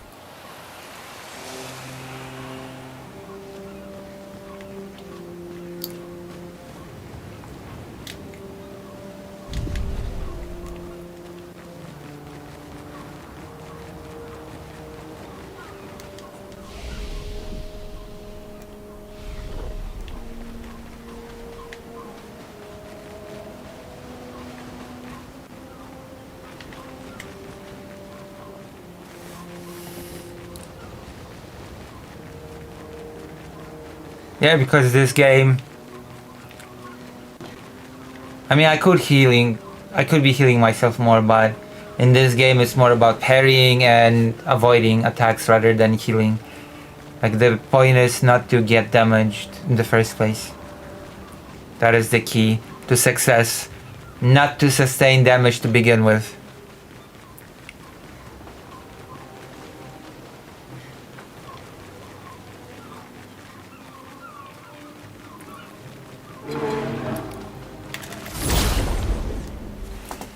The point is to be good.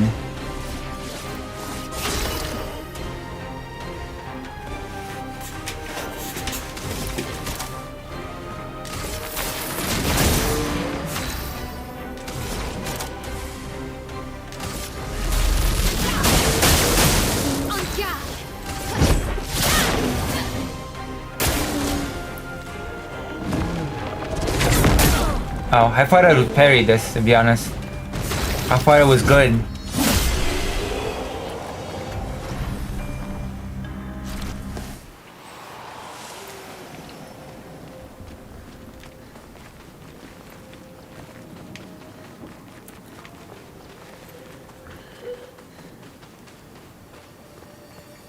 Oh, look at that. I missed that last time.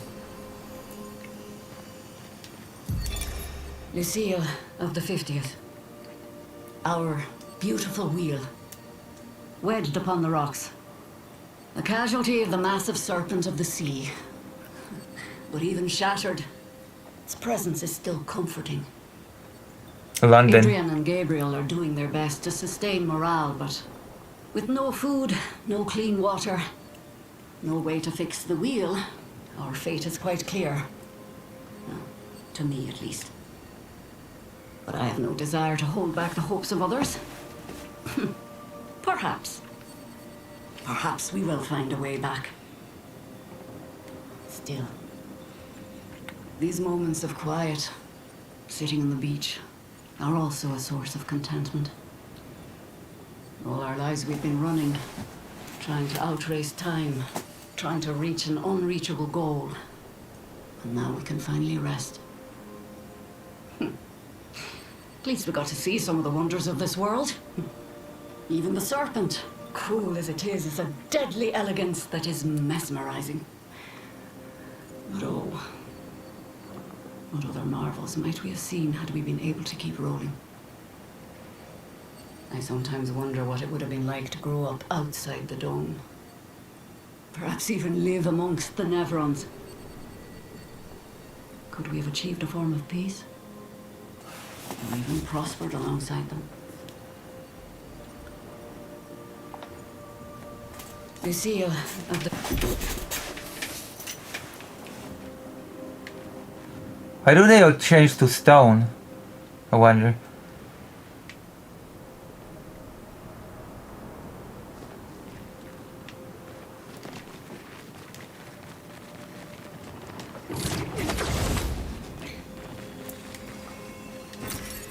Nice. Nice. Le jeu la falanda va, alla mela vendero. Je le fais la main dessus. I speak French. It's a French game. Mes enfants, cornement, villefiller, fondafond. Mes enfants. Look at this. First strike.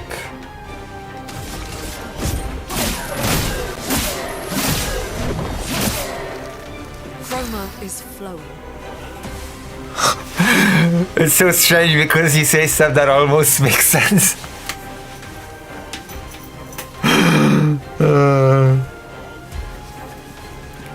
C'est magnifique.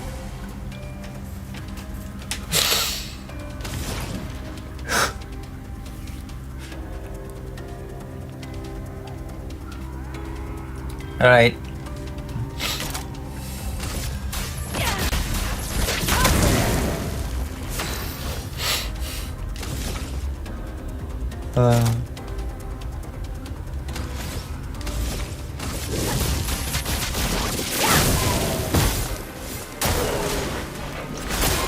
Troszkę sam.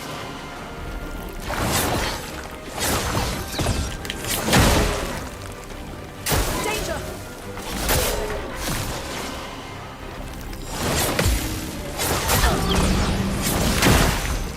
I thought I would parry.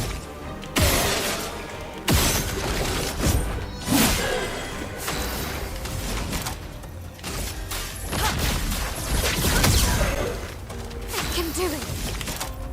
Let's do this. Finesse and precision.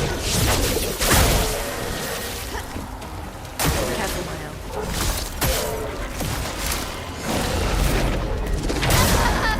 Okay, I thought I would parry in my defense.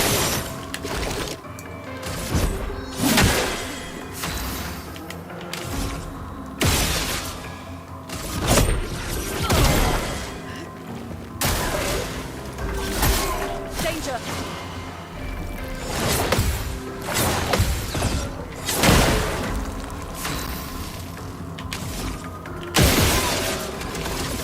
It seems like parrying this does not do anything.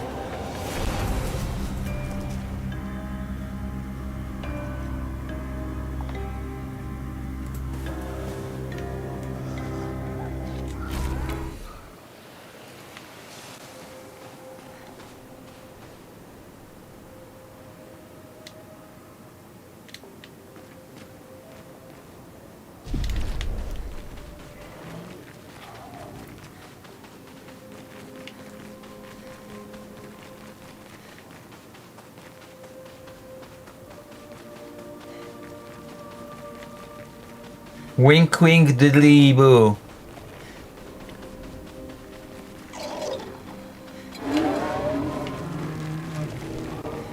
No. Leave me alone. I have not done anything to you. Hold up. Hold up, monsieur. There's no time.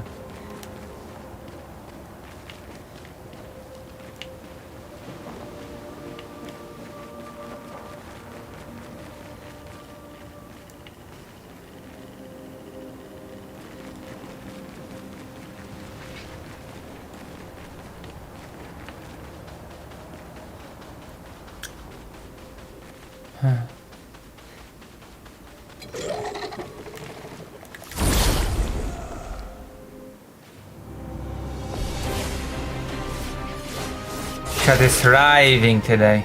Oh.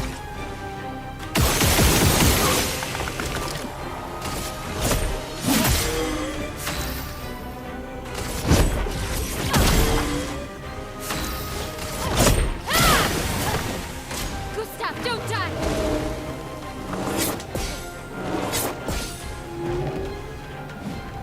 Did you see that? No damage.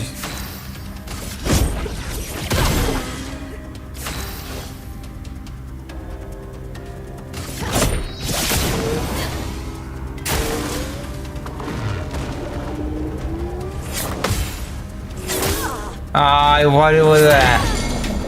Oh my gosh. So much potential.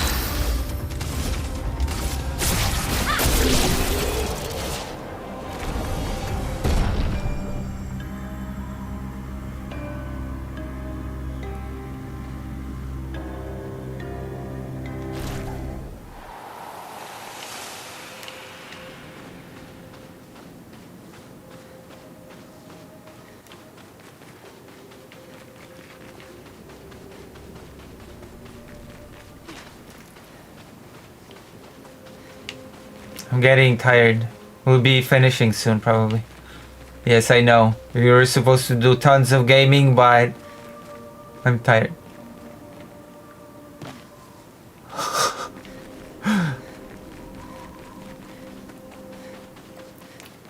Wait, why am I walking back?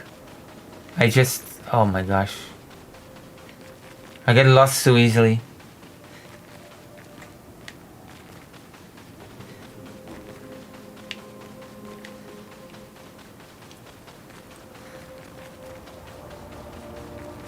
I need to go further. I keep going back.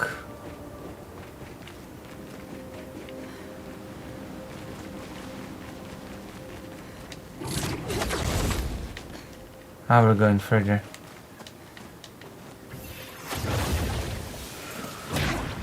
Oh my goodness. Well, that was intense. Okay, we're gonna do this rest spot. We're gonna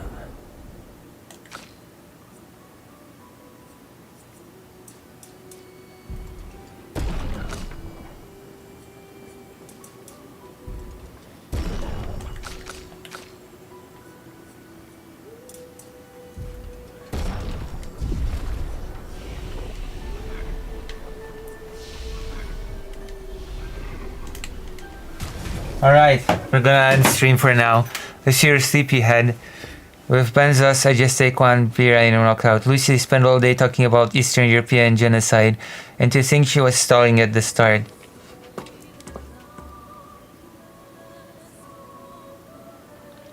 Listen, this is a historical genocide stream, so I'm gonna finish for today. I'm gonna see you soon. I'm gonna raid you into someone somewhere out there that needs you. And that someone is probably yes, it is. Absolutely. Riverboat Jack. Excellent. My manager has shouted me out. I've been told on good confidence that I've been shouted out on Riverboat Jack's show. So when I raid you, write and say hello and stuff. Okay, I'll see you. Bye bye.